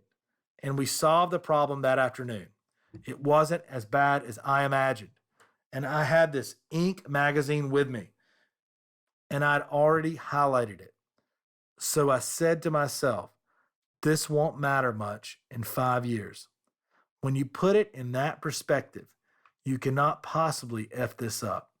We will fix this problem. This is like the climbing thing, but you have a whole group of safety nets strung out, a whole group of intelligent people to help you, a network of people to help. So be a kill yourself failure. Fail the shit out of things. Fail yourself to success. If you haven't failed, you haven't climbed high enough. You're keeping yourself in that comfort zone and not trying to get out. Your comfort zone will hold you back if you want to achieve anything. Business and comfort are totally unrelated. Start jumping off the ledge. I am so psyched about this. Fail, learn, implement, and move on to greater and greater things. But always try. Make the effort. See chapter 10, you can't F it up, because you can't. You want in. Get out of your comfort zone. Saying get out of your comfort zone doesn't come close. I'm talking drop your comfort zone off the Empire State Building, bury your comfort zone in the backyard, turn away from it and run. Get on a plane and fly somewhere as far from your comfort zone as you can. It will be the most challenging, rewarding, exciting, and productive time of your life. How can you think big if you were all wrapped up nice and snug and cozy? Now, when I say fly somewhere out of your comfort zone, I'm not talking about flying to Syria or Iraq for a sightseeing tour, or jumping out of a plane with a bed sheet to hold you up, or driving down the street with your eyes closed. There is out of your comfort zone and there is stupid. So let's put this in context. I challenge you. Ask yourself, what would you do if you could not fail? Write down your answers in life and business categories, whatever they are. Prioritize. What are your top 5? What is your number 1? Now, what would it take to achieve it? Seriously, think about this. Is it really that out of reach? Remember, you cannot fail. You cannot F it up. Why don't you do it right now? What's stopping you? Is that an excuse? Start getting a plan together. Talk to your collective about it. Energize the idea. Be accountable for this amazing idea. I want your feedback on this. I want to know what you're feeling about the exercise, because it's more than an exercise. It's a challenge. Stop reading and post your comments on the lawyergreg.com website. Some of you will run this to epic outcomes. Remember, you cannot F it up. You can either succeed, fail, learn, and continue on to the next great thing. Failure is only in your head. It does not exist. Are you a risk taker? The question you should ask yourself is, how much do you want success? You must want it as much as a drowning person wants another lungful of air. This may seem extreme, but remember, we're talking about taking you from where you are now to a whole new arena of success. That takes serious effort and a whole ton of commitment. What are you willing to do to obtain success? What are you willing to sacrifice to get it? Now, I'm not talking about knocking off the competition here or putting out reputation building lies to make an impact, but are you willing to sacrifice time? I know all too well that we as lawyers work piteously long hours, especially when we're first starting out. This is something we all expect and commit to, but to climb that ladder, you have to keep moving up. It takes time and a shitload of willpower, strength, and belief. Taking risk is necessary to move up. You cannot avoid it if you want success. So are you willing to force you up on stage and market yourself? Or make a video highlighting an issue in your field you're passionate about? Remember, this is likely to be stressful because you're opening up. Don't let that put you off. Risk, by definition, is going all in. William the Conqueror invaded Britain in 1066. He sailed his army to the shores of a hostile foreign country, ordered his ships burned, and set to conquering his foe. Would he have succeeded if he had left soldiers guarding those ships in case things went bad? Maybe, but that would have suggested a lack of commitment. Burning his ships showed only one way to go. It said, when we drive a car, we should be looking in the direction we want to go. Otherwise, you're likely to crash. You must look forward. Forget about what's happened before. Have the confidence to burn your ships and ready your army to conquer. Is it a risk? Yes. Will it succeed? Who knows? but you will not succeed if you do not take risk. Risk from an entrepreneurial perspective. Take risk now. Do something bold. You won't regret it. Elon Musk. It's unlikely, but certainly not impossible, that you will soar to glorious, breathtaking heights of success from the moment you walk into your office. Whether you do or not, you need to get tough. You need to get clear about what you are trying to do. You need to get yourself and your message out there. You will not be trumpeted in the press or anywhere else for almost trying something. So don't look at a new concept or business idea or product from the perspective of success or failure. Get busy. Have faith in you. Trust. Forget about what anyone else will say. And look at the idea of risk as an exciting partner in a killer adventure, because that is what it is. Self-motivation and taking the leap. We all know what happens to most New Year's resolutions. By week 2 of the new year, most people lose their motivation to keep it going. And many have already quit in search of something better. Maybe they were not committed, or they focused on the wrong dream. Who knows? Self-motivation can be tough. It really is all on you. Others can help you create the spark, fan the fire, pour fuel on it, and believe in you. But if you are not motivated, or you lose that motivation, then what's the point? So what are the solutions?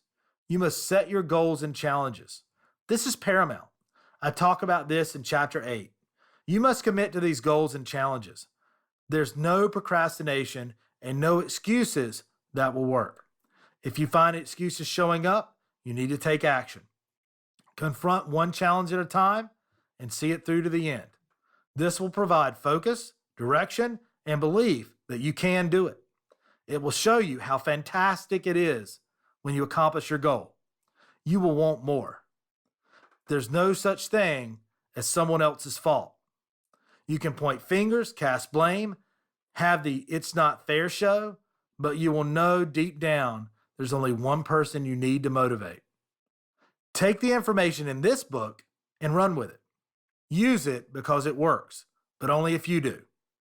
When it comes down to it, it's not going to make any difference that you almost did something. Even if you fail, at least you tried. At least you did that much. So many people give up without even trying and live their entire lives regretting it. Don't be like that. Jack Nicholson's character, R.P. McMurphy, in the movie One Flew Over the Cuckoo's Nest, made this point perfectly. While in the mental institute, he told the other inmates he was going to pick up a marble wash basin from the bathroom, throw it through the window, and go downtown to watch the ball game. He failed to lift the basin even 1 inch, but when he left the room, he turned to the others and said, "But I tried, didn't I? God damn it, at least I did that." Life's too short. Do something bold. Don't let the idea that you can't rule you. Do it anyway. Never give up. Never surrender. Galaxy Quest. I know it's cheesy. It's Hollywood, but I love it. And remember, you can't is just a thought. That's all it is. Start saying you can. Then say it again and again. And louder and louder. This is the "show me the money" speech. I can't is just a thought you've held on to. That's all. It's just a thought. No room for doubt. The biggest thing that holds me back is indecision. I focus on this in the mentor chapter under Getting Killed at the Crossroads. Being a rockstar lawyer is making decision after decision fast with confidence. If you lack confidence, your confidence will grow the more decisions you make. The more you prove to you, the more your doubt will fade. Removing ego. Listen to your true, authentic self. Doubt and trust deal with each other constantly. If you doubt, you don't trust, and vice versa. It is up to you to decide who will win the duel. Act as if you trust yourself. Act confident enough to make decisions for your staff, your family, and delegate the necessary task for your business to grow. If you have an issue with trust, start small. Start on something that isn't that important. Then build to bigger things. Something that creates a knot within your gut. Keep trying all the time. I want to know how you feel about this. So post a video or a comment on the lawyergreg.com website. Gain diary. Keep a gain diary, okay? What the hell is a gain diary? This comes from the world of releasing or letting go. It is simple and can be as effective in the legal industry as anywhere else. This is how it works. A gain diary or gains diary is exactly that. A diary about anything that has occurred in your life of a positive nature. For example, write a brief account of anything positive that occurred in your life and business as a result of using the information presented here. This is a gain. Write down any gains you make from the time you start the RockStar process. I'm talking anything, even the smallest of things that was improved by implementing the steps here. The more you do this, the more you find that the gains build. You will notice better and better things happening. Notice the gains, write them down, and just like the secret of the red shirts, you will suddenly notice more and more are coming into your life.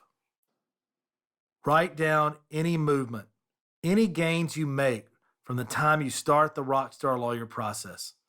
Some of you will think this is a waste of time, but I urge you to try it. Try it for a month, diligently. This is another area of the RockStar process I want to hear about. Post videos or comments on your gains on the lawyergreg.com website. I want to know this is making a difference. 10-point summary. 1. What if? What if you did this? What would your life be like? What if you rented that fabulous office with the great view and hired other attorneys as passionate as you to make that difference? How would that feel? Be honest with yourself. What do you really want? 2. Create a collective. Coming together with other attorneys, lawyers, business people, entrepreneurs to follow a collective goal or challenge can move you out of a flatline slump and propel you forward fast. It is a proven system to bring out the best in yourself and others. The meeting of minds, even a small group of 2 or 3 people, can create wonders. 3.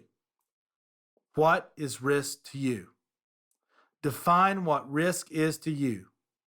You will likely find it is not as intimidating as you thought. 4. Take bigger and bigger risks. Don't hold back because of fear. Make fear an adventure. Dare I say it, boldly go where no one, or at least only a few, have gone before. It really is an adventure. 5. Focus on something important. Follow your passion. Listen to your heart. Make a difference for someone else. 6. Stop telling yourself you can't. Remember, it's all in your head. I can't is just a thought. It's nothing more than that. 7. Tell the fear of failure to F off. Saying this to failure will turn it on its head. It will no longer be failure if you take something of value from it. 8. Don't listen to the little man. People will always try to put you off your goals or stop you from starting something. Don't get sucked into their fears. 9. Keep a gain diary. You made a phone call to the biggest mentor you could imagine. Even dialing the number is a gain. At least you did it, right? Just write them down in your diary, a few words here and there. That's all. 10. Life is too short. Do something bold. You won't regret it. Don't wait until it's too late to do something amazing. Backstage Pass 6. I challenge you. Ask yourself, what would you do if you could not fail? Write down your answers in life and business categories, whatever they are. Prioritize. What are your top 5? What is your number 1? Now, what would it take to achieve it? Seriously, think about this. Is it really that out of reach? Remember, you cannot fail. You cannot F it up. Why don't you do it right now? What's stopping you? Is that an excuse? Start getting a plan together. Talk to your collective about it. Exercise. 1. Write down a list of 3 people you want in your collective. Do it now. 2. Get up from your comfortable swivel chair and contact the next member on the list and invite them to join you. Explain to them in business terms what this collective is and how it works. Make it a business proposal, not something you picked up in a book. Remember, this is an exciting opportunity to expand into areas you haven't even thought of. 3. Write down a time and place to meet and step out on the tightrope. Chapter 7. Discover second shift, why work-life balance is bullshit. 3 rules of life. 1. Your time is limited, so don't waste it living someone else's life. 2. Don't be trapped by dogma, which is living the results of other people's thinking. Don't let the noise of others' opinions drown out your own voice. 3. Have the courage to follow your heart and intuition. They somehow already know what you truly want to become. Steve Jobs. Many things have been written about how to achieve balance in work and life. We can look at technological advancements and understand how easy it's become to work from a smartphone or iPad or laptop, wherever you are and whenever you can. But work-life balance isn't about that. It's not about working more effectively or using technology to work easier for longer to have a perfect life elsewhere. It's not about any of that. Work-life balance has no separation. There is no separation. Life is one whole element made up of parts. It doesn't matter if you're taking your family to the beach or watching an old movie on television at night or working at your office. All are part of life, and all of it comes down to passion. It comes down to choices. If you were working to get that paycheck or in a profession, position, job, career because it's expected of you, or just because you don't know what else to do, you are going to have a seriously hard time with work-life balance. I say this because a person in these situations is working only for the money. It is a job of convenience and nothing more. How can you hope to achieve balance? It all comes down to passion. The only thing you should strive for in your work is to not make it work. Focus on those things in your career, profession, industry, specialty, specialized niche that you love to do, and you will find there is no need for balance. Does this make sense? Get out your video camera, iPhone, etc., and make your feelings known. Post it on the lawyergreg.com website, and let's get a freaking conversation going. Look at the people who love what they do. You hear this question floating around the internet forums all the time. Do you get out of bed on Monday morning excited about the day? Is there a spring in your step, an urge to make things better as you walk in your office? It's not only Monday, but as most people have a start day, we'll stick with it. Money really doesn't come into it. It's not about the amount of money people are earning either. Having an income exceeding $1 million a year doesn't mean happiness and passion are staple to it. It could be, but money doesn't come into it. I saw a show on television recently about a guy from Brooklyn who had worked at the same deli since he was about 14 years old. He owned the place now. His dad owned it before him, and his dad before him owned it. And he had always been there.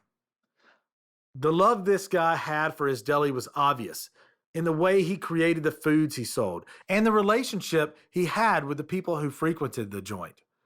This was something he did all the time, every day. It was in his blood. You couldn't separate the two. His life was this little deli shop, and he was happier than people earning 100 or 1,000 times more than what he received for his efforts. You couldn't have dragged him away from this life. His efforts weren't even effort, as he enjoyed it so much. This is the kind of passion you should have about your career, profession, work, job, niche, whatever you want to call it. Work-life balance doesn't exist if you love what you do. So find what you love and do it. This feeling of loving what you do goes hand in hand with challenging yourself. Even if you love doing something, even if it fills you with joy and happiness, if it doesn't continually challenge you, the love can sometimes fade, replaced with whatever you care to mention. Life is always lived in the eye of the storm. Jonathan Lockwood Huey. If you don't follow your heart, you tend to find yourself in the choppy crap at the edge of the storm. You keep yourself in that calm, idyllic center of the eye by continually repositioning yourself. Why work Saturdays? So here we are. It's Saturday again. Actually, it's Sunday today. And, I do respect that day, but I'm working anyway because it needs to be done. These wonderful days are looked upon as times to sit back and relax, do a bit of shopping, take it easy, read a book, or take the dog for a walk in the park. You should be getting out there anyway. Fresh air, work out, get energized. It's almost a sin to sit behind a desk all the time. But while you're wandering through a park or through town or at the farmer's market, your mind should be focused on how you can take what is happening around you and improve it with your passion. Don't do this for you. Do it for the people in your community. This is huge. Look at how each element of your community works, how it functions, and what it takes to keep moving. I've mentioned this idea before as it's very effective in simplifying stressful business-related issues. But here it is again. Make a game of it. See how many areas of your business or profession can be adapted and improved in some way every week. Have a scorecard. Have rewards. Make this a weekly debate at meetings. This may sound difficult at first, but after a few sessions, things will start popping out at you without any effort at all. See how many people you can talk to about what you're trying to accomplish and why it matters. Spread your message at every opportunity. If there isn't an opportunity, create one for fun. This is also great for exploding referrals. You don't want to make a stressful situation like running a business more stressful. Doing this exercise can ignite fires within you didn't realize existed. The more fun it is, the more successful and creative you will be. It will not seem like work at all. You're not obsessed, you're passionate. Can you compete if you're not working Saturdays? Why, yes, but you will lag behind other entrepreneurs who didn't think of work as work and are trying to make an impact. The word entrepreneur should come with a warning that says obsessive behavior required. I assume you want to make an impact. Saturday and Sunday are ideal opportunities to get ahead of the other 1,000 or so attorneys in your area. Obsession doesn't have to be a bad word. You're not obsessed, you're passionate.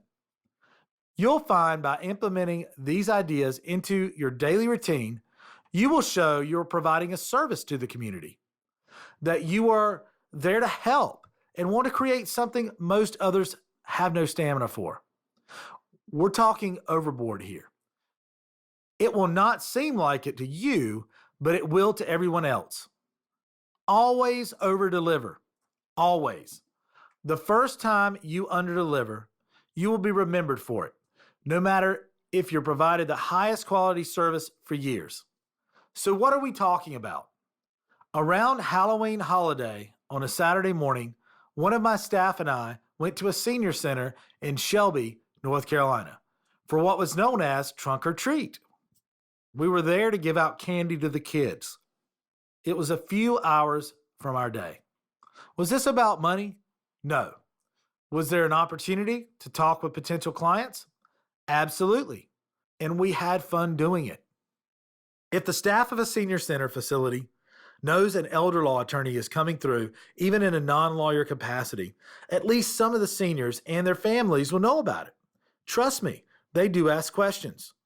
When an attorney is in town and available to help, that's you and me, be ready and available, and be prepared to be swamped. But don't make getting clients from the visit a requirement. Keep it lighthearted. Should you work Saturdays? If you're serious about your brand, your message, your quest even, you owe it to yourself, to your firm, and to your community to get out there and deliver. We have a mission to support our business, to make money. And sometimes we go places where we know our job is to educate.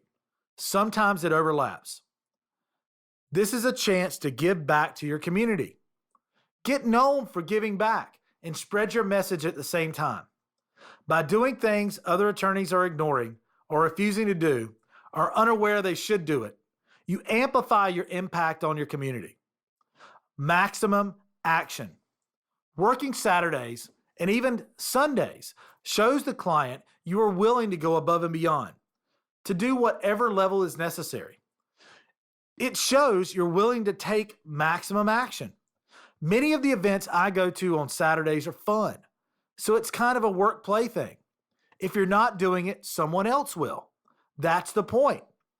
Be a Saturday superstar. Take action to the next level. I work all the time. I love what I do. It's just who I am. Work-life balance is bullshit. When I say work-life balance is bull, what I mean is I love my family, I'm with them a lot of the time, and I work with friends too. I have fun doing what I do. I'm always into it, no matter if I'm at home or wherever. My kids sometimes do homework at my office. My wife does some legal work for me from time to time. There's a lot of overlap. I can't tell you how many kids we've raised at my office. You work your work life and your home life together. If you're passionate about what you do, it all blends together into a perfect shake. If you're passionate, work is never work. You love the whole idea of it, whatever it is. It doesn't matter when you work your passion, whether it's an evening, a work day, or a weekend. You could be on vacation and your mind will likely focus on your passion. Passion dissolves work-life balance. If you find your work is just a job to you, then search within it. A niche perhaps, a specialty subject, anything. Something that engrosses you. With that passion, you will want to improve things. Find the thing that totally absorbs you, that lightens your soul whenever you think about it, and do it. We always hear, leave it at the office. Don't take it home. Can you do that effectively?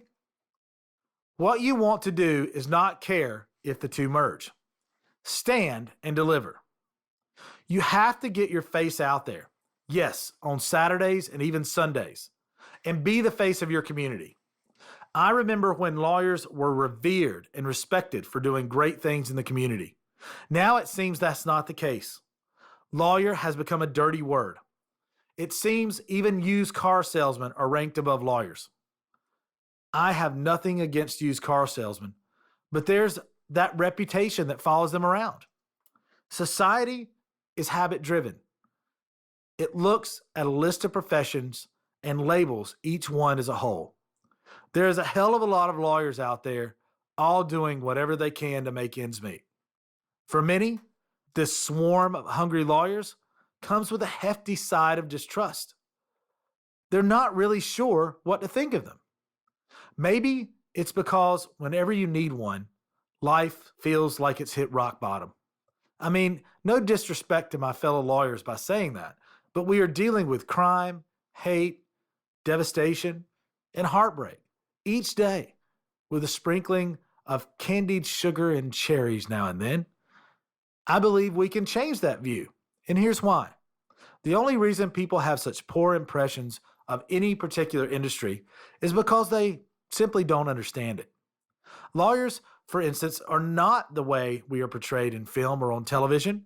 We are not bottom feeders, chasing ambulances, laundering drug money for gangsters, and hoping for the next suspect to turn up and represent to get ourselves on the legal walk of fame.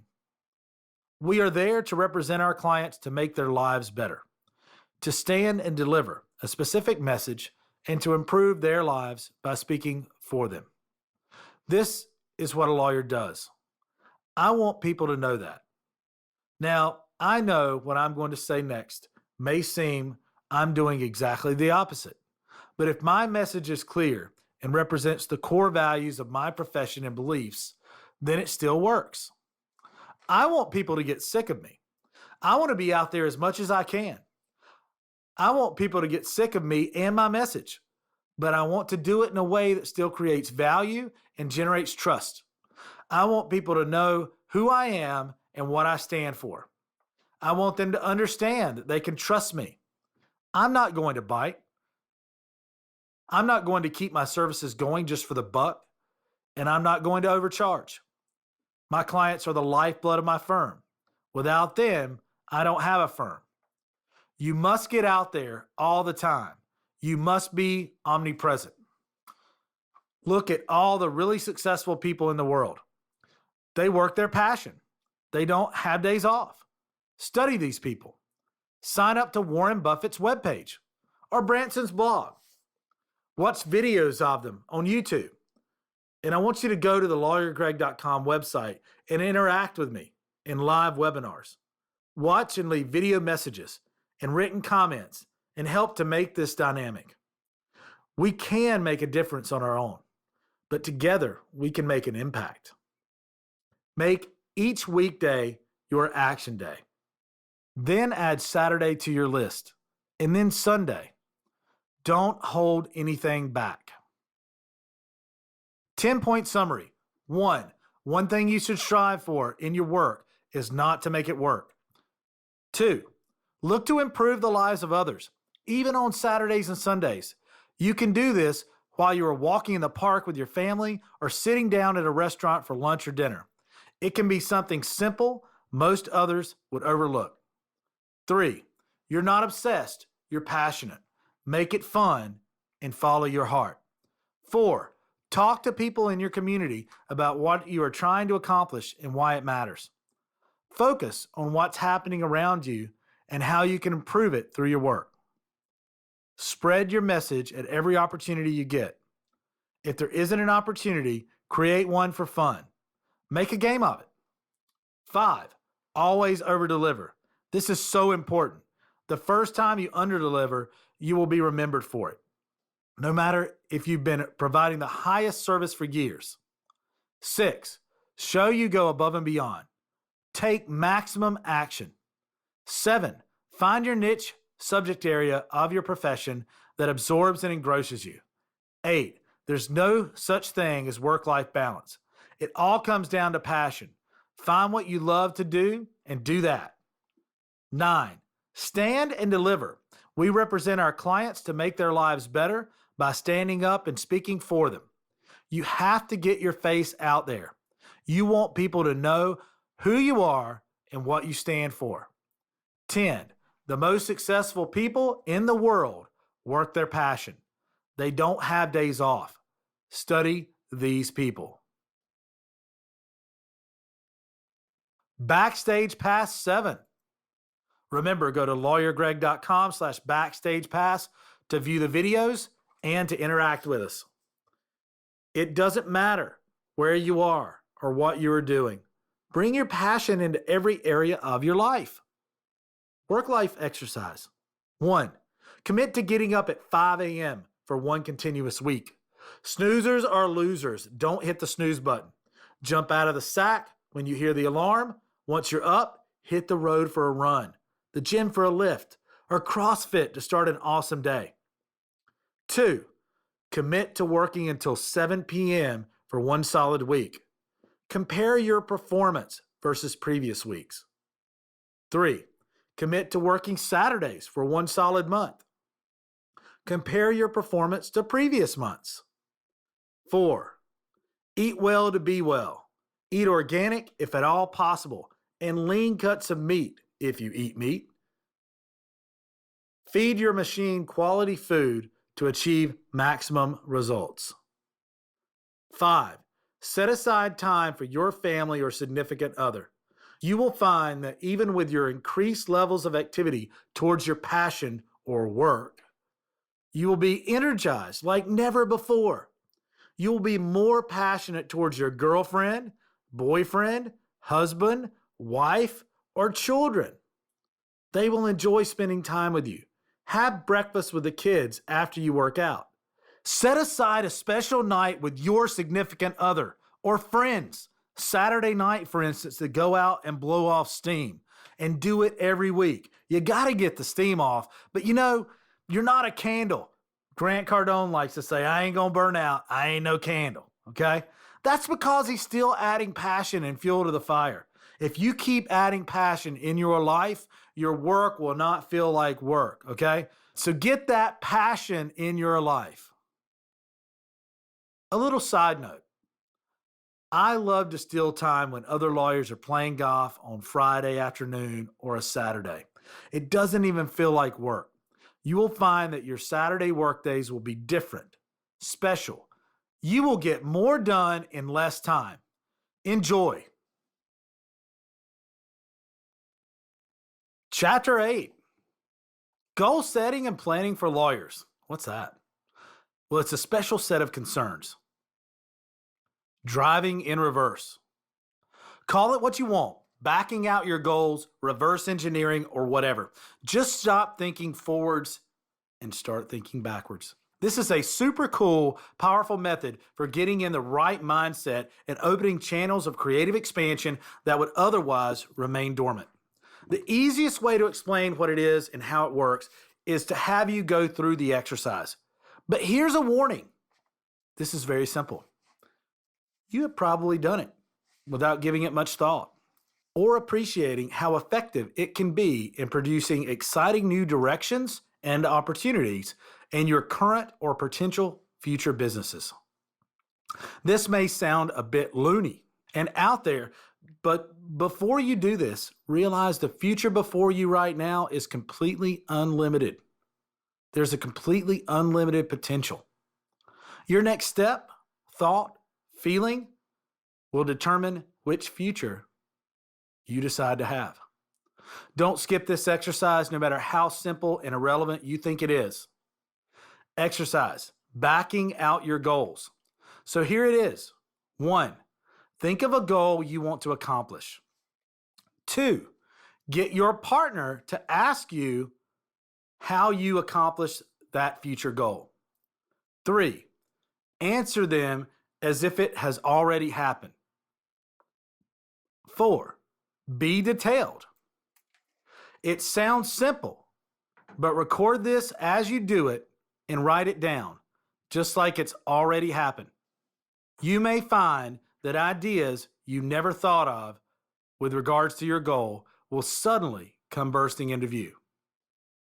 The conversation should be with someone you trust, and they should be willing to get into the process with you.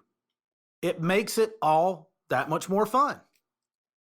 You can, of course, do this on your own if you feel self-conscious about it. But in my experience, when playing this game with someone else, it creates a level of realism that seems to generate more ideas than when you do it on your own. Act as if you are in the future, looking backwards, as if you have already accomplished this goal. Be sincere. Be genuine. Be detailed. Do not skimp. Talk to your trusted friend as if your goal has already happened. What you did, how you did it.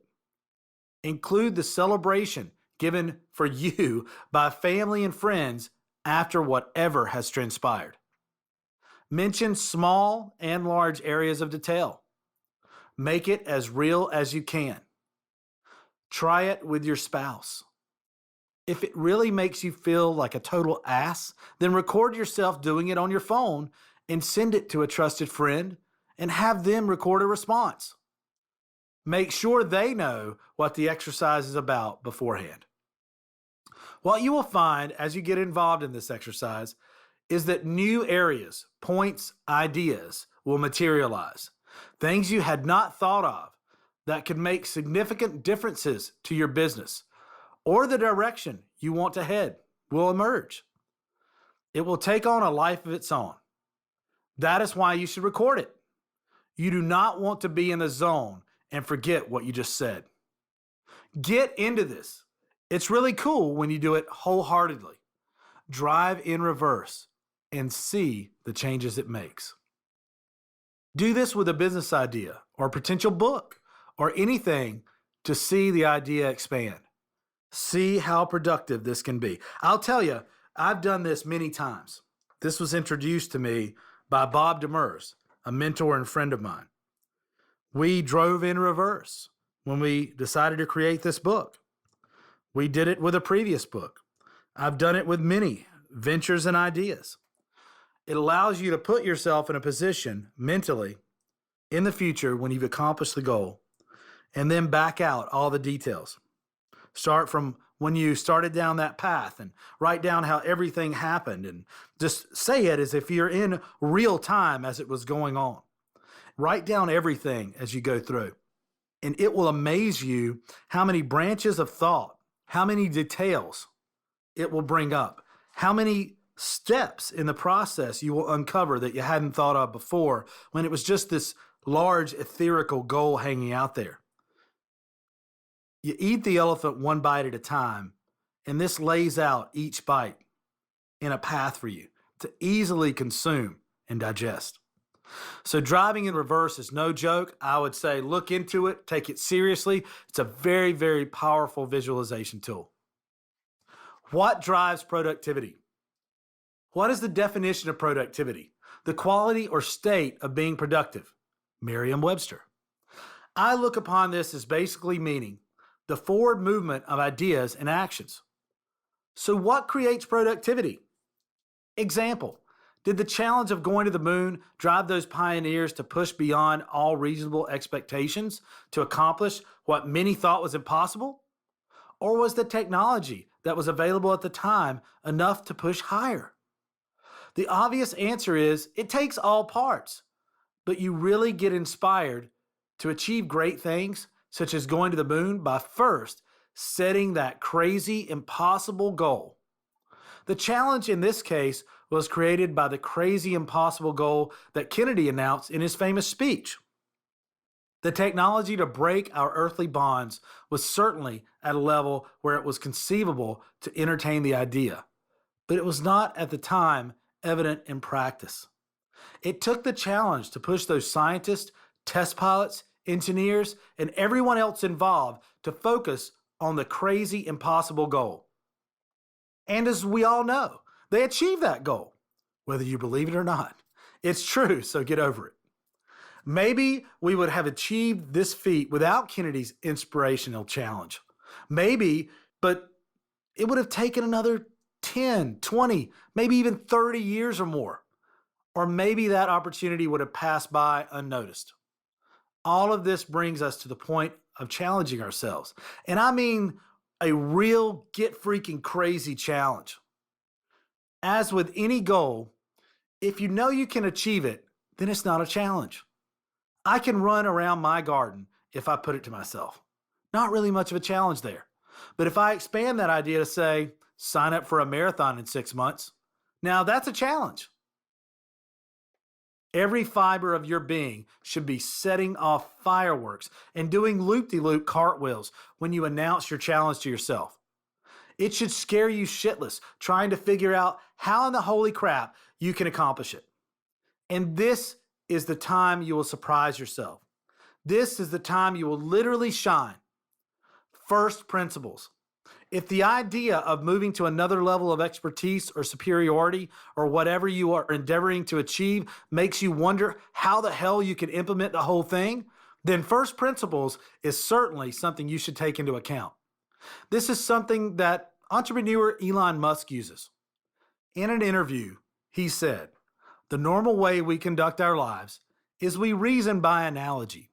This is because it's like something else that was done. It's like what other people are doing. Reiterations on a theme. It's mentally easier to reason by analogy than from first principles. First principles is really a physics way of looking at the world, which really means is you kind of boil things down to the most fundamental truths and say, what are we sure is true? And then reason up from there. And this is a good way to figure out if something really makes sense or it's just what everybody else is doing. If you're trying to do something new, it's the best way to think. Example, some people say that battery packs are really expensive, and that's just the way they'll always be because that's the way they have been in the past. Well, that's pretty dumb because if you applied that reasoning to anything new, you would never be able to get that new thing. For battery packs, historically, they cost $600 per kilowatt hour. And so it's not going to get any better in the future. So for first principles, we ask, what are batteries made of? What are the constituents of the battery? What is the market value of those material constituents? So you can say it's got cobalt, nickel, aluminum, carbon, and some other polymers, and break that down on a material basis and say, if we bought that on the London Metal Exchange, what would each of those cost? Well, we find it's $80 per kilowatt hour. So clearly, you just need to think of clever ways to take those materials and combine them into the shape of a battery cell. And you can have batteries that are much cheaper than anyone realizes. That was Elon Musk. So how can this be useful in a law firm? And remember, we look at other mentors and other industries to draw from, not just stodgy old legal professionals that have been around for years and years and years and doing the things the same way. 1, this isn't necessarily a financial tool.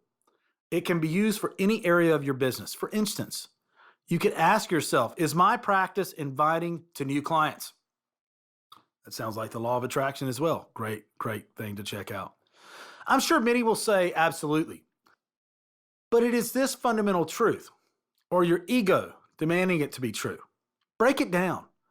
How does your reception area feel?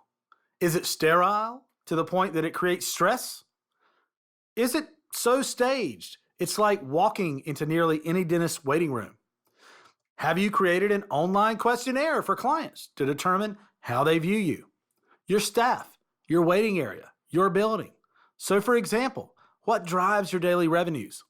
Use the first principles ideas here. Break this down into manageable pieces. First, what creates your daily revenues? List them.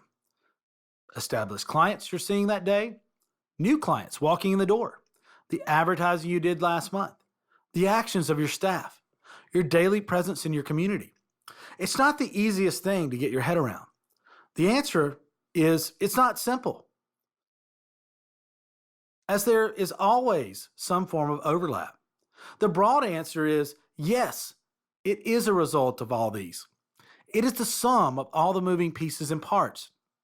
But if you really want to find that high gear and overreach and noticeably amplify your revenues, services, and general growth, analyze each respective part to see where improvement can be made.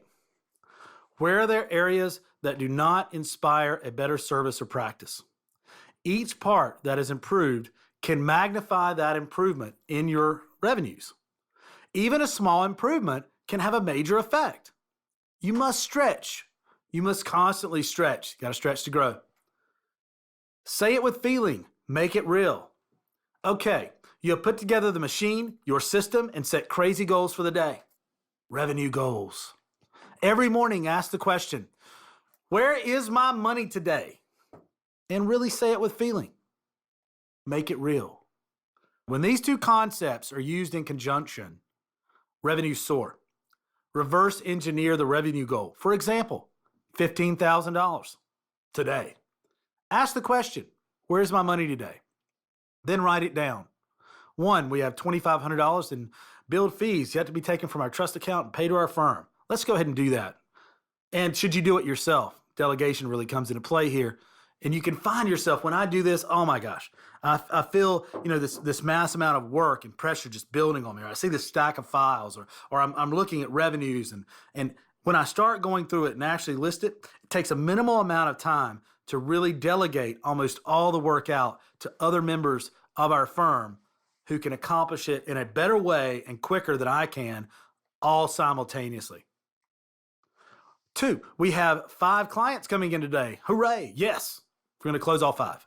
3, or we need to call leads, prospective clients to follow up. Get them on the calendar. You should be doing that anyway, by the way, and you shouldn't be. You should be delegating that to somebody.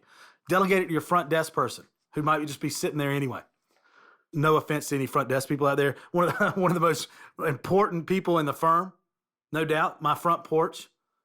We want you to get so big that you have a call center, right?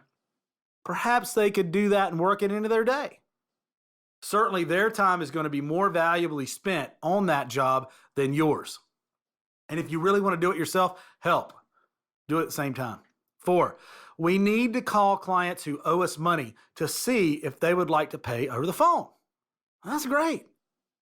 Don't be scared to follow up. Don't be scared to get money. I used to like to say, I still do sometimes. There are 2 types of people in the world, those who can ask for money and those who can't. I can tell you, and she won't be offended by me saying this, if you put my wife at the front desk and to collect money, we would absolutely go broke. She has a block, a problem with asking for money, period. Lots of people in your firm, I guarantee you, have a problem and a block with asking for money. You may have a block and a problem with asking for money, but until you wrap your freaking head around the fact that we live in an economy that's based on money, and it takes money and resources to pay your employees, to fuel your dreams, to send your kids to college, then you're going to be broke. Get over the fear of asking for money, and don't put someone to collect money in your firm that has a problem asking for money. In fact, one of the best things you could do, something I learned quite a while ago, is hire someone who is a revenue driver. There are beasts out there in the world, lots of them, that you can bag and bring into your firm who are revenue machines and will help you go after revenues and receive what you're worth as attorneys. Then you'll really have the resources to start growing. And so on and so forth to achieve that revenue goal for that day. If that seems quite boring, I'm sorry. You can always make a game of it. See where you can improve that process on a daily or weekly basis. Make a chart to show your progress. Once you find a system where the revenues level off, you then realize you need to push harder in different directions and set more challenges for weekly and monthly goals. It's so easy to get out of the habit like this if you are not paying attention. That's why it's always a great plan to focus on what you love to do, your great passion, where you don't have to remind yourself to inspire these changes. It just happens naturally. Set crazy, impossible, ridiculous goals. Okay, I love this part. Not only do crazy shit, you have to set crazy, impossible goals. The do crazy shit part is important because it opens your mind to the crazy, impossible goals. When I say impossible goals, I don't mean impossible. I don't mean my goal this week is to get hired by NASA and be piloting a new warp speed spacecraft to one of Saturn's moons by Wednesday. That's a stupid goal. What I mean are impossible goals such as, if you are making $10,000 a month, then your impossible goal for this month is to make a minimum of $50,000 or even $100,000. It may seem unlikely to you. It may seem an impossible stretch, but it is certainly within the realms of possibility. And that is what you want, to stretch the realms of possibility. Dream big. by setting yourself seemingly impossible challenges. You will then have to catch up with them. That was Sir Richard Branson. Having set a goal like that, one that will force every neuron, creative thought, and out of this world ability you never knew you had to function at maximum capacity, will push you like an out of control steam train towards the completion of that goal. Challenge underlying fears. Another example would be for someone who is less than confident or shies away from putting themselves out there. Their crazy, impossible, ridiculous goal for this month might be to give an hour presentation on their specialized area of expertise to 500 legal professionals at the biggest legal conference on the East Coast. Now, this is getting out of your comfort zone. Making more money as an impossible goal is great, but when you address an underlying fear, and speaking in front of a large audience of your peers certainly comes under that category for a lot of people. You are truly getting away from your comfort zone and into scary territory. This is great, and you are not alone. Even the super successful had to overcome this fear. Before we launched the airline, I was a shy and retiring individual who couldn't make speeches and get out there. I had to train myself into becoming more of an extrovert. Sir Richard Branson. And this is good. You can only grow when you're in this mode. This is basically war. This is imagining yourself as Arnold Schwarzenegger's character Dutch from the movie Predator, strolling up on stage in front of 500 of your peers with biceps bigger than most of their heads, cigar in mouth, fearless and willing to do whatever it takes. I will break you. And being fearless is it. If this is what you need to imagine to accomplish this goal, then do it. No one is going to know except you. Your gut may be in your throat. You might flub your speech or forget everything, but at least you did it. At least you tried. Do it with passion, and your audience will likely be your biggest fans by the end of it. You have just moved up into the next level. Now you must keep it going. Personal story of meeting fear head on. Rob Ashford, who wrote RockStar Lawyer with me, Rob the Brit, met fear head on at his wedding. No, I'm not talking about the fear of getting married. He met fear during his wedding speech. This is what he said. The idea of speaking in front of a live audience was always one of my biggest fears. Even with groups of 5 friends or so, I used to hold back and just excuse myself by saying I was a good listener. There were 50 people at my wedding. Nearly all of them I knew well, good friends and family. I had prepared my speech for weeks by going up to the local wood and speaking out loud to the birds and the squirrels. And so I decided not to bring any notes with me. At the appointed time, I got up and looked up at my audience. At that moment, there may well have been 1,000 people looking at me. I was terrified. My knuckles were white from gripping the top of my chair. But I smiled and began to speak. I nervously breathed through without any issues at all. Until suddenly, as I began what I considered the second half, my mind went completely blank. Just like that, pow. I couldn't remember anything, not a single word. I had nothing. I remember looking up at the million faces cramped into that room.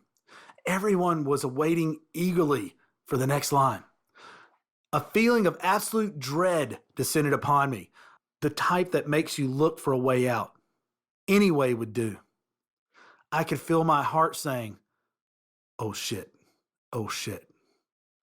I had experienced fear of speaking before, but never close to this. And so, as a kind of last resort, I reached down for my drink on the table in front of me, hoping and actually praying that alcohol would help. Then, as if angels had descended, I heard someone laugh. Bam! With that laugh, everything suddenly flooded back. I could remember my speech, and my heart stopped kicking the crap out of me. I continued on and actually enjoyed the remainder of my time standing there. I even thought of prolonging my agony and keep speaking, but I wisely decided not to push my luck. I learned later where that laugh came from. As I went to pick up my drink, my wife told me that I had said in a quiet voice, "When in doubt, take a drink," causing a good friend to react. I have no memory of saying those words, which shows me what stress can do to you. I also realized that from the time my mind went blank to the time it all flooded back was less than 2 seconds, if that. No one had noticed my catastrophic fall into the pits of hell and my desperate scramble out. I was certain, however, that I had indeed screwed it all up and destroyed my only chance of giving a towering wedding speech. But not so. I was told afterwards by friends and families that they had never seen me so composed. My thoughts were, holy crap, if that was me being composed, I would love to see how fantastic things would be if I had really nailed it. The thing is, I had done it. I had moved forward and at least made an effort to conquer my fear. Maybe I didn't have an option. I was getting married after all, but I still had to get up there and face it. You can't grow a muscle, a brain, or a business without getting outside your comfort zone again and again and again. You have to stretch to grow all the time. Get comfortable in that zone. Become comfortable being uncomfortable. If you apply this frequently, back to back to back days over a long period of time, you will achieve truly miraculous things. You will outpace your goals, however impossible they may seem. Don't let your schedule be a bully. Write down your schedule. Write it down on paper with a freaking pen or pencil. Why do I emphasize writing it down with a pen or pencil? Computer calendars are necessary and great. iPhone calendars are awesome. Reminders are phenomenal and necessary, but you will be leading from behind if you depend on this type of scheduling. I promise you. You will constantly feel the shocking prod of your computer and phone calendar reminders getting you to hurry from one meeting or appointment to the next. Maybe it's the connection from primitive man picking up a stone and cracking open a coconut. Using primitive tools in this day and age, the pen and pencil. There really is a profound mind-body connection there. It allows you to inscribe it in your mind first thing in the morning, and you run the day. It's your day, not your calendar running you around from place to place. There's a real and powerful connection between cognitive function and using your hand to write down anything, including your schedule on paper. Eye-hand coordination. Feel it real kind of thing. Goals included. Revenue goals included. Write down your freaking schedule. Trust me, just try it. Now, I know I've said elsewhere to rid yourself of the legal pad and go digital. Still use the phone or computer scheduling and your practice management system, but write your schedule in a planner or a legal pad, last thing at night or first thing in the morning. I prefer first thing in the morning, and I mean early. And you will no longer be led around by your schedule. The world will create more time for you. Your days and appointments will feel big and spacious. You will be leading yourself around ahead of the game. Do this day after day after day. The results will be staggering. You will have formed a lifetime habit that the best colleges in the world forgot to teach you. Now write down your goals the night before. The idea of writing down your goals the night before is something I came across during a goal-searching quest. And by the way, I like to write down my goals in the morning, write down my goals at night, and I do it as quick as I can and move on.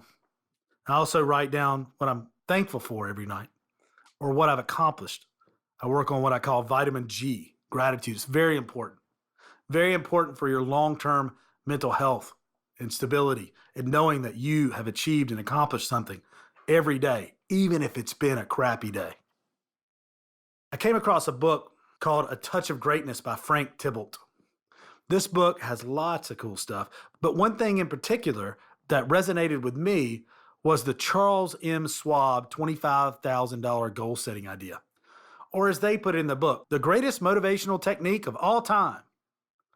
This was around the 1920s when $25,000 was a lot of money. The equivalent nowadays is somewhere around $500,000. The following was taken from A Touch of Greatness by Frank Tybalt. I'm not managing as well now as well I know how. What we need around here is not more knowing, but more doing. I can give you a lesson in 20 minutes that will help you get more done tomorrow. Spend 10 minutes every evening before retiring reviewing the day's work. Ask yourself, what did I forget, neglect, or foul up? What specific steps can I take to prevent those foul ups in the future? What can I do to improve on today's work? Then spend 5 more minutes writing on this card the 6 things you need most to get done tomorrow. Put this card in your pocket, and the first thing tomorrow morning, look at item 1 and start working on it. Look at item 1 every hour on the hour until you finished it. Then tackle number 2 the same way. Then do number 3. Do this until quitting time. Don't be concerned if you've only finished 2 or 3, or even if you haven't finished 1. You'll be working on the most important. The rest can wait. Before making up the next day's list, transfer all your unfinished items to it. Spend the last 5 minutes every day making up a must list of the next day's most important and urgent task. It's true, the more simple the technique, the greater its power. Just this advice and approach right here will make you millions of dollars over your lifetime. I truly believe that.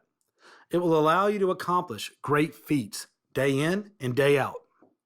A little planning really does go a long way. Write out your goals by hand. The research. Why by hand? Scientific studies at Princeton and the University of California have shown that by writing something down by hand increases your conceptual understanding of the information. By writing a goal down with a pencil or pen, it solidifies the goal in your mind far more effectively than typing the same goal. It's as if the goal is more real, more personal, and therefore you will strive more to attain it. When we write, a unique neural circuit is automatically activated, said Stanislas Dehaene, a psychologist at the Collège de France in Paris. There is a core recognition of the gesture in the written word, a sort of recognition by mental simulation in your brain. Maria Konnikova. Challenges and accountability.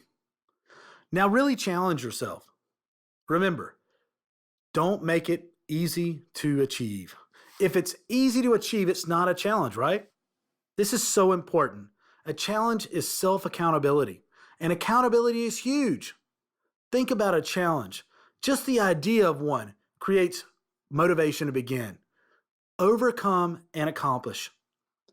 Announce that challenge to someone you trust, someone who you see regularly and will hold you accountable, or at least ask you how your goal is proceeding. If you begin to feel conscious that that person is going to walk into your office, or you might bump into them somewhere, or they might call you, then you are not bothering with your challenge. That alone can motivate you to push harder, to have more accountability to help you on the tracks consistently, and help you achieve the challenge and even surpass it. What it can also show you is whether your accepted challenge is really something you are passionate enough to focus on. 10-point summary. 1, back out your goals. Drive in reverse. Reverse engineer your goals, and you will produce exciting new directions and opportunities in your career and your life. I can't tell you how powerful this exercise is. You could create your entire business strategy from this exercise. 2, first principles. Simplify things down to their most fundamental truths and then ask, what are we sure is true here? and then reason up from there. If you combine driving in reverse with first principles, you will be able to create those bite-sized chunk pathways to achieve greater things. 3, what drives your daily revenues? Think about it. List it. Come up with new and creative other ways to drive daily revenue. 4, reverse engineer your revenue goal. Set bigger goals. 10x your current revenues. How can you get there? 5, set crazy impossible goals. Feeds into number 4 here as well. 6, meet fear head on. Blow past the nagging doubts in your head about your own ability to achieve these goals. Just start working on them. And by working on them, I mean taking massive action toward them 7 days a week. 7, write down your schedule. Write it down. It's so important. 8, write down your goals the night before. Charles Schwab paid $25,000 for this goal-setting technique in the 1920s and deemed it the greatest motivational technique of all time. 9, write out your goals by hand. 10, really challenge yourself. Tell someone who you admire and trust of the challenge you have set for yourself, such as a mentor. Ask them to hold you accountable. Backstage pass number 8. Chapter 8 is extremely important. And here is how I would like you to start thinking about it. I want you to start thinking about your goals as if you have already accomplished them. The RockStar Lawyer Planner has been set up for this purpose. And I recommend you to go to lawyergreg.com, go to the website, and get it. Look, it's been set up to incorporate who has your money today, how much money per appointment that you anticipate making, so you can go ahead and set bite-sized revenue goals towards your overall revenue goal for that day. It's going to allow you to write down your schedule and to put your global goals, your big goals, your huge goals, your private jet goals down in the morning and at night before you go to bed, and set your daily targets, your daily bite-sized chunks, right? So you can eat that whole elephant. And that's where you're making steps. You're taking steps each day toward those huge goals. I've already laid all this out in a planner just for you. And believe me, I use it too. 1, if you are using a legal pad, then write down your global goals. 2, write down your top 5 goals you want to accomplish. 3, put them down in present tense, such as, I have opened a McIntyre elder law in every city over 30,000 people in the USA. I have a consulting firm that makes over $10 million a year. I am a best-selling author of multiple books. And believe me, if you went back through my several years of planner goals in the morning and at night that I wrote down, those pop up consistently and continuously. Others will come and go, but those are consistent. 4, then in your daily targets, write them down once in the morning and once at night before you go to bed. In the morning, I want you to write down what you are going to do that day. I'm not talking about your hour-by-hour agenda. I'm talking of 6 important things you want to accomplish that day. These will be clearly directed towards, and it could be monotonous things to do in the office, helping to chip away at accomplishing the bigger present tense goal. Shaping and crafting your global goals. I want you to consider using a technique I call backing out your goals. Do this with a friend, your spouse, your buddy, your coworker, business partner, but someone you trust, maybe your mentor. Hey, if you have a problem finding someone, call me. I'll do it with you. So here it is. 1, think of a goal you want to accomplish. 2, sit down across a table from your partner and talk to them about that future goal as if you had already accomplished it. 3, have them play along as devil's advocate, but make it real as you can. 4, be as detailed as possible. Write it all down. It sounds simple, but record this as you do it and transcribe it. This can be your roadmap to that goal.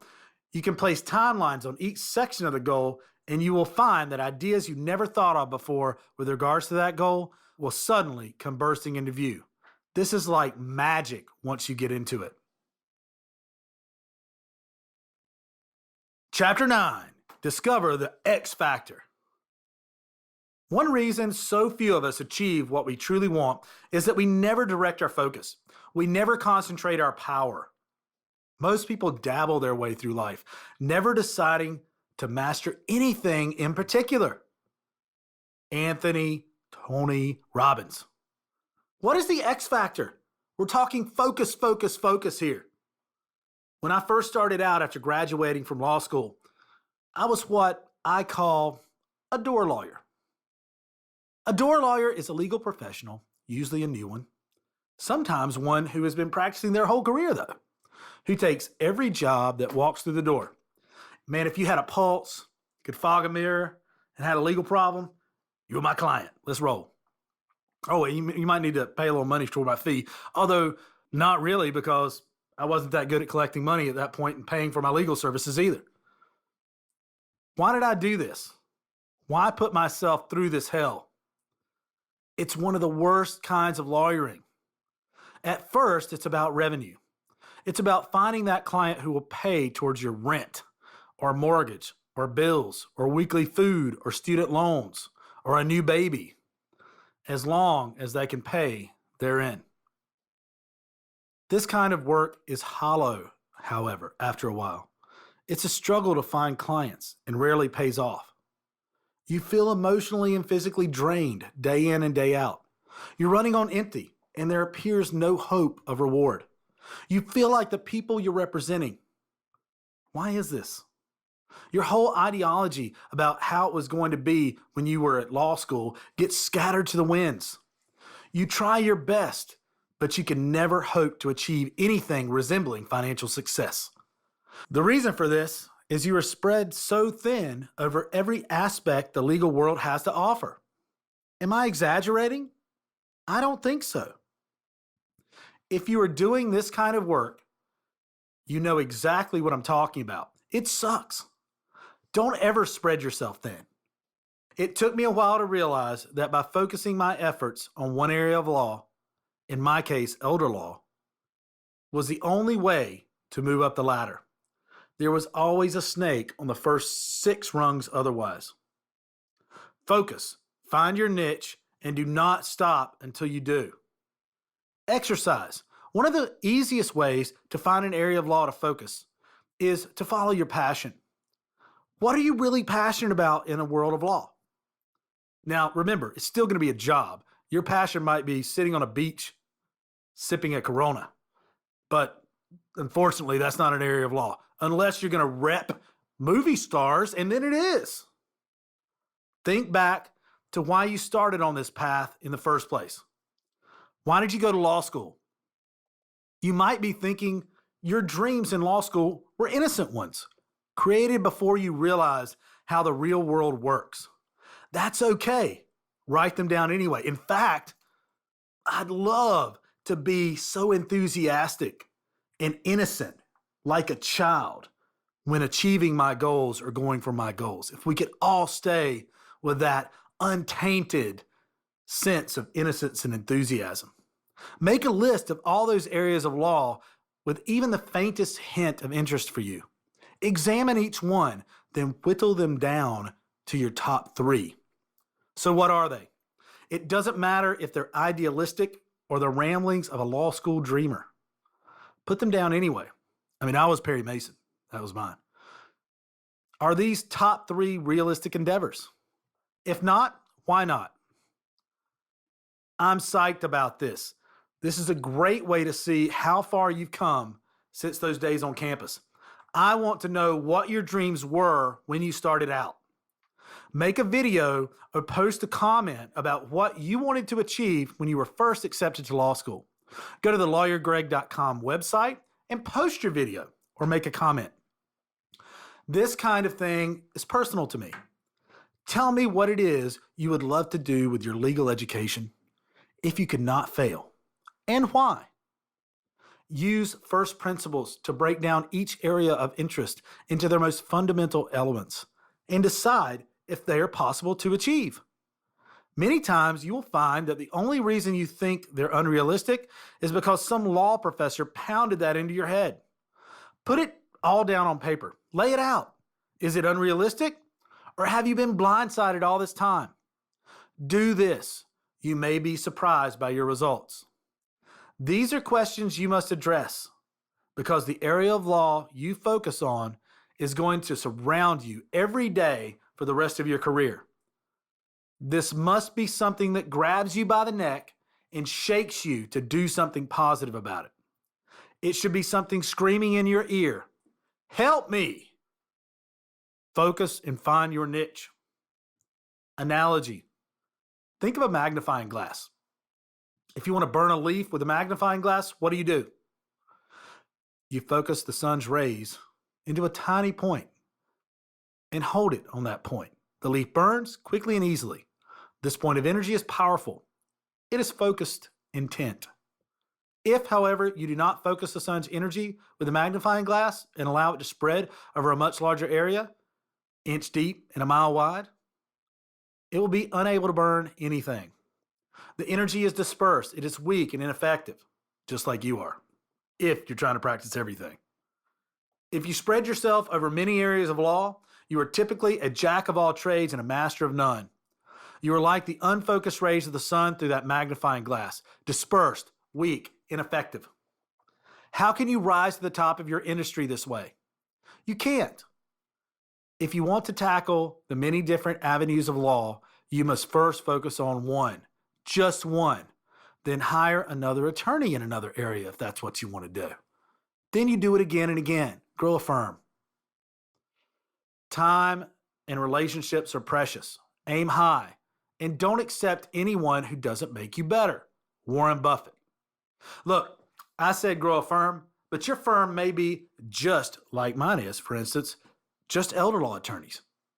So you may, like I do, want to just hire other elder law attorneys and still have the whole firm, even in name, McIntyre Elder Law, focused at the point of that X. At that point, all your options open up. The deeper down the rabbit hole you go, and you start really getting detailed as to how to offer services to your niche area of clients.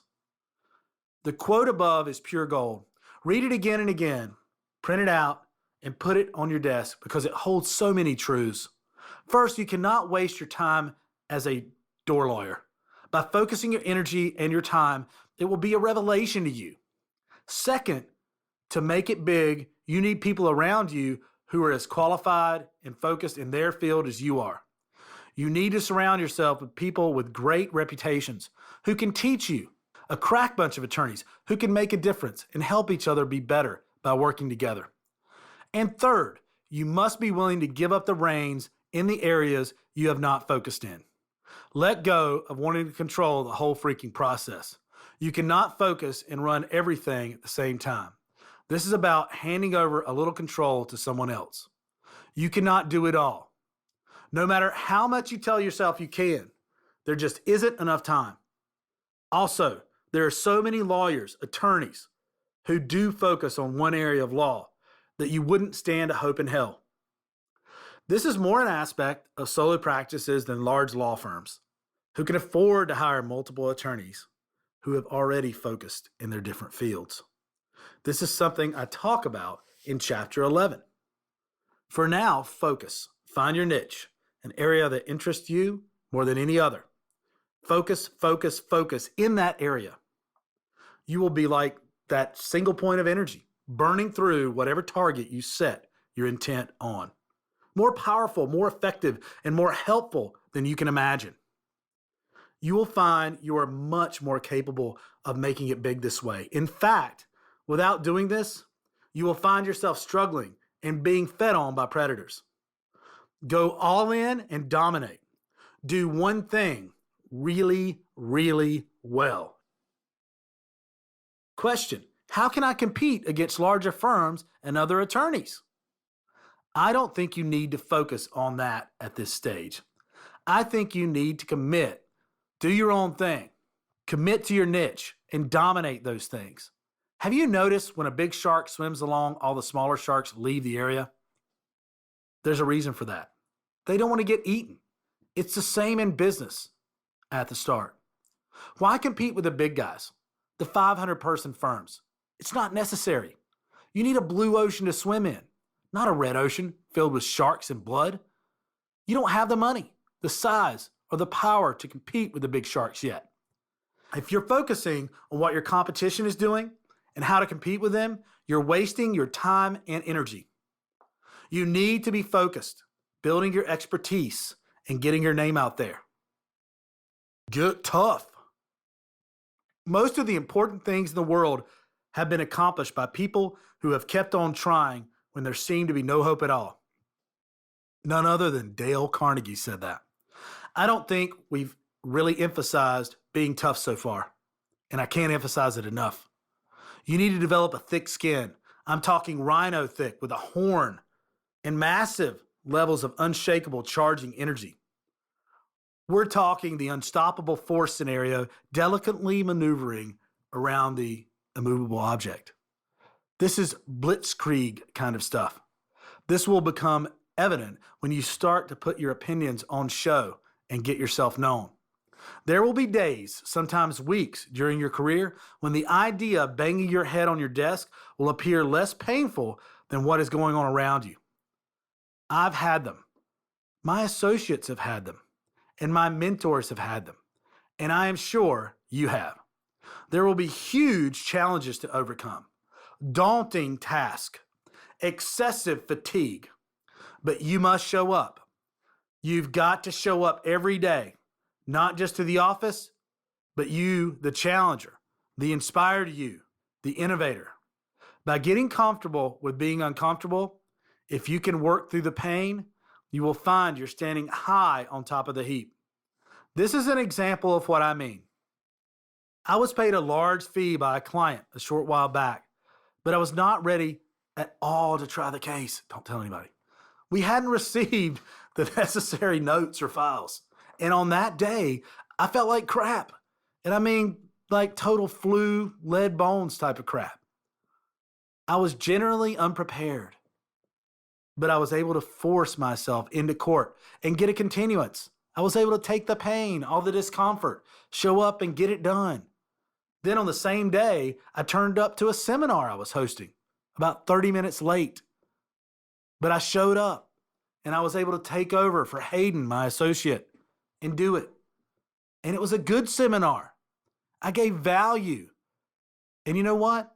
Even though I still felt like crap the rest of the day, I got out there and made it happen. Things will go your way more and more if you consistently show up. If you show up in the moment, meaning you are ready to go all in and announce who you are no matter what. It will make and define your career. You will stand out if you show up no matter what. People will start to depend on you and count on you. And no matter the odds, if you keep that mentality over your career, you will shine. Even if you're late and you're feeling like crap and not prepared, your past work ethic and the fact that you're showing up no matter what will prevail. It will see you through. Finding criticism. Even if you do show up, you will still find criticism, especially in your own profession, especially from other attorneys who see one of their own making a move and jealously trying their best to bring them down. This is especially true of those who are stuck and pissed off being in a flatline practice. They don't know which direction to head and lack the chutzpah to make the effort and pull themselves up. It's the same in all and every profession and area of life. You find the bullies, the critics, the moaners, the wailers, the it's not fair crowd are also the ones with the lowest mindset and self-appointed biggest issues. They don't want others to get what they believe they themselves can't have. As discussed in Chapter 1, the haters are the secret advertising agency. And they do it for free. You should love these guys. They're superior to the Madison Avenue specialists because it's personal to them. They shout louder, longer, and will not stop until they run out of breath or die. This is fantastic. Give them something to scream about. Give them your all. I want to help people message and let them push you up the ladder. Off a duck's back. You must allow criticism to flow off you. Don't allow it to soak in. You must be tough about this. Don't get involved in petty banter with critics. Others' opinions are not your problem. It's their problem. It's a waste of your time and will probably do you more harm than you realize if you argue. Remember that it's only the haters' opinions. They only damage themselves and their reputations in the process. It's just opinions, nothing more. Pay no attention to it. Your support base will do all the work for you. As long as you put out strong, meaningful advice that can really help people out there and can make a difference, then this is an untapped gold mine. You have to be tough, really tough. Getting tough doesn't necessarily mean going down to the gym and pumping iron. That's great also, but what I mean is this. 1, be clear about your intentions. What are you trying to achieve? 2, be committed. Set those challenges and commit. 3, be disciplined. Constantly push forward to the next level on the way to your goals. Always do whatever you can to move forward.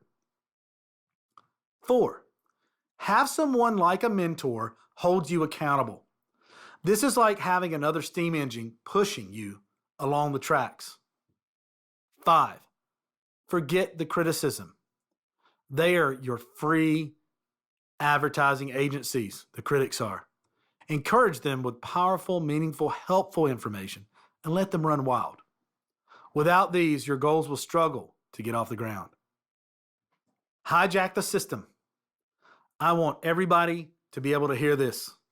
The most important words in your legal education or business education should have been, be tenacious with a big fat capital T.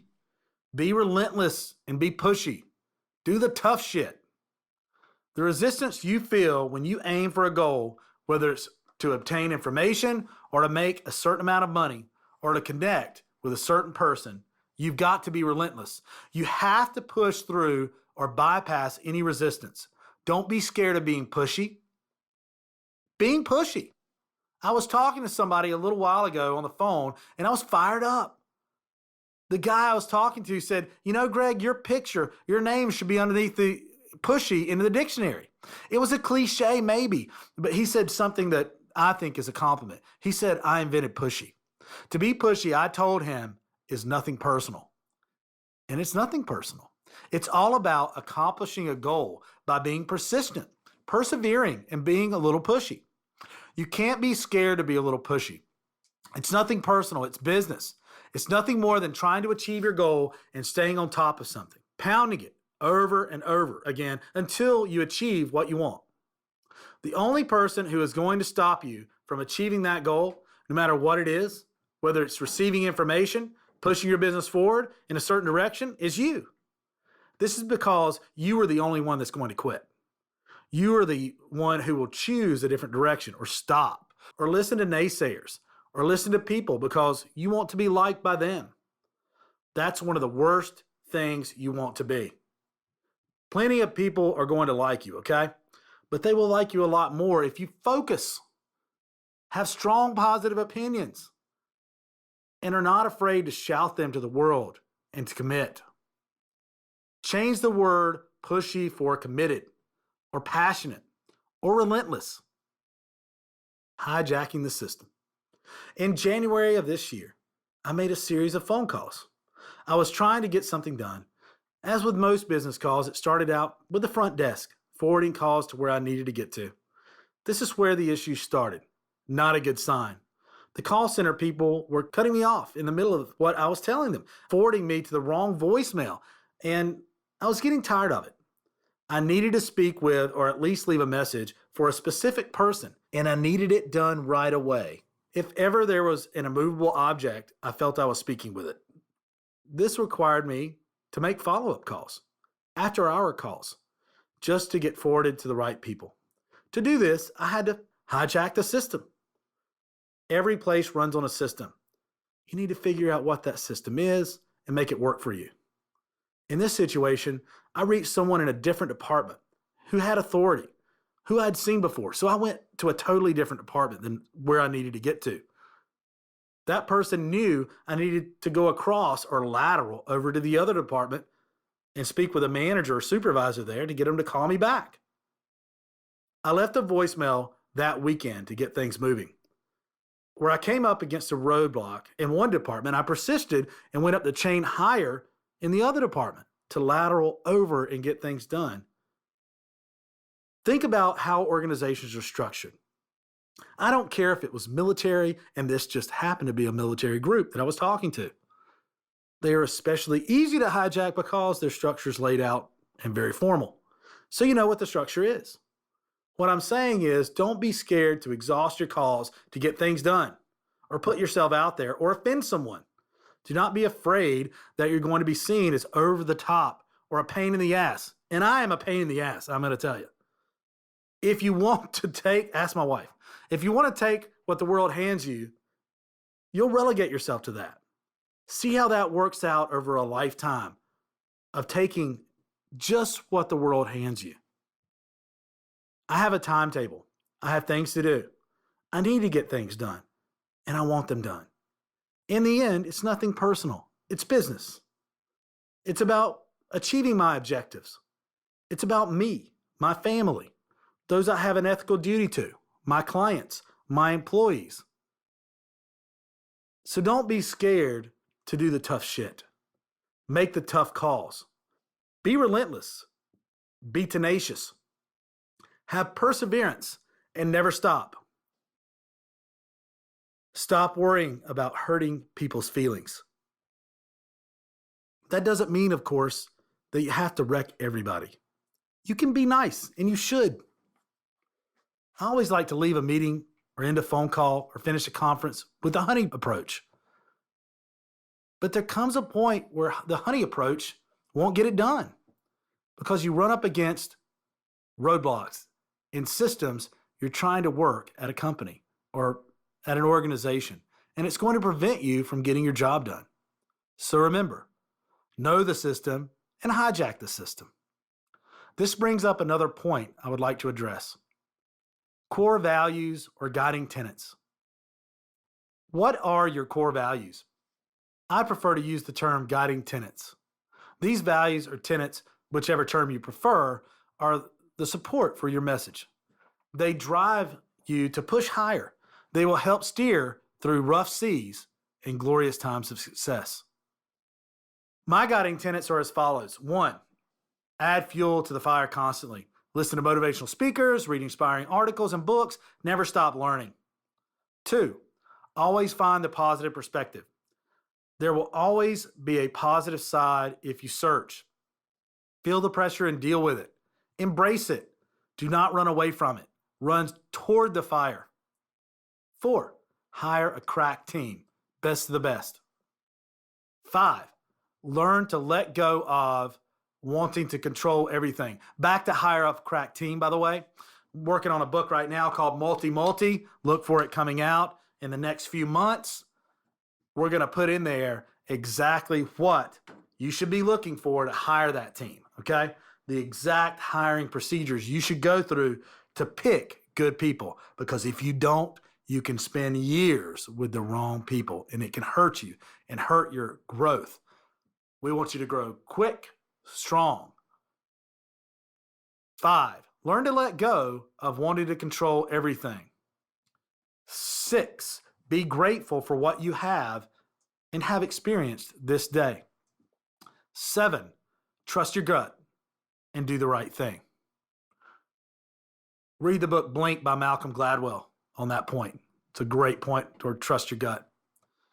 Ask yourself, is this in line with my core values, guiding tenets, and the core values, guiding tenets of my firm?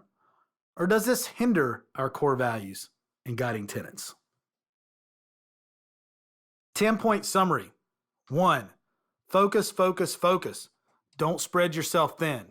Find that niche that drives you, the one that bugs you the most, and that you want to improve beyond all others. 2, don't waste your time as a door lawyer. You can do better than that. 3, surround yourself with people with great reputations who can teach you. Don't accept anyone who doesn't improve you somehow. 4, let go of wanting to control the whole freaking process. 5, Go all in and dominate. 6, get tough. 7, there will be huge challenges to overcome. By getting comfortable with being uncomfortable, you will soar ahead of the crowd. 8, find criticism. This is fantastic. Give them something great to scream about. Give them your all in, this is how I can help people message, and let them push you up the ladder. 9, put out strong, meaningful advice that really helps people. 10, map out your core values or guiding tenets. Your list of values or tenets help steer through rough seas and the glorious times of success. Backstage Pass 9. Don't forget to go to lawyergreg.com/backstagepass. Check out the video associated with this one. It's really good. And leave your own comments back and forth. Go through this experience with everyone else and me. This is extremely important, and I think I've said this with every chapter, but it's true nonetheless. Discover the X factor, because once you narrow down your practice area, your options really open up. You are no longer inch deep and a mile wide. You're an inch wide and a mile deep. You may have started out as a general practitioner, but I'm going to tell you to narrow that down. The exercise is to write down the following. 1, why'd you go to law school? 2, why you're passionate about the law before you got tainted by the business of law and the grind. 3, why are you a lawyer? Answer from the heart. Narrow down the practice areas you are most interested in, then pick one. Write it all down on paper, on as many pages as it takes, so you get the why down. Why do you do what you do? That will help lead you to your specialized practice area. Whatever it is, figure it out. It will be hard to trim away all those other practice areas, or it will seem hard at the time to turn away income and narrow it down to one thing. But you got to do it. And it will almost be instantaneous that you'll have just more and more income in that one specific area. That's where you got to get down to the point in the X. Then everything else expands out from there. Your hourly rate can go up, or your fees can go up. Your consult fees can go up. And you start to get real respect in one area of law. Hopefully the area you are most passionate about. So do the exercise. Let's talk a little bit more about narrowing down that practice area. Let's say you get it down to 3, and then you choose one. You know, you could be passionate about all 3 areas. You can blindfold yourself and throw a dart and hit one area. The point is, you need to choose, or you do get killed at the crossroads because you never really make a decision. Let's say you choose a specific niche practice area. You join a national group and you dive all in and do just one area of law, like I did with elder law. At least I made a decision. In fact, my journey was I narrowed it down to estate planning, and I jumped in a national group and went all in on estate planning. And then I found that, hey, you know, I'm more interested in elder law than I am generic estate planning. So I went and branched out from there. The point is, I was going toward a goal. Even if you're going the wrong way down a one-way street, you can still turn around. And you built your practice, you built your base, you've gotten more contacts, and you can correct course from there. But you at least need to keep moving forward. So make a decision based on what you think your passion might be. Many people spend a whole lifetime. I feel like I spent the better part of 20 years trying to figure it out, when all I had to do was pick something and go toward that goal. And the process, not the destination, but the journey and the process is what helps you figure it out. So I hope you get that. Choose something and move forward. Don't get killed at the crossroads. Chapter 10. Put earmuffs on the kiddies. You can't fuck it up. Don't worry about the fact that you're going to fail. If you're not failing here and there, you're likely not giving the world all you have. It's going to happen. Allow it to make you better. World's richest man, Warren Buffett. Entrepreneur or intrapreneur. Entree means solo or small band of lawyers who set out to do something new in this sense. Intra, same as entree, but in the structure of a larger firm environment. Calling yourself an entrepreneur or being called one by someone else is like wearing a badge of honor. It makes you feel like you're on the cusp of greatness, a pioneer of sorts, ready to turn the status quo upside down. An entrepreneur is the modern embodiment of a knight or troublemaker, and people love it. Being an entrepreneur does not mean you have to break down barriers held for centuries or loosen the ties that held an industry together through thick and thin. But it does suggest the person bold enough to accept the title is a forward thinker, able to transform a basic setup into something amazing. Many definitions describe an entrepreneur. Some are basic, such as being an entrepreneur simply means being someone who wants to make a difference to other people's lives. Sir Richard Branson. And oh yes, I am using the word entrepreneur to describe attorneys. So deep breaths and gasps here. Some create a burning desire to show what we are capable of. Entrepreneurs are innovators who use a process of shattering the status quo of the existing products and services. Joseph Schumpeter. And some are inspiring. An entrepreneur searches for change, responds to it, and exploits opportunities.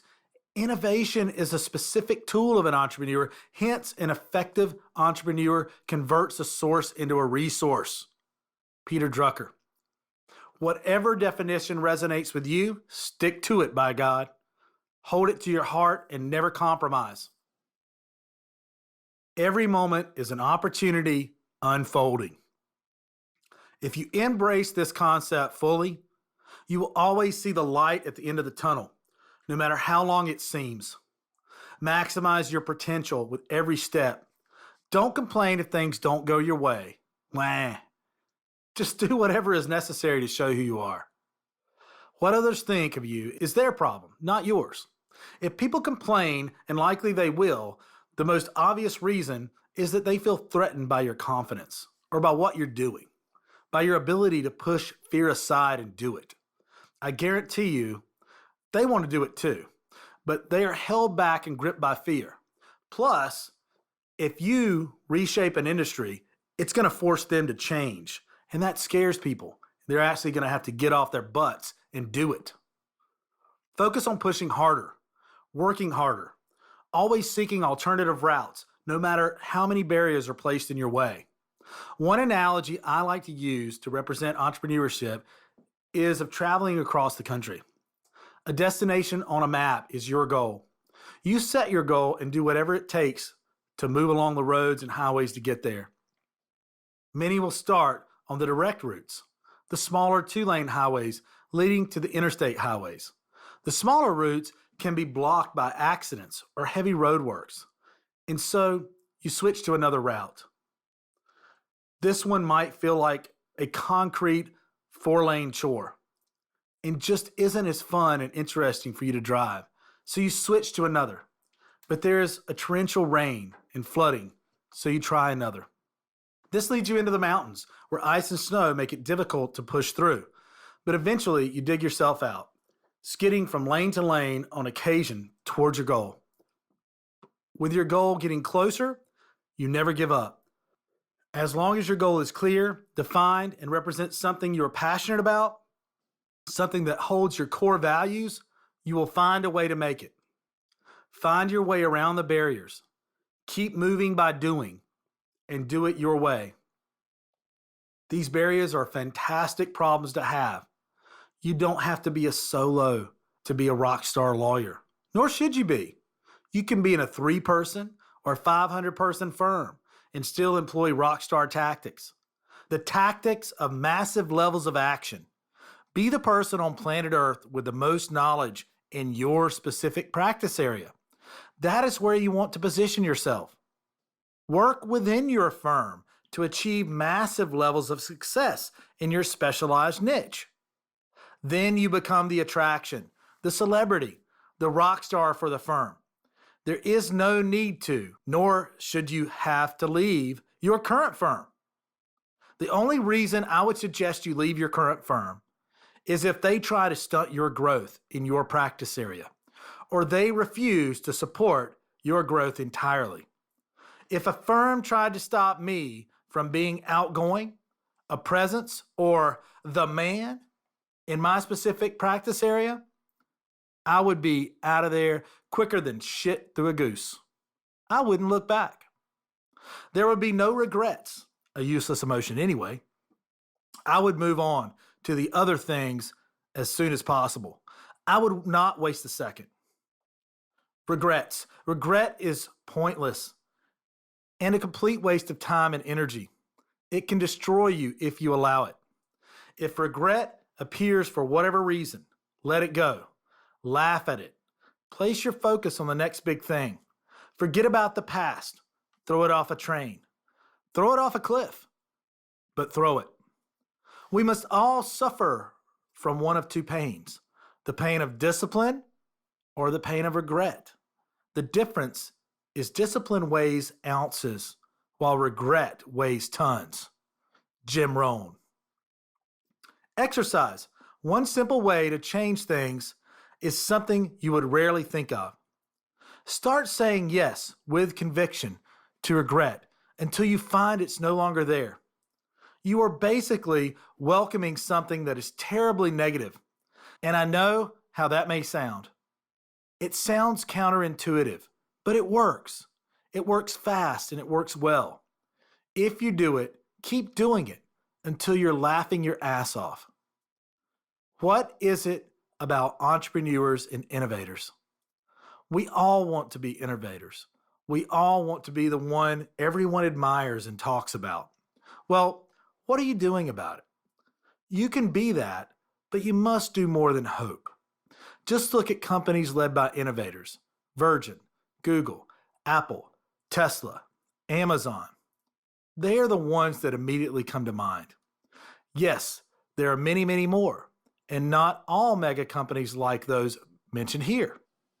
Innovators come in all shapes and sizes. Big companies, small companies, solos. It all depends on what they want to achieve, what their goals are. Not everyone wants to be a, in quotes, super. One of my favorite entrepreneurs is Richard Branson.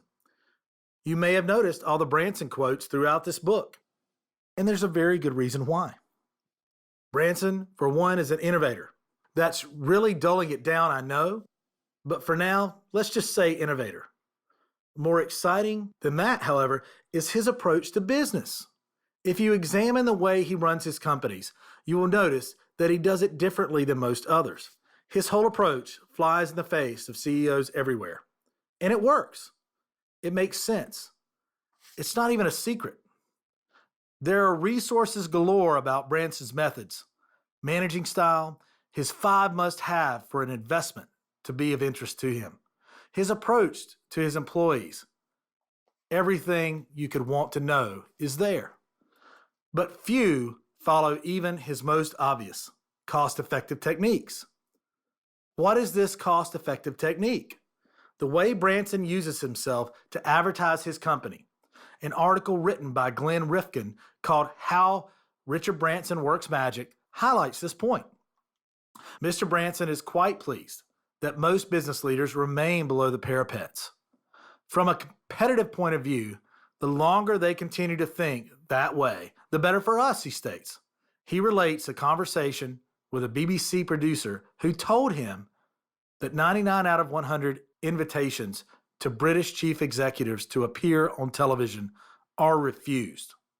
Conversely, Virgin is always available for airtime. With a television spot, you are reaching 10 million people, Mr. Branson says. It would be bloody stupid to say no.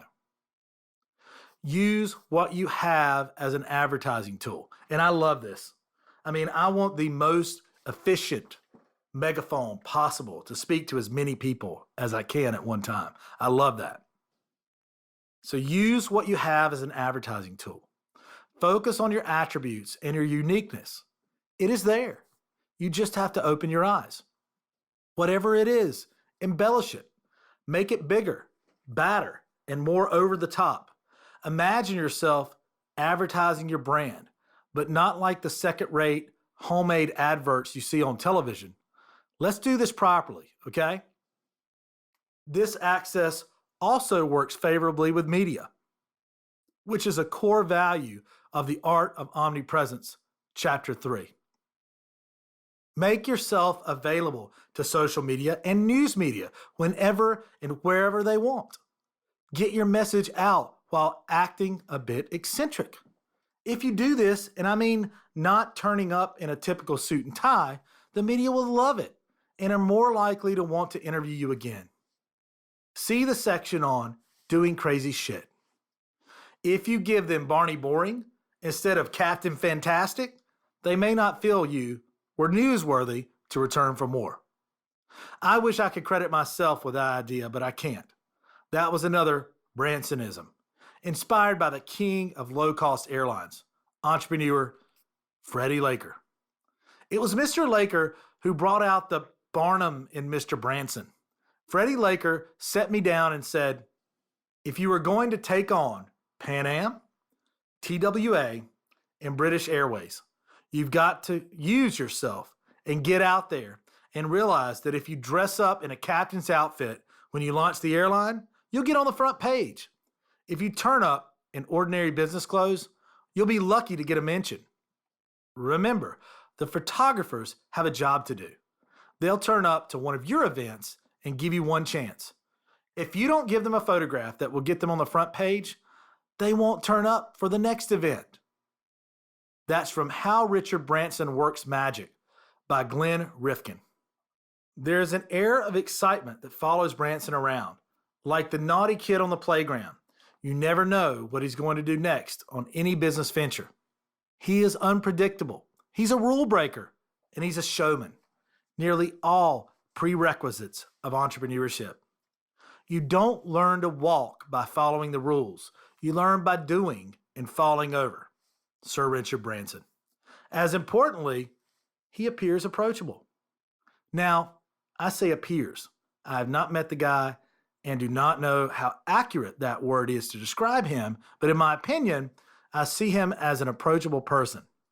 Maybe another way of putting it is he appears human. One example of this is he makes himself directly available to his employees. They have access to him via email, and he reads email from employees first thing every morning. Instead of needing a union, when they have a problem, they come to me. That's also from How Richard Branson Works Magic by Glenn Rifkin. Entrepreneurs should be a crazy concoction of many or all of these things. Innovative, different, and forward thinkers. Exciting and enthusiastic. Obsessed and passionate in their approach and approachable also. Strong communicators. Fun. Willing to take crazy risks. Unpredictable and massive action takers. Branson, of course, is not the only one who differs in how he keeps employees happy and eager to work for one of the many Virgin companies. One of the most prolific employee-loving companies out there today is Google. How can I attract great employees and keep them? This is a question I heard recently during a business meeting at my law office by another attorney. How can I attract great employees and keep them? Nowadays, we seem to have lost the employer-employee security blanket that was a mainstay in the earlier half of the 20th century. Once a person had a job, many times an apprenticeship, they would be trained and stay at the company their entire life. This was the case even in law firms. There are signs the apprenticeship programs of the past are making a resurgence in certain industries, but on the whole, it's rare. One innovative company has, however, surpassed the expectations of nearly all companies by making employee happiness a number one policy. The policies of Google and that of Virgin toward their employees are so exceptional. It's a miracle more companies, large and small, are not implementing similar approaches. In an article written by Marissa Brassfield on payscale.com entitled How Google Continues to Keep Employees Happy, Karen May, the VP of People Development at Google, states, "It's less about the aspirations to be number one in the world and more that we want our employees and future employees to love it here, because that's what's going to make us successful." Ms. Brassfield goes on to say, Google also makes its employees want to work because managers provide tasks that are inspiring and challenging.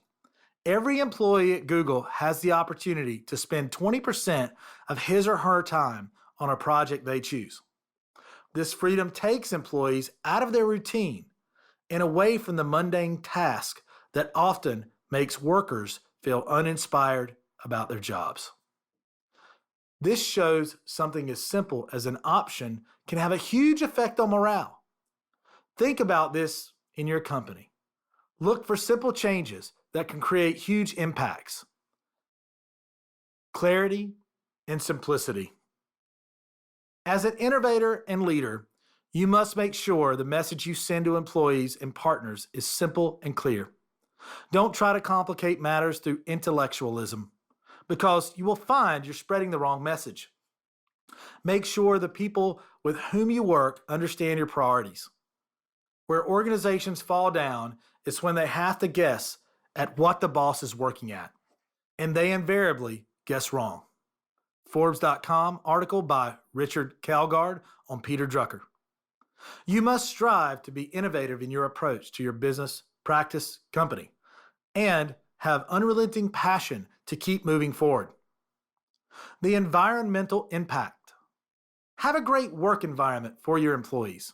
I'm talking clean, bright, inspiring, motivational, encouraging, relaxed yet professional, a fun environment. I know we're talking about a law office here, but it's not as though you need balloon clowns as morning greeters or silly string fights. Fun can mean a lot of things and really starts with your enthusiasm and motivation to push things forward. A business has to be involving. It has to be fun, and it has to exercise your creative instincts. Sir Richard Branson. So how do you keep a business fun without fun getting swamped by systems and protocols? It's one thing to say keep it fun, but when starting or improving a business or business idea, the long hours, the pressures and stress of getting things moving can be overwhelming. Not a recipe for fun.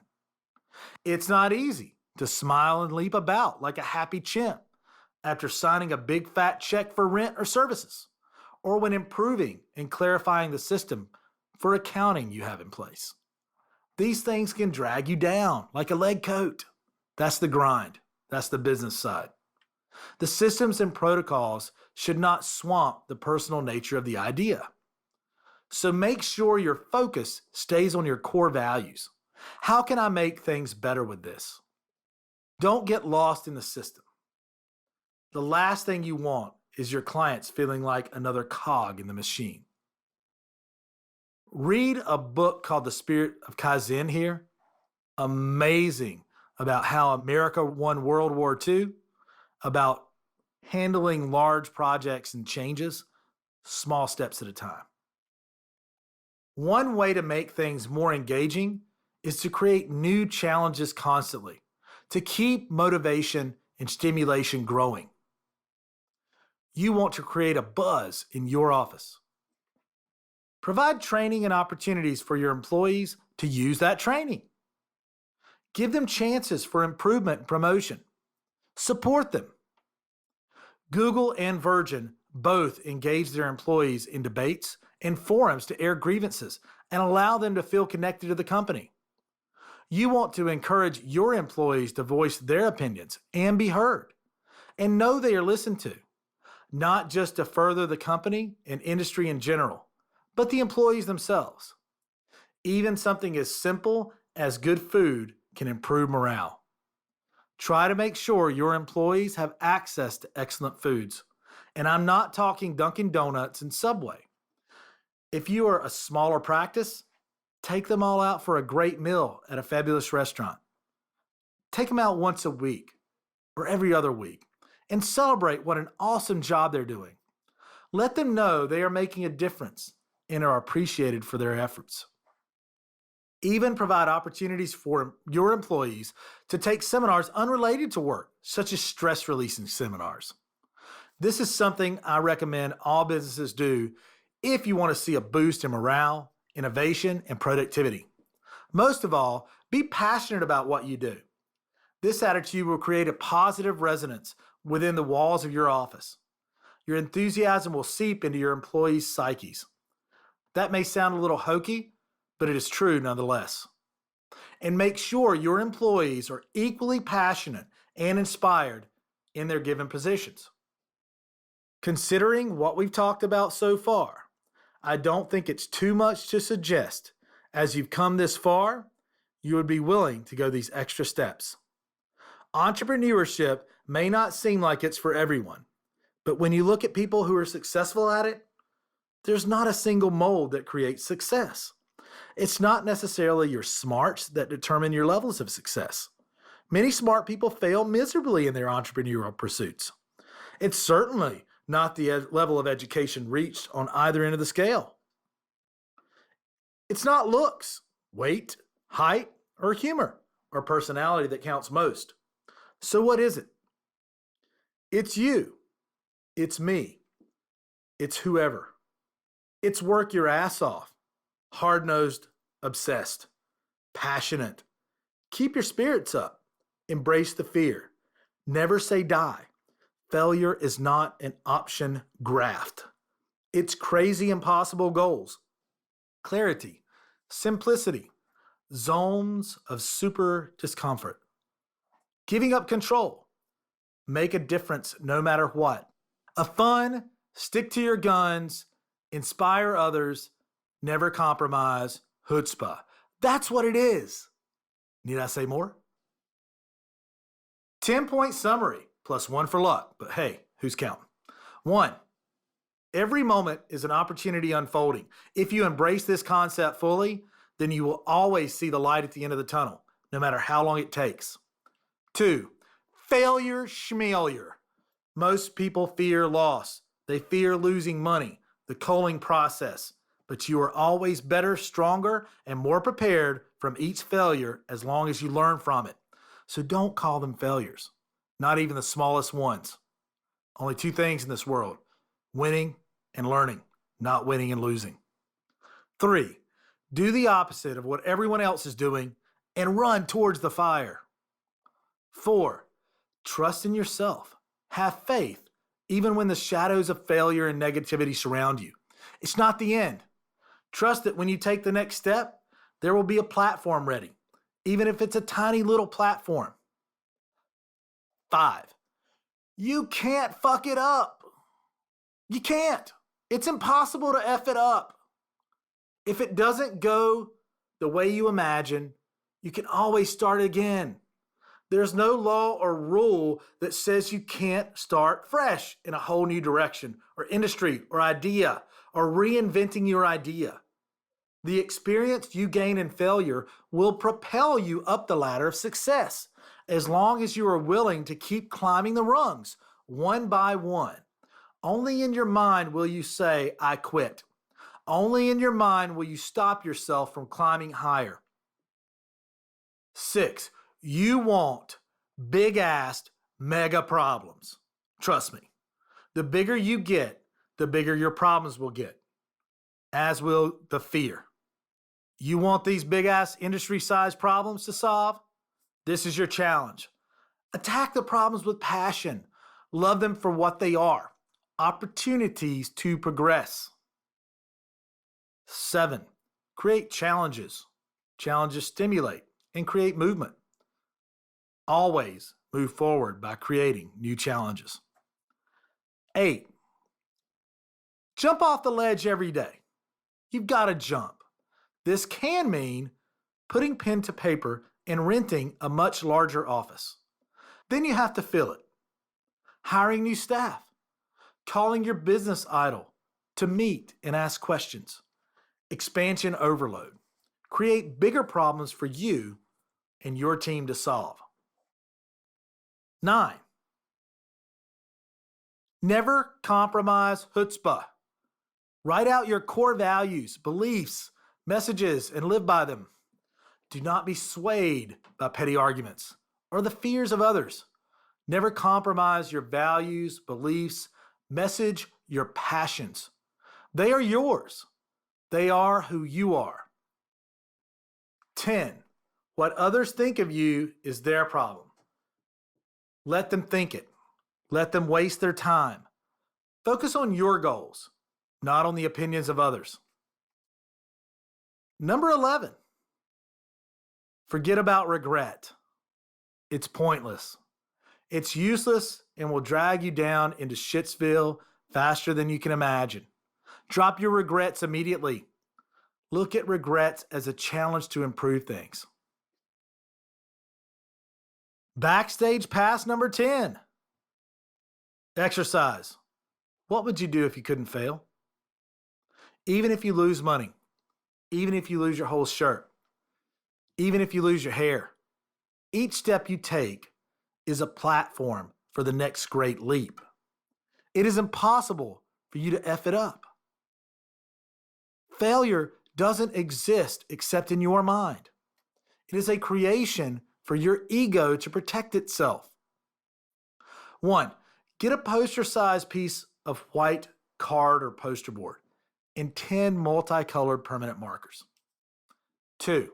Write down at the top, what would I do if I could not fail? Say it to yourself out loud. Hang it on the wall in your office.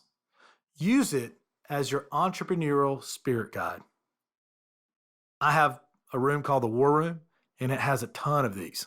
I do it on poster boards. I do it on huge whiteboards.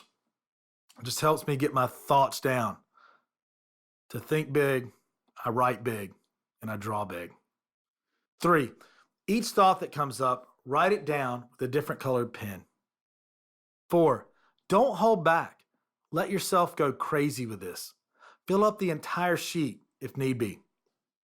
5, make this about your passions. Have one sheet for your specialized area and another for random business or life ideas. 6, once you have filled up a sheet, specialize further by taking each separate idea or thought and expanding it on its own sheet. See how far you can take that. This can be something you share with your collective group. Take the sheet to your collective meetings and see the response. Your ideas will expand faster than a freaking pyroclastic flow. That's right.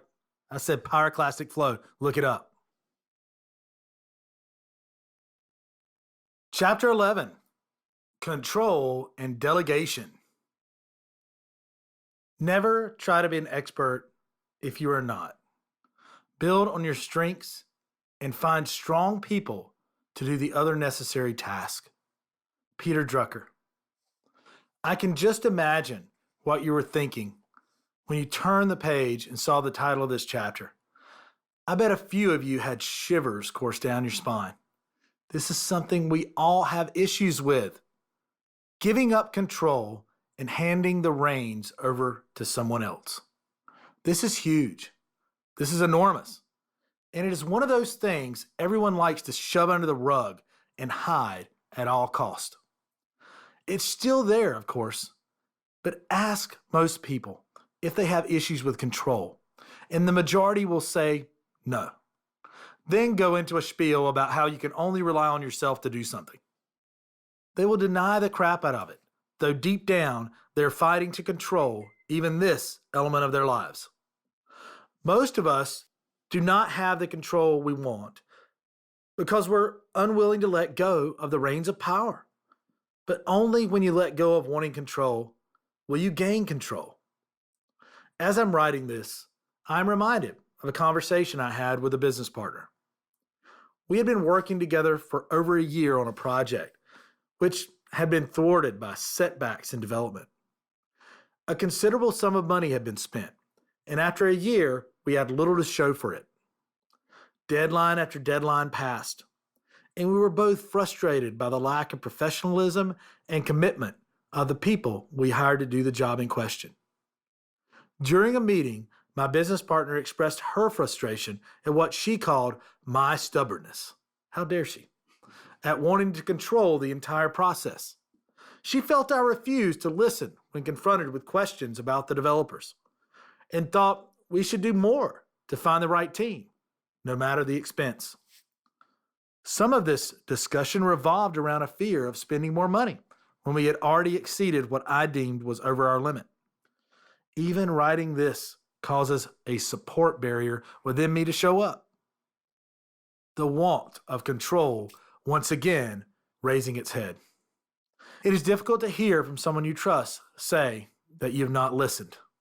My issue at the time, not letting go of some control, may have built a barrier, I admit. It wasn't the only issue, of course, but it didn't help. This is what I meant when I said by letting go of wanting control, you will actually gain control. If I had let go of at least one of the reins, we may have progressed in our endeavor a bit faster. We would have been able to move ahead much easier. The great thing about this is we dealt with the setbacks. We overcame some control issues and we forged ahead in a much more positive direction. Whole volumes of books and courses have been dedicated to the subject of control. It has grown into a fully fledged business genre to combat the typhoid Mary style epidemic, the same one that is almost denied to death by everyone. As I said, we will do almost anything, even sabotage ourselves and our opportunities of success before we give it up. So, what is the want of control all about?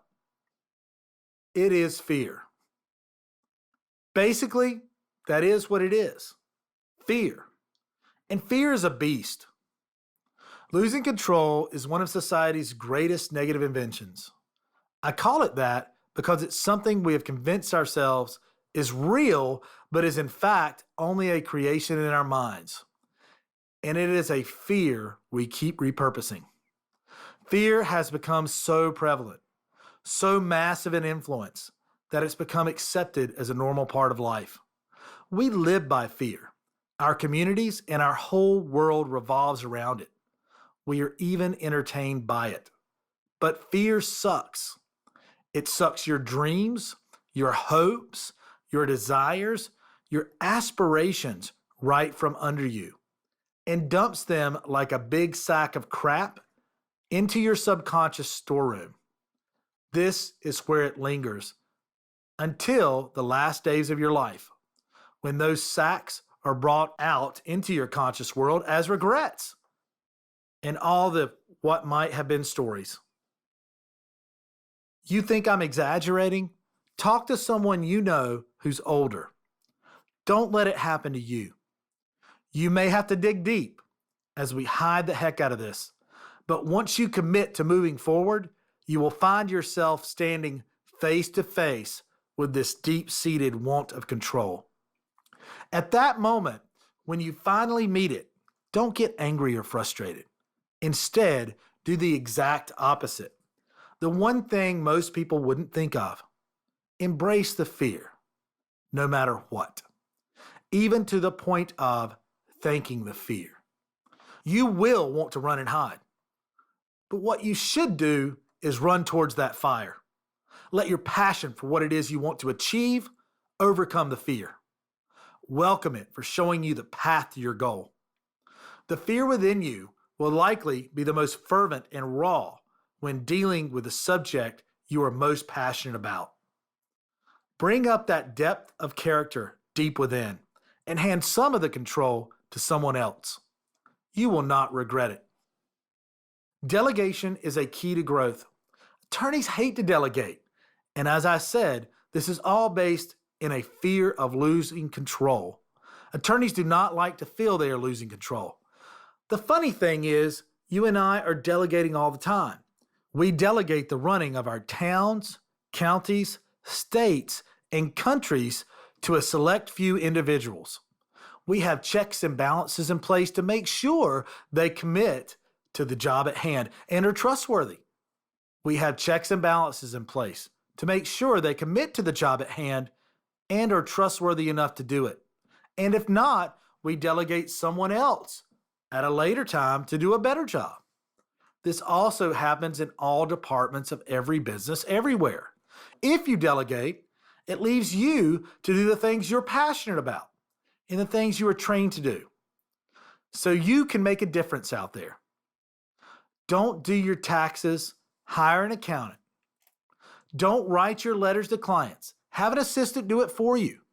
Just review the letter before it's sent out. Don't even wash your own car. Go to a car wash.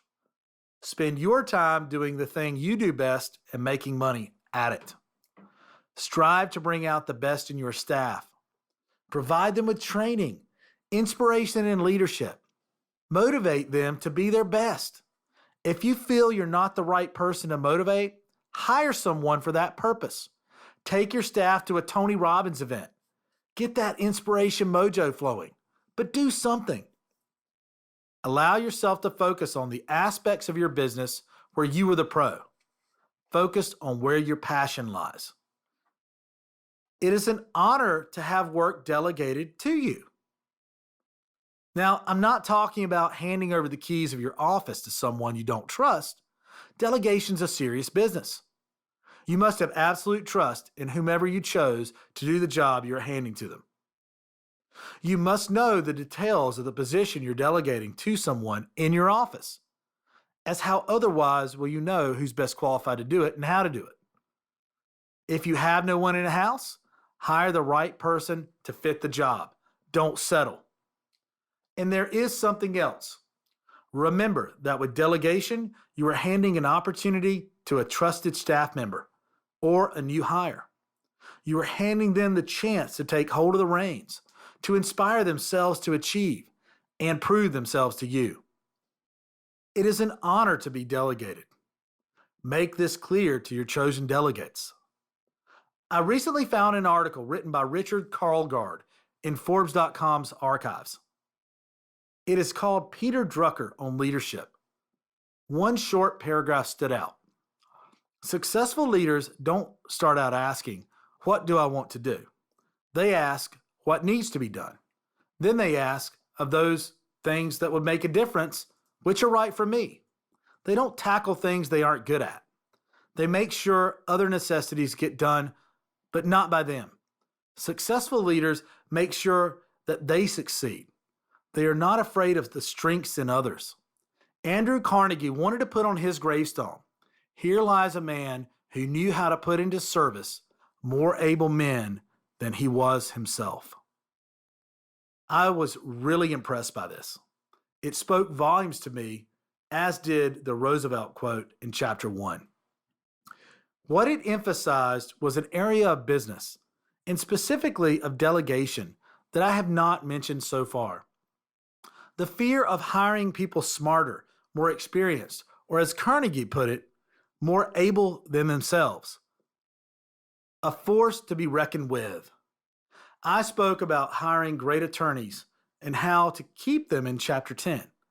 That goes a long way towards this point, but it doesn't fully address the fear people have when hiring others who may be more capable than themselves. We all want to be the best or the big shot. We want to be the smartest or the problem solver or the expert in the room. No one wants to be overshadowed. It takes a strong leader to bring in someone who they know is smarter or who has a better education or who has that personality we all want, that clarity of presentation, so valuable in the legal and business worlds. It's easy to feel threatened by someone like that. But any strong leader, whether legal, financial, industrial, or political, will surround themselves with people far more able than they are.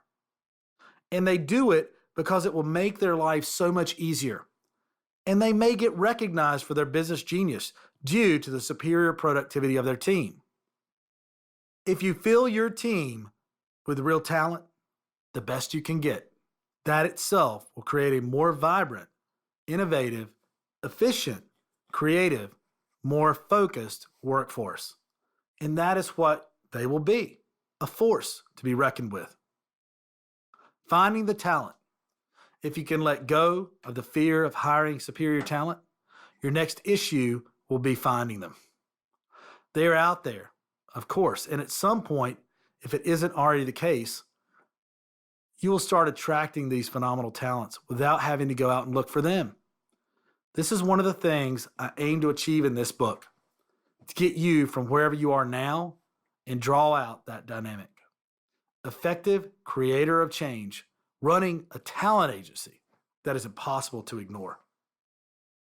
All a company is a group of people who have gathered together to create a product or service. And so how talented and how focused that group is cohesively and in a good direction, that will determine the success of the company. Elon Musk. Attorneys, of course, have their own special set of fears that I also want to focus on here. What do attorneys fear most? I've come to believe that attorneys in general fear more what their fellow attorneys think of them than almost anything else. It's a real ego thing. This isn't specific to the legal world, but it does appear front and center. Your job as an attorney is to get attention after all. Attorneys want to create this persona of untarnished, highbrow respect, okay? I think that can be done tastefully while still getting your brand out there. To do this, you must know your message. That must be clear and precise. That's what lawyers want to do. That's what they ask about. But they're scared to do it. They're scared to speak in case their reputation gets damaged. Just look at some of the legal forums and how individual lawyers can find themselves dragged through the crap of speaking their mind. But it doesn't matter. It doesn't matter one bit. As I mentioned in chapter 2 about getting haters, you state your case, then you back off, and you just get on with your business. Forget about what others are saying. Ignore it. It's a waste of time. As with haters, it doesn't matter. It doesn't matter what you say or do. Someone will always jump on it, and in so doing, they will advertise you. Leave it at that. State your point, your passion, and move on. Let the people intent on dragging you down waste their time. You will find their comments will only lift you up. So have a freaking opinion. You have enemies? Good. That means you've stood up for something sometime in your life. Winston Churchill. I'm saying this from the heart because it really pisses me off. Have a freaking opinion. Let me say that again so you realize how utterly essential it is. Have a freaking opinion. I know and you know that you have one.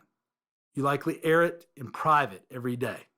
You probably get mad about something when driving to work, but clam shut when the opportunity arises to make something with it. Stop doing that. Stop hiding it.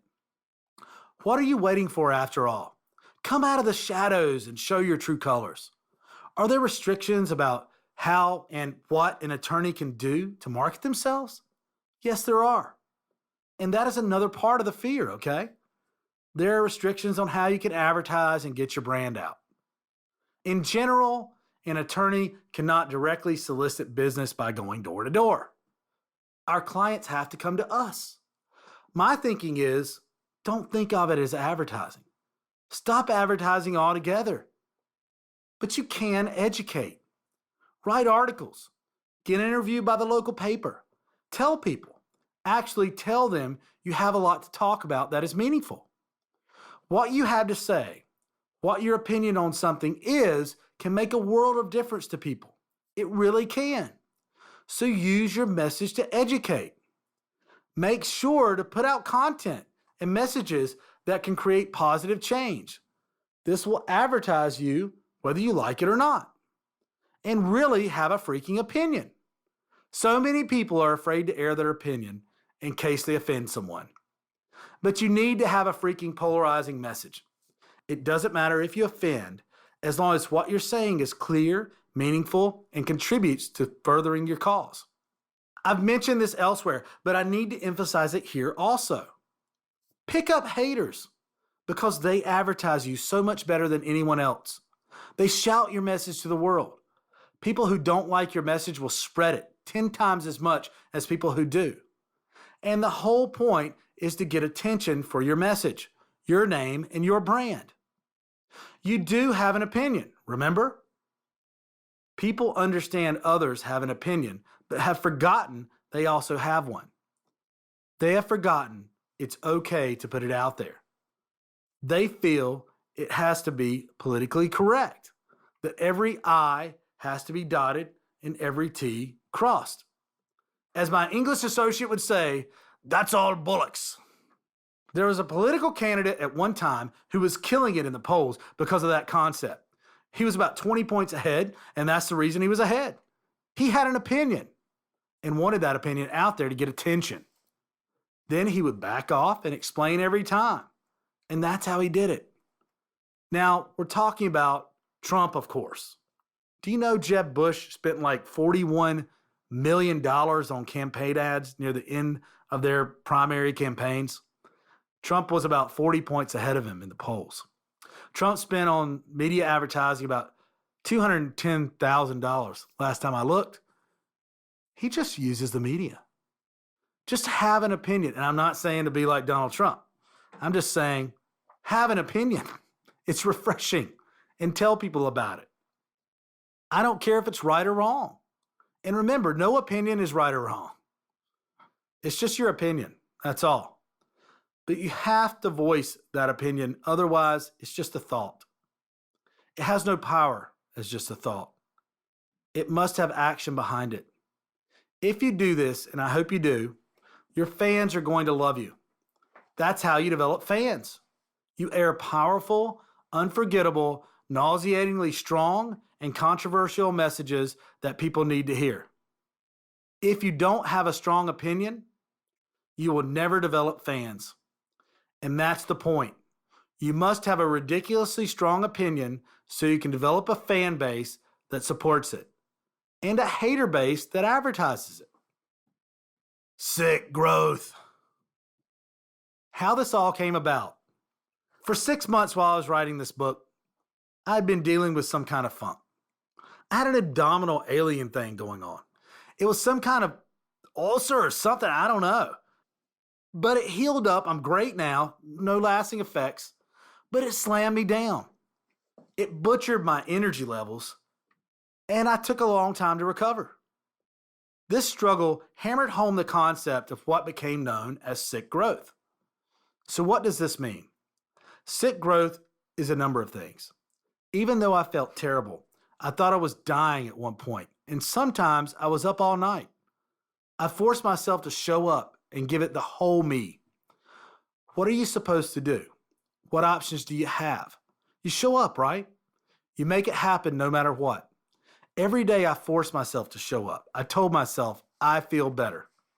I told myself I felt good. I smiled in the mirror in the mornings and went through the motion. And as I did, I got a lot accomplished. But it also dragged me down into some dark alleys. What else? Because I did more than just show up. Showing up is key, regardless of how you feel. You'll certainly be productive, but it's forced growth. Necessity is the mother of all invention, right? Now, I didn't do many podcasts or writing during this time. I felt like it was too much. I couldn't get everything done, but I had this nagging feeling to keep going. I've always had this ethical and moral obligation to take care of my family, my kids, to take care of my staff. That's something I take seriously. I hate not being 100%.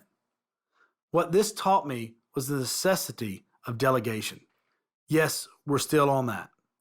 During the time I was sick, I grew more as an individual and as a company than the previous year when performing at super high energy levels because I was forced to hire people to keep things moving. I hired a business manager to run the office so I didn't have to. She handled the tedious day-to-day stuff so I could do more with less effort. Delegating tasks allow me to focus. If I'm the captain of the ship and we have a calm day, I'm looking to the wind, the direction it's blowing, and how to get it in the sails to move us forward because there will be calm days. But I don't want someone nagging me about the crew or the provisions. Someone else should be handling the day-to-day running of your ship, your business. Delegation. I know this is hard for attorneys. I am an attorney. I understand this is not something that always is easy to our kind. Yeah, I know you're all smiling. You know exactly what I'm talking about here. Delegation for me is very much a learned skill. It has not come easy. But when a task comes in, ask yourself these things. Is this what you are here to do? Is this something you can do well without it taking away from your real purpose? Remember the magnifying glass analogy. You don't want to spread yourself too thin. Repeat after me. Multitasking is shit. Hey, I'll create a t-shirt with that written on it and give it to you. Then you can delegate that task to someone else or bring in a new hire to do that position. Doing this, letting go of some control, improves the system. Doing this will allow you to make more money and be more efficient. You will provide a better service to your clients, and it will hand you more power because now you can focus on what you're good at. You're no longer wasting time worrying about how this or that works. That's taken care of by your manager, your employees, and your systems. See Chapter 12, Systems and Processes. Here's the bonus of all that. After you get back to full health, full energy reserves, your company will be stronger than when you left it. All things you had to put in place created a more efficient environment. This was my experience. You should do this while you're 100%. Then you have a whole team around you. You can't play a football game with just the quarterback. You have learned to trust yourself more by delegating to others and realize this has moved your organization up the ladder a few rungs in efficiency, skill, service, and focus. Your employees will understand what is required of them because each person will know exactly what it is they're doing. Each cog is interacting perfectly, or at least much better than before. You have to allow for a few mistakes and not flip out when they happen. Don't wait until you feel like crap to put this into motion. You should try to do this now. Sick growth is about getting out of your own way. I want to explain what I mean by that because you hear it all the time in the new age type of thinking, get out of your own way. Most just say, get out of your own way, as if that's going to have some kind of obvious meaning. It might be obvious on an intellectual level, but on a practical level, without some direction, most are left floundering as to what to do next. So what do I mean by getting out of your own way? I've set up my company, so I work for the case managers in my office. My business manager, that's who I work for. I'm the CEO, the visionary, and that's where I stand. That's where I make the most impact. The more I spend my time there as CEO, the more money we can make as a collective group. By letting go of having to control every aspect of your business, the barriers to success will begin to come down, leaving the path more and more clear. This is getting out of your own way because you are the barrier to your success. And hey, you can't do everything yourself. You have to remove yourself from the center of your organization. Don't wait until you have to have sick growth. Trust yourself. Hire someone. Hire several someones. Delegate tasks and make more money. If you grasp this concept, you will not only improve your life for yourself, it will improve your life for your employees, your clients, your family, and your company. Do not wait. Steps to achieve sick growth. 1. If you were unable to come into your office for an extended amount of time, how well would it function? Really examine this. Don't just say, it's great, it's fantastic, my clients love me. Make an effort to see what you can improve upon. 2, examine if you are wasting your time on a day-to-day running of your office. By the way, I already know you are if that's what you're doing. Hire someone to run the day-to-day Office task, hire a business manager. 3, if you hired a business manager to run the day-to-day task or another employee for a specific task, how would that affect you and the other members of your team? 4, start to experiment with this. Start delegating the areas that you know you should not be wasting your time on. Do it to measure how this affects your team. 5, measure the results. Be clinical and be scientific. Don't stop with this process. Make a game of it. Keep looking at those barriers, the weakest links. Then remove the barrier or improve the link. Then search for the next weakest links. Ron Carroll, Box Theory. I'm a control freak. You must give up some control in order to grow.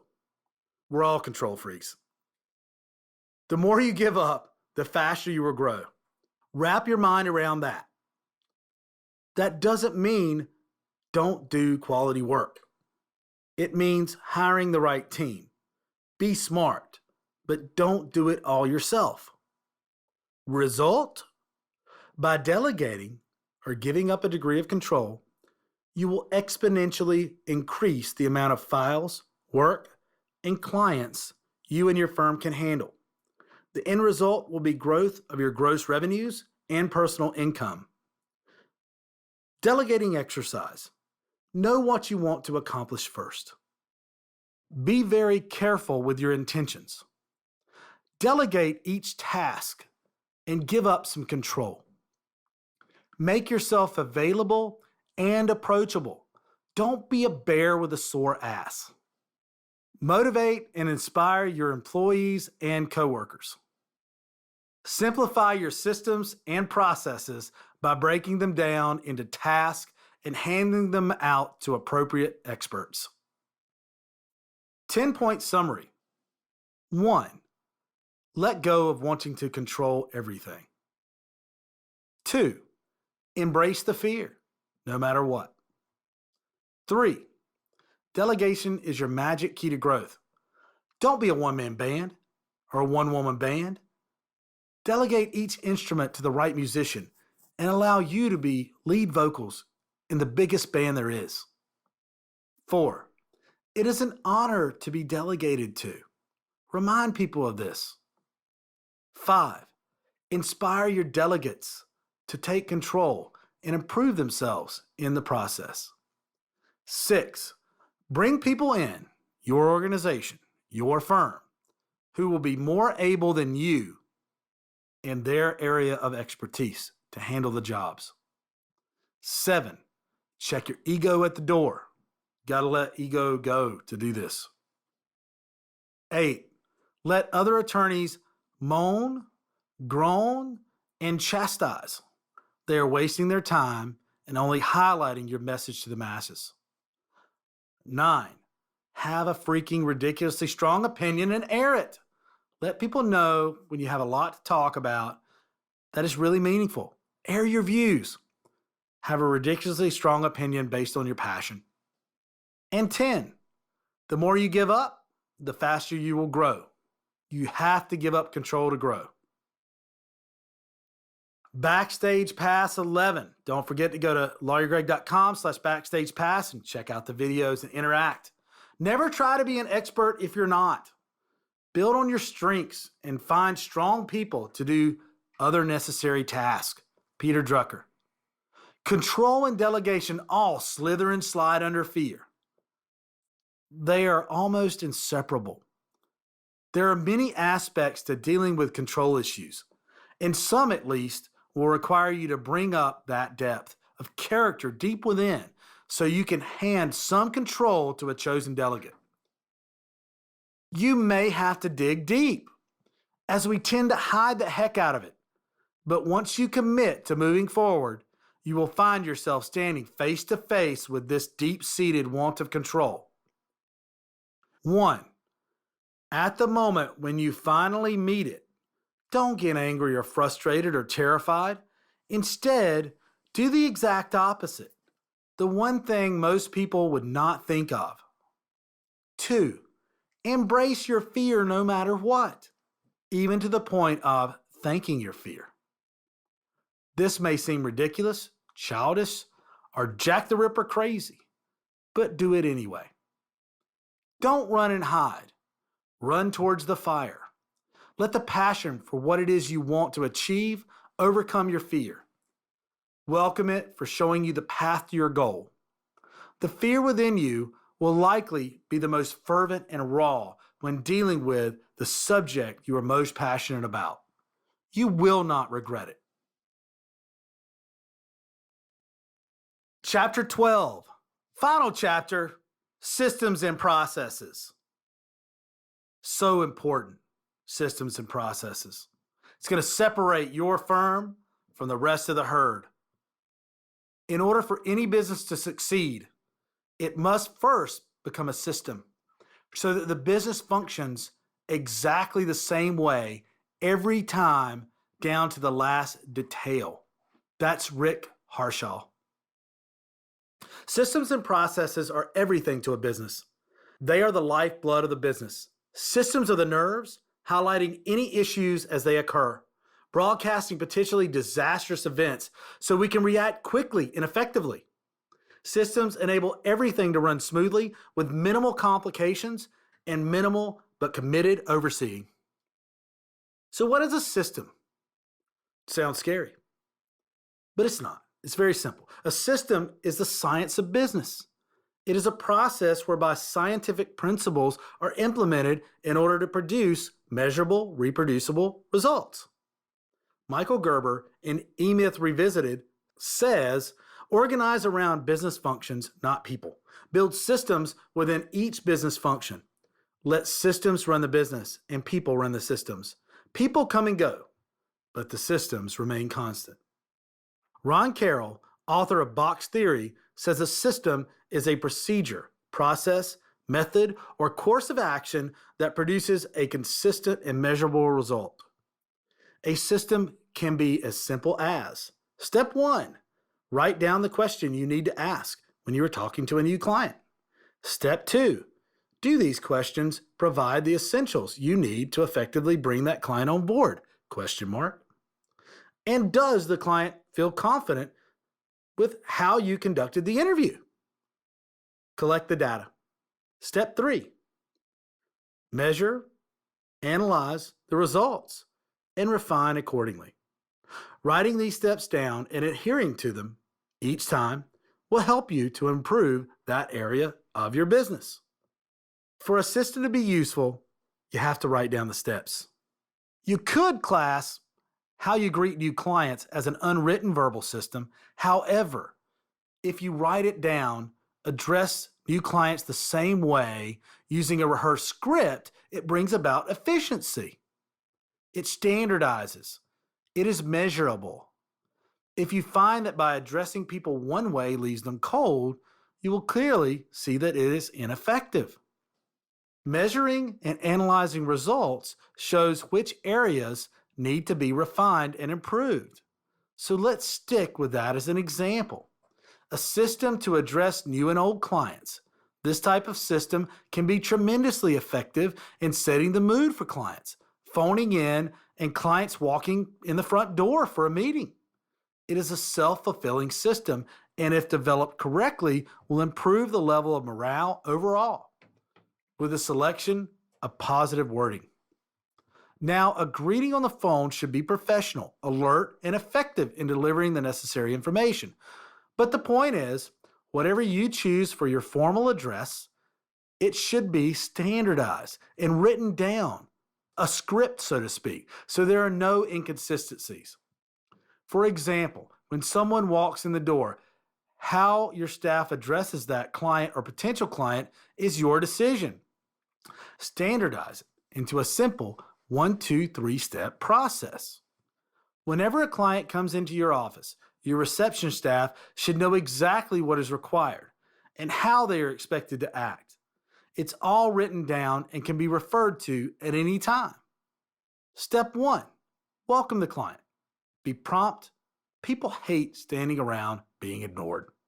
Step 2, say a single short sentence that clearly outlines the goal of your firm, your number one core value. Step 3, offer them coffee.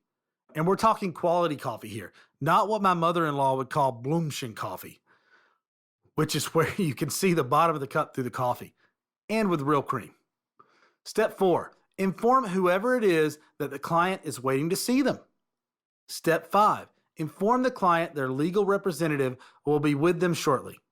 This is, of course, just an example, but it shows how simple and easy a basic system is to generate. It is just steps that are written down and used to keep a function of the business repeating itself over and over in exactly the same way. It can then be measured, analyzed, and refined if necessary, and so improved. By setting up even a basic system like this, it will encourage clients to pass on a glowing referral and get others outside your network to buy in. You are providing added value to the client and creating a network growing system with minimal overseeing for a fraction of the cost of advertising.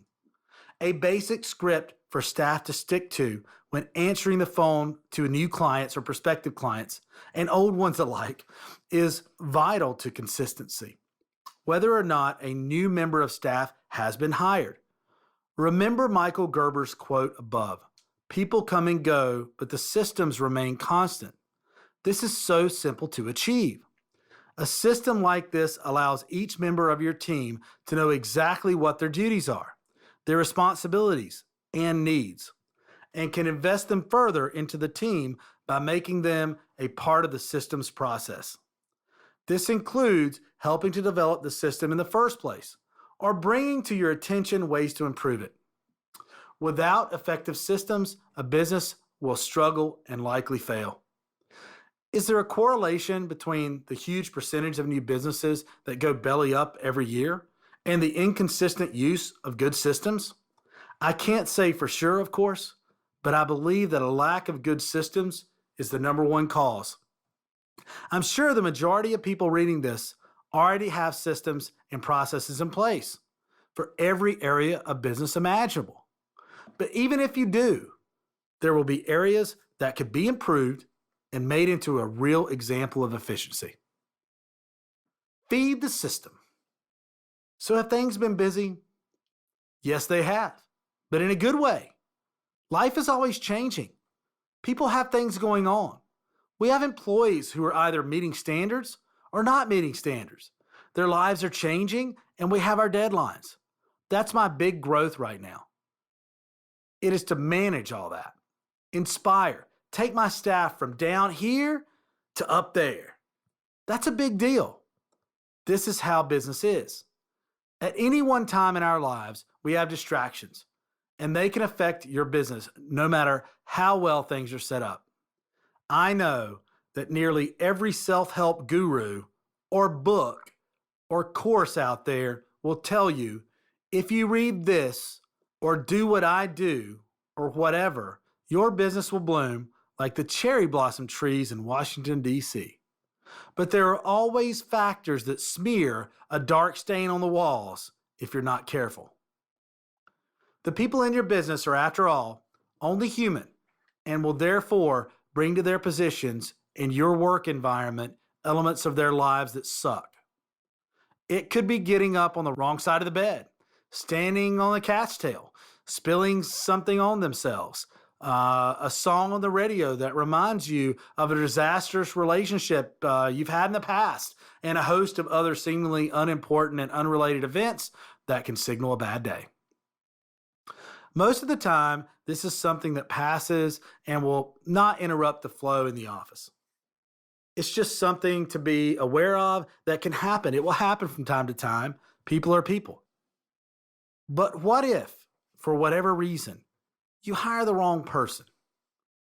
Or you hired someone who you thought was the right person, but soon suspected that wasn't the case? What do? You need a good hiring system.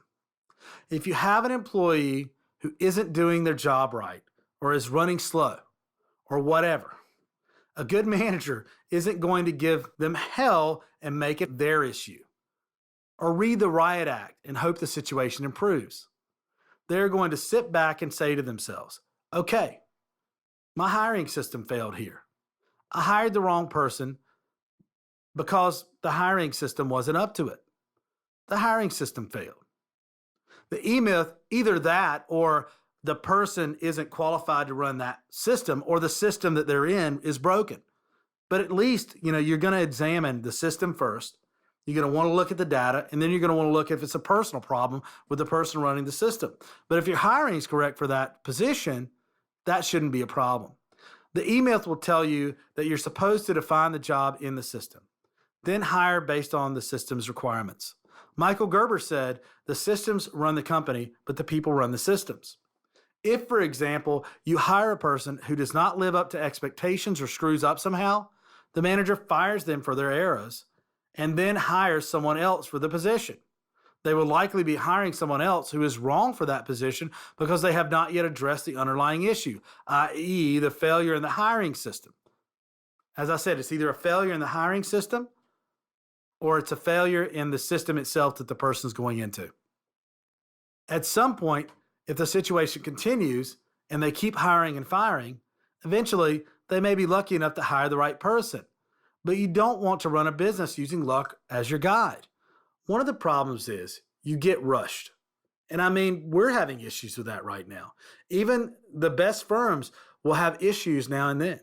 And my firm is no exception. We brought in someone who was good with technology and met all the requirements, but was as slow on the takeoff as a freaking turtle. Now I'm talking slow as in catching on. My new hire just seemed lost. And maybe it was because our training system wasn't correct. And I think that's probably true. And we're growing too fast.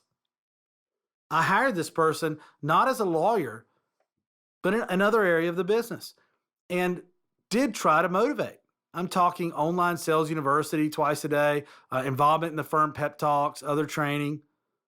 Some people really need you to hold their hand at the start until they get it figured out. And then you let them loose. Others, you show them their desk and they're off. But I think you can work on identifying those people who are going to be off and running in your hiring system. I need the offs. I don't want to hold someone's hand. This is a business. It is somewhat cutthroat. I want my new hires to just do it and do it well. I don't know what part of the system needs refining. And if it's the training or the job's not clearly defined, that's something we're still trying to determine. But I expect people to jump in, head first, and get going. I need self-starters. Because this is a breakneck Formula One profession. It's been hard for me getting the right people, and I need to address my system to see where the red light is. This is the kind of thing I wanted to use in this chapter to show the realities of business management. In a book example, there is no rush, no urgency to hire someone due to excessive workload. But the reality is that in any business, urgency, rush, frustration, irritation, all of this comes into play and keeps screwing with the business. Even with the right intentions in place and the right system, it doesn't mean things are always going to click. It's life. So hiring the right person in the first place will initially take more time, but you will not have the headaches of firing and rehiring and retraining. Doing that in the long run takes much more time and effort on your part. Hiring. How hard is it to hire someone who's great at what they do? Sometimes it seems almost impossible, and that is where you need to search and refine your hiring systems. You need to define the job of the people you want to hire. You need to manage the system instead of the employee. Steve Jobs would hire only A players, probably because by doing that, he was always surrounded by overachievers and self-starters. Those types of people carry you. They get things done. My father would say something that at the time I thought was ridiculous. He would always hire people smarter than him. I know better now. Surround yourself with the best in the business. They make you look good and they make your life far easier. Find them, and pay them because they are worth it. There's a perfect example of this in my office. I offered a lot more money than I was used to paying for a new hire.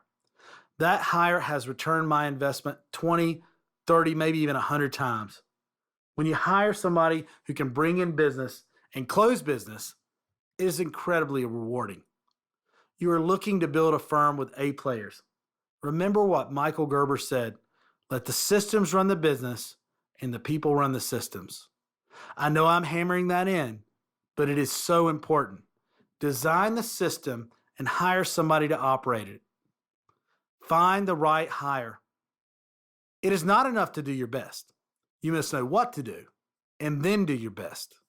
W. Edwards Deming. You have to have the right person to operate the systems. Wouldn't you agree? Not just a person who can operate the system, but the right person.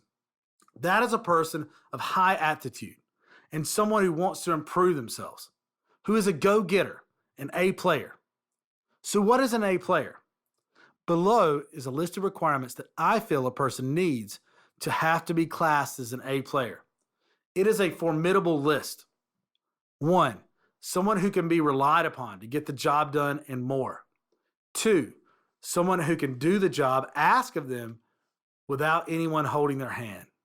3, they are self-motivated. 4, they are able to progress to levels you were not expecting or to levels you hoped they would reach. 5, self-starter.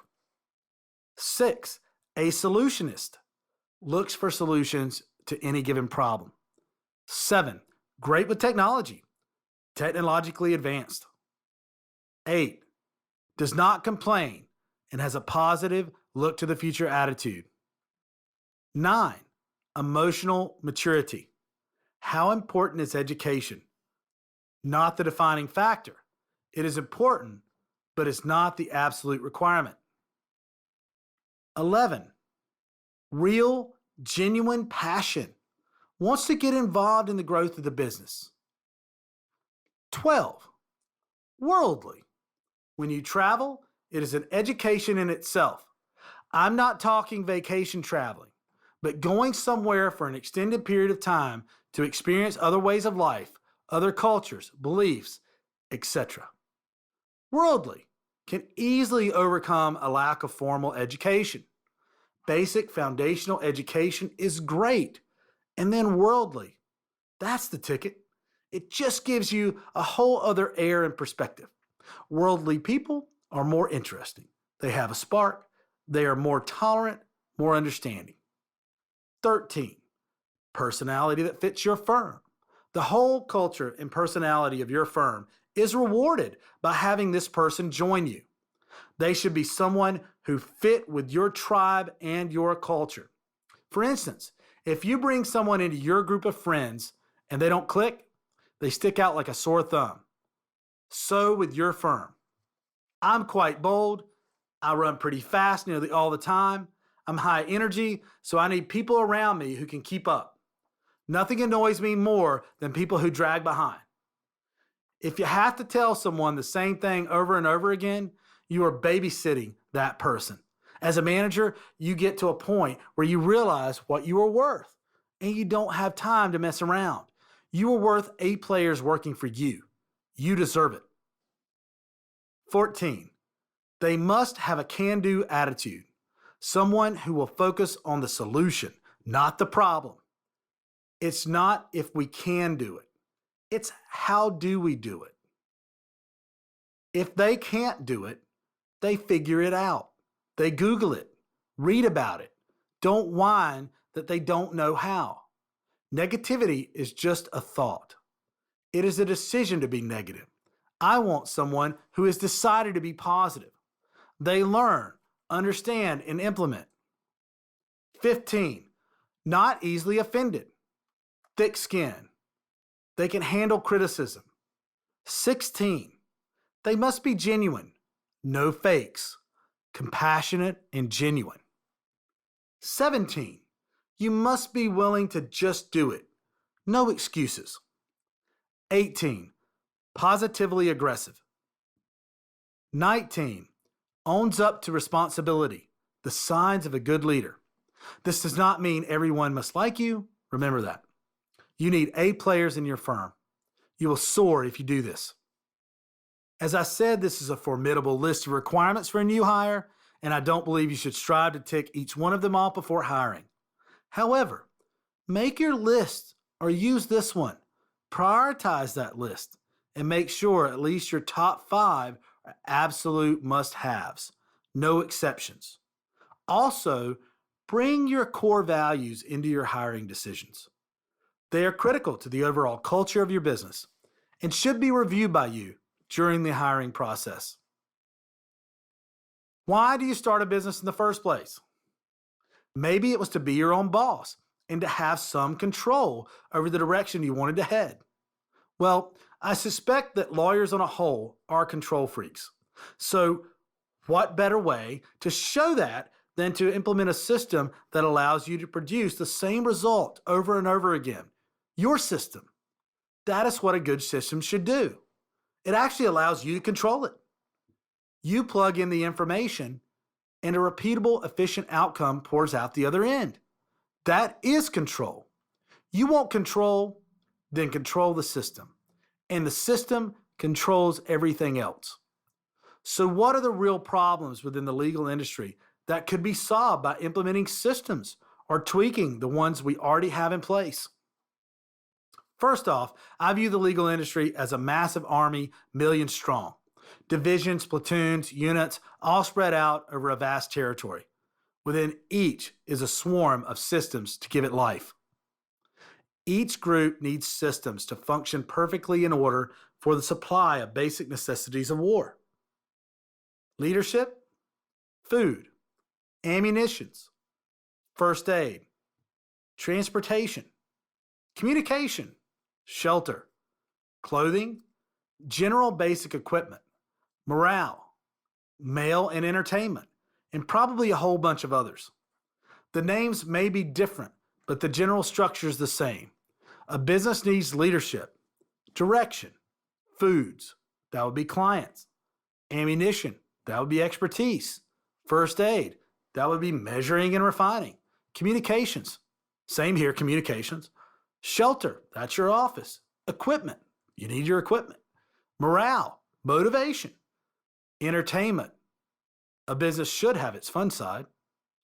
And like an army, you were at war in a sense.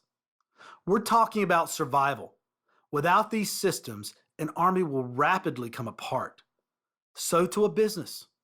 To survive, mobilize, and grow, you need the best systems you can get, and then you manage the systems.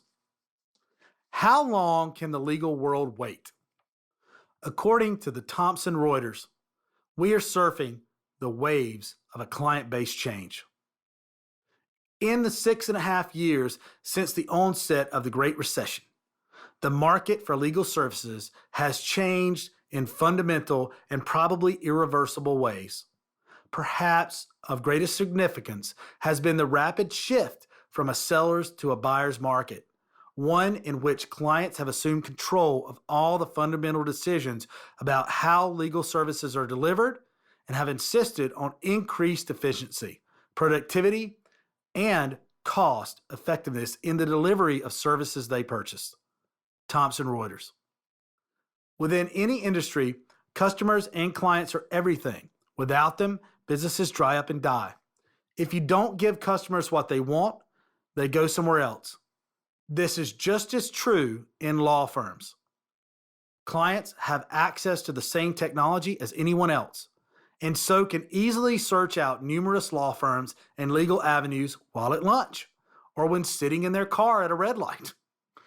They are informed and they are smart, so don't underestimate them. Don't sweat the small stuff. For smaller firms and offices, changes can take place very quickly. A simple change in policy or procedure can make all the difference. But have you really understood the impact and the importance that great systems can have? Or am I just blurbing on like a professor in a stats class?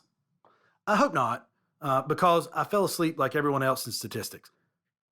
The simple answer is this: you need them everywhere, but there are areas you should pay more attention to. A number of guiding principles can help address this. One is the principle of an Italian engineer, Vilfredo Pareto. What he discovered was that in nearly any walk of life, approximately 80% of the effects come from 20% of the causes.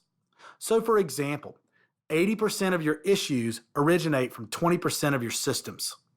Now, you've probably heard of the Pareto principle before. It is quite well known in business circles, but have you addressed its importance on how your business functions? Focus on those areas of your system that are responsible for the greatest effect on your business. 20% of your systems create 80% of the revenue. Find which systems these are and focus on refining them first. It's time to change. Law firms, whether solo or large, are already going to have systems in place. They are already making money with the systems they have, so there will be some resistance to improving or changing them. You're probably feeling some resistance right now, but the slightest improvement in a system can have a huge impact on your business. Remember, find the weakest link and improve, then move to the next weakest links. Ron Carroll, Box Theory. To eliminate resistance, you need to see the potential improvements that a system can produce. This is essential. One way to do this is to contact and visit a big league law firm entrenched in systems. I described in Chapter 5 the effect a 45-minute phone call with a big kahuna had on productivity, perspective, and a whole slew more. The same is true for reaching up to a big kahuna and asking about systems. This is an easy way to ask for guidance and possibly mentorship. Many well-established, successful big leaguers will be happy to meet with you if you make the effort. Ask them about the systems they use, how effective they are, how extensive. They will inform you that they are essential to survive. Dvorak and QWERTY. I recently heard of a guy called Dr. Dvorak, who somewhere in the 20s and 30s developed a keyboard which was much more efficient than the QWERTY, the same one we use today. He tested the keyboard and found with good typists, his design improved their typing speed and accuracy by up to 75%.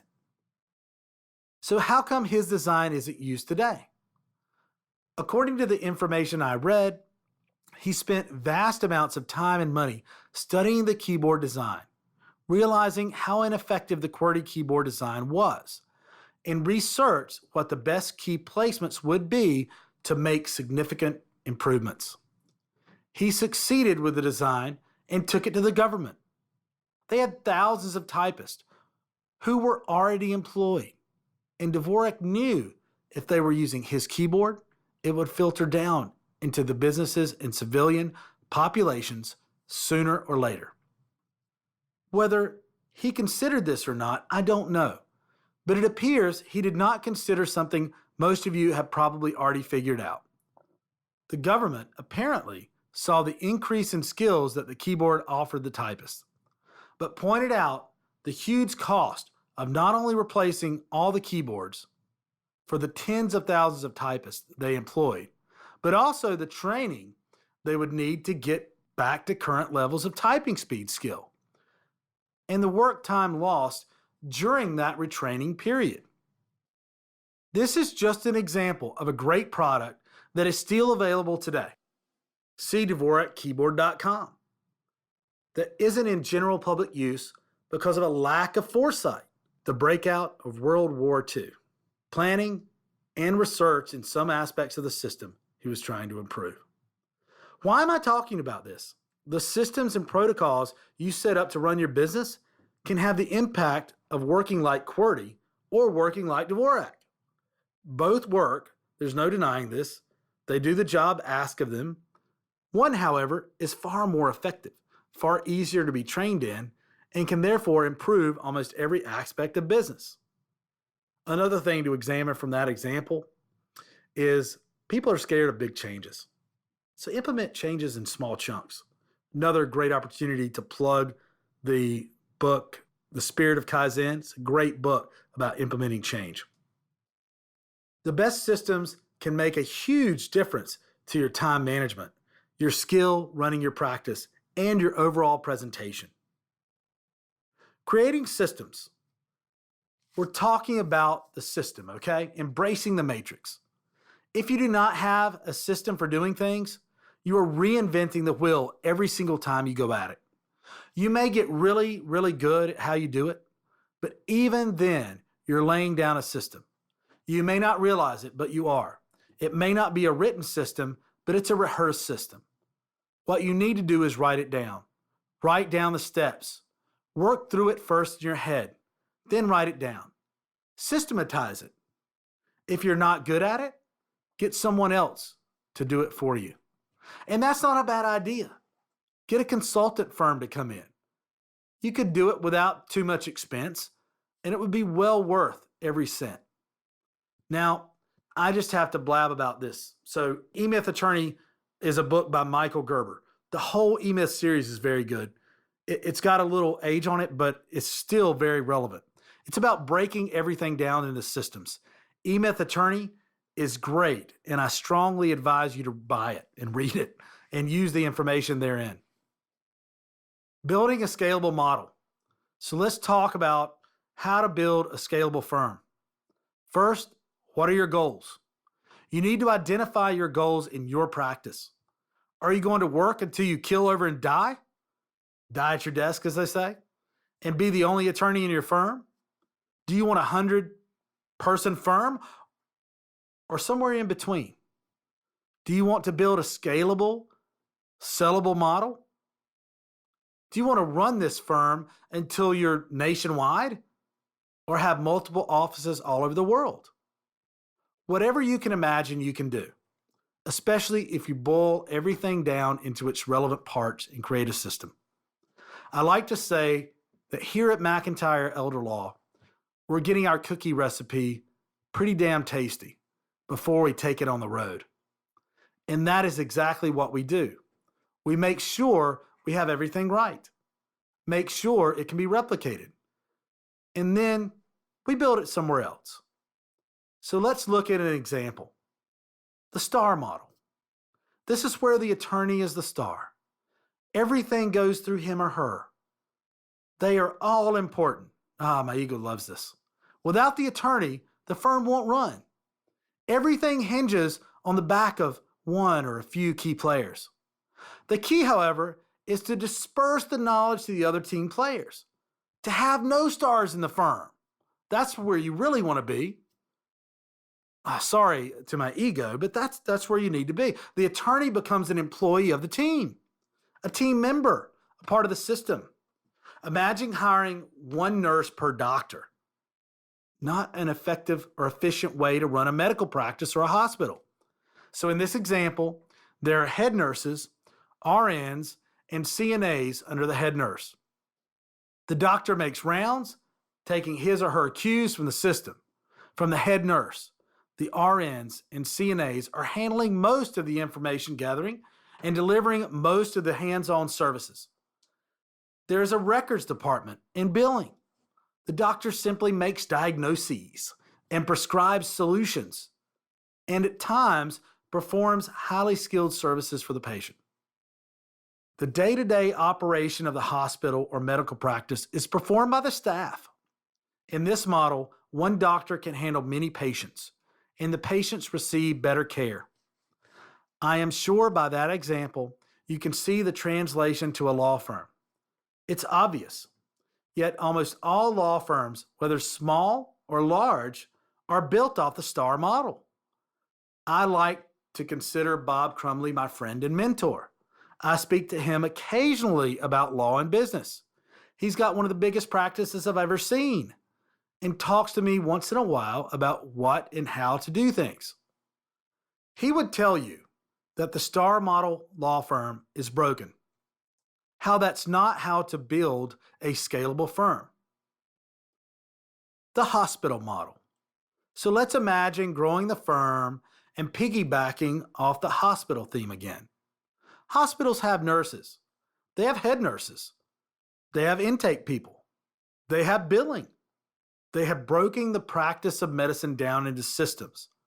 And that's how they deliver care to an entire large-scale community.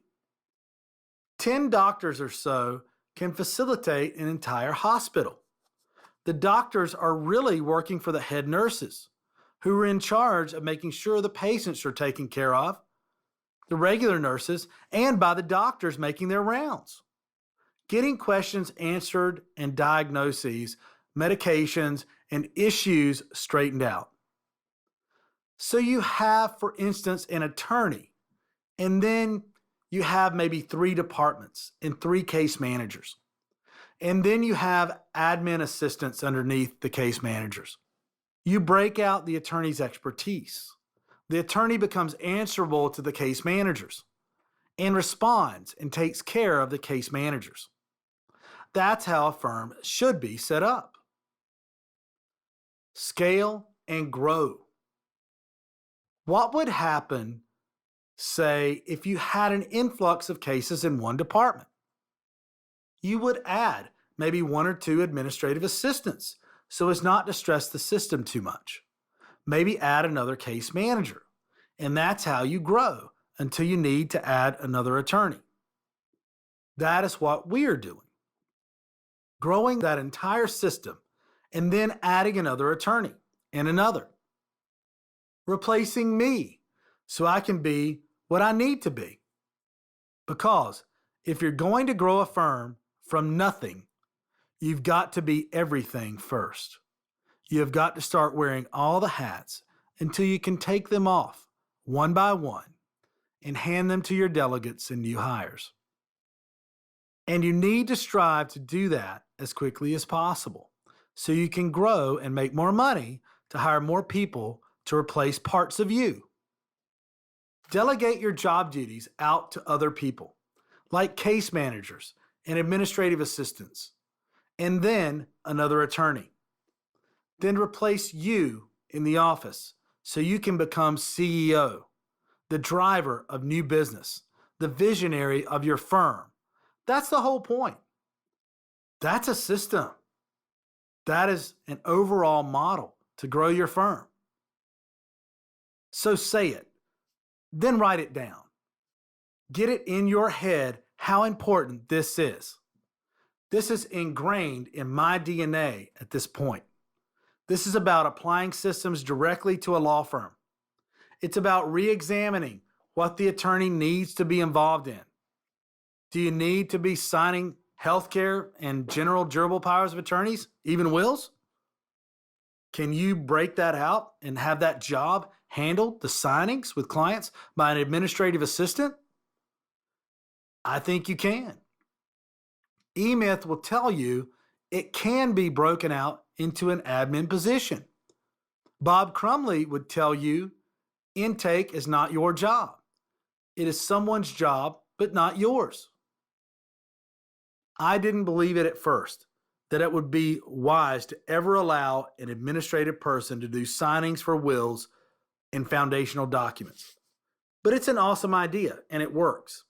Once you hire someone who likes to conduct signings, they will do a better job at it than you will, and you will have effectively gotten out of your own way. So listen to the experts out there.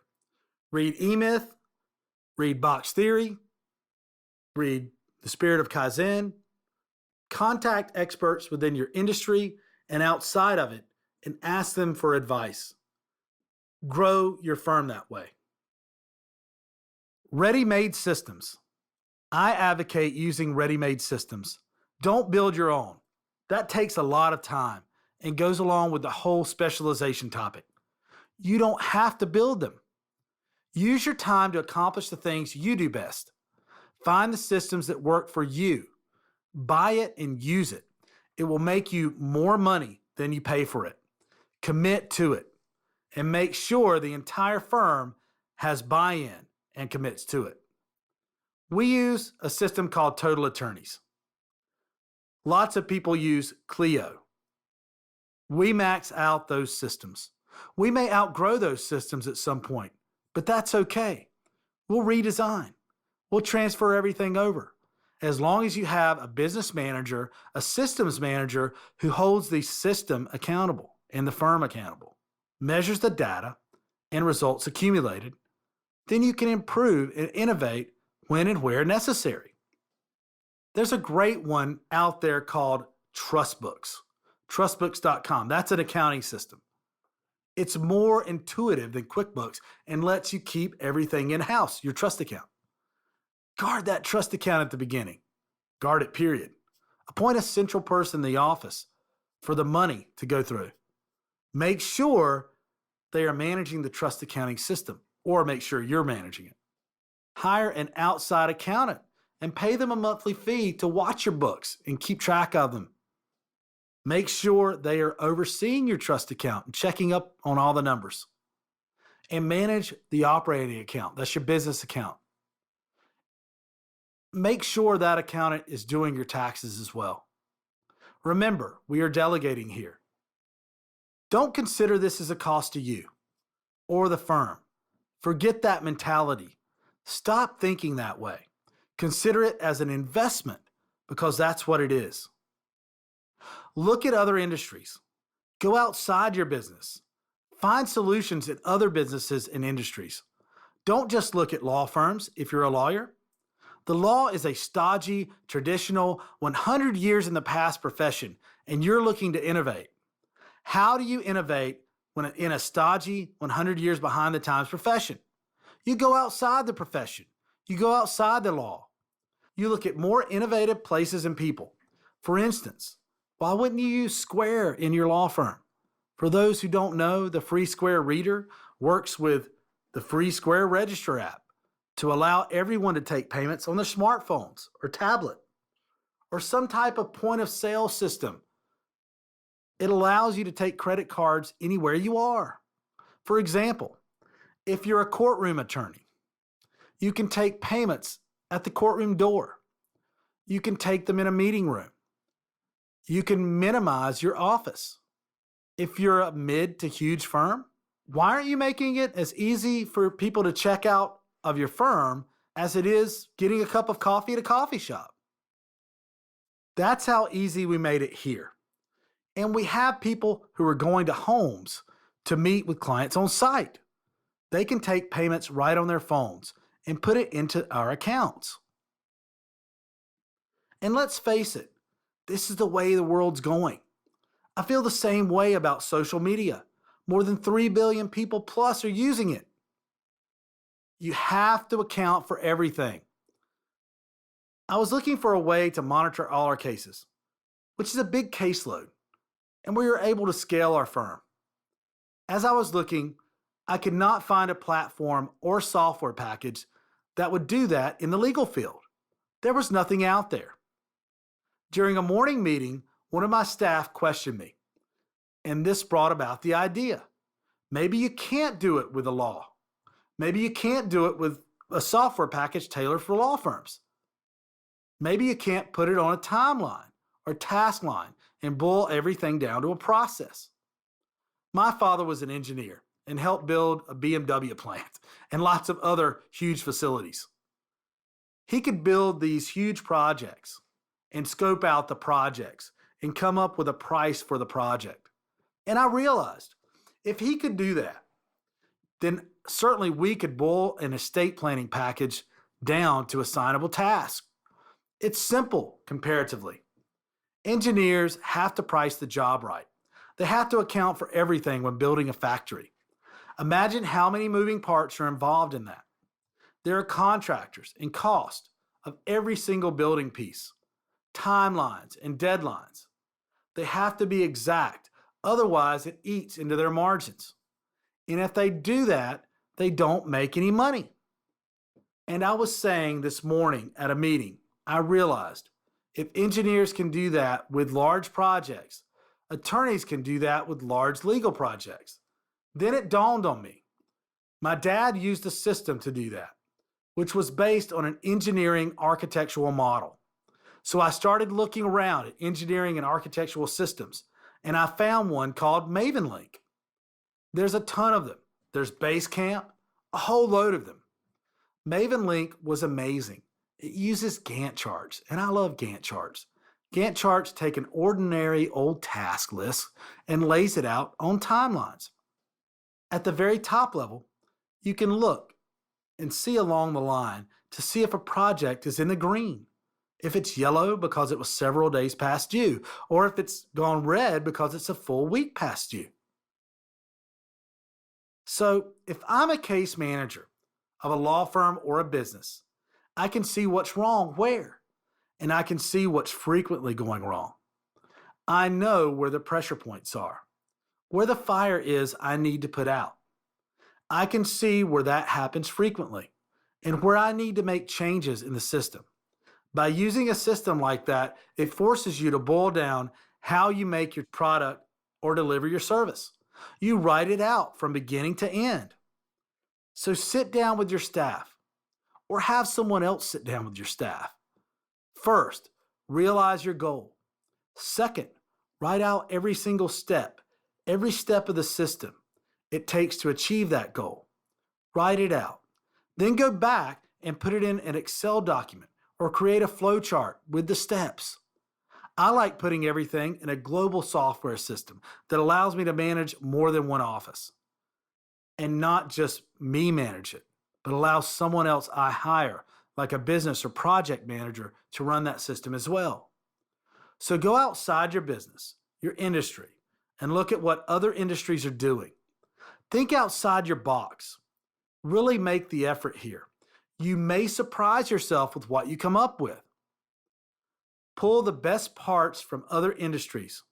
Look at W. Edwards Deming. Deming talked about refining everything in your system, measuring feedback, and had a 14-point management philosophy. You need to constantly do that and refine your systems.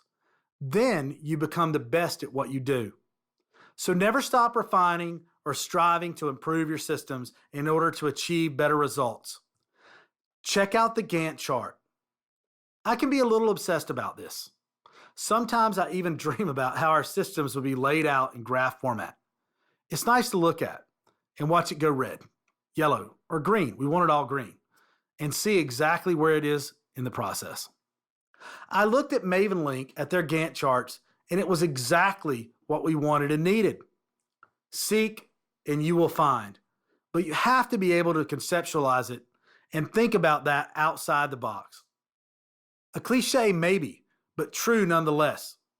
Read material from different industries and magazines.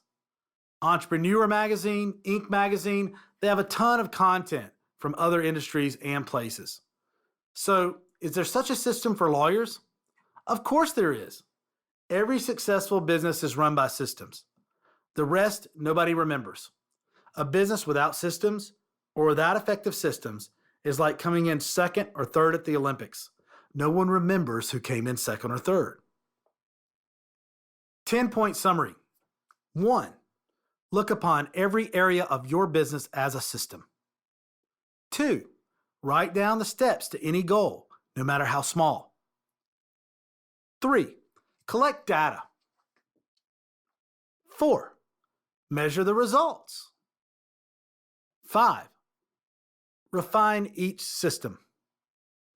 6. Hire a systems manager. 7. Invite your staff to help develop and refine your systems. Make them a part of it. 8. Look at the top 3 systems, the 20%, responsible for generating the most revenue, or 80%, and analyze, then refine these first. 9. Reach up to the big legal kahunas. Ask for systems advice. You never know where this may lead. 10. Look outside your industry for inspiration. Backstage Pass 12. Organize around business functions, not people. Build systems within each business function. Let systems run the business, and people run the systems. People come and go, but the systems remain constant. Michael Gerber, E-Myth Revisited. Systems and processes are everything to a business. They are the lifeblood of business. Running a business, no matter in which industry, with untested, unmeasured systems, is like playing with fire. You never know when you're going to get burned. Look at each system of your business. 1.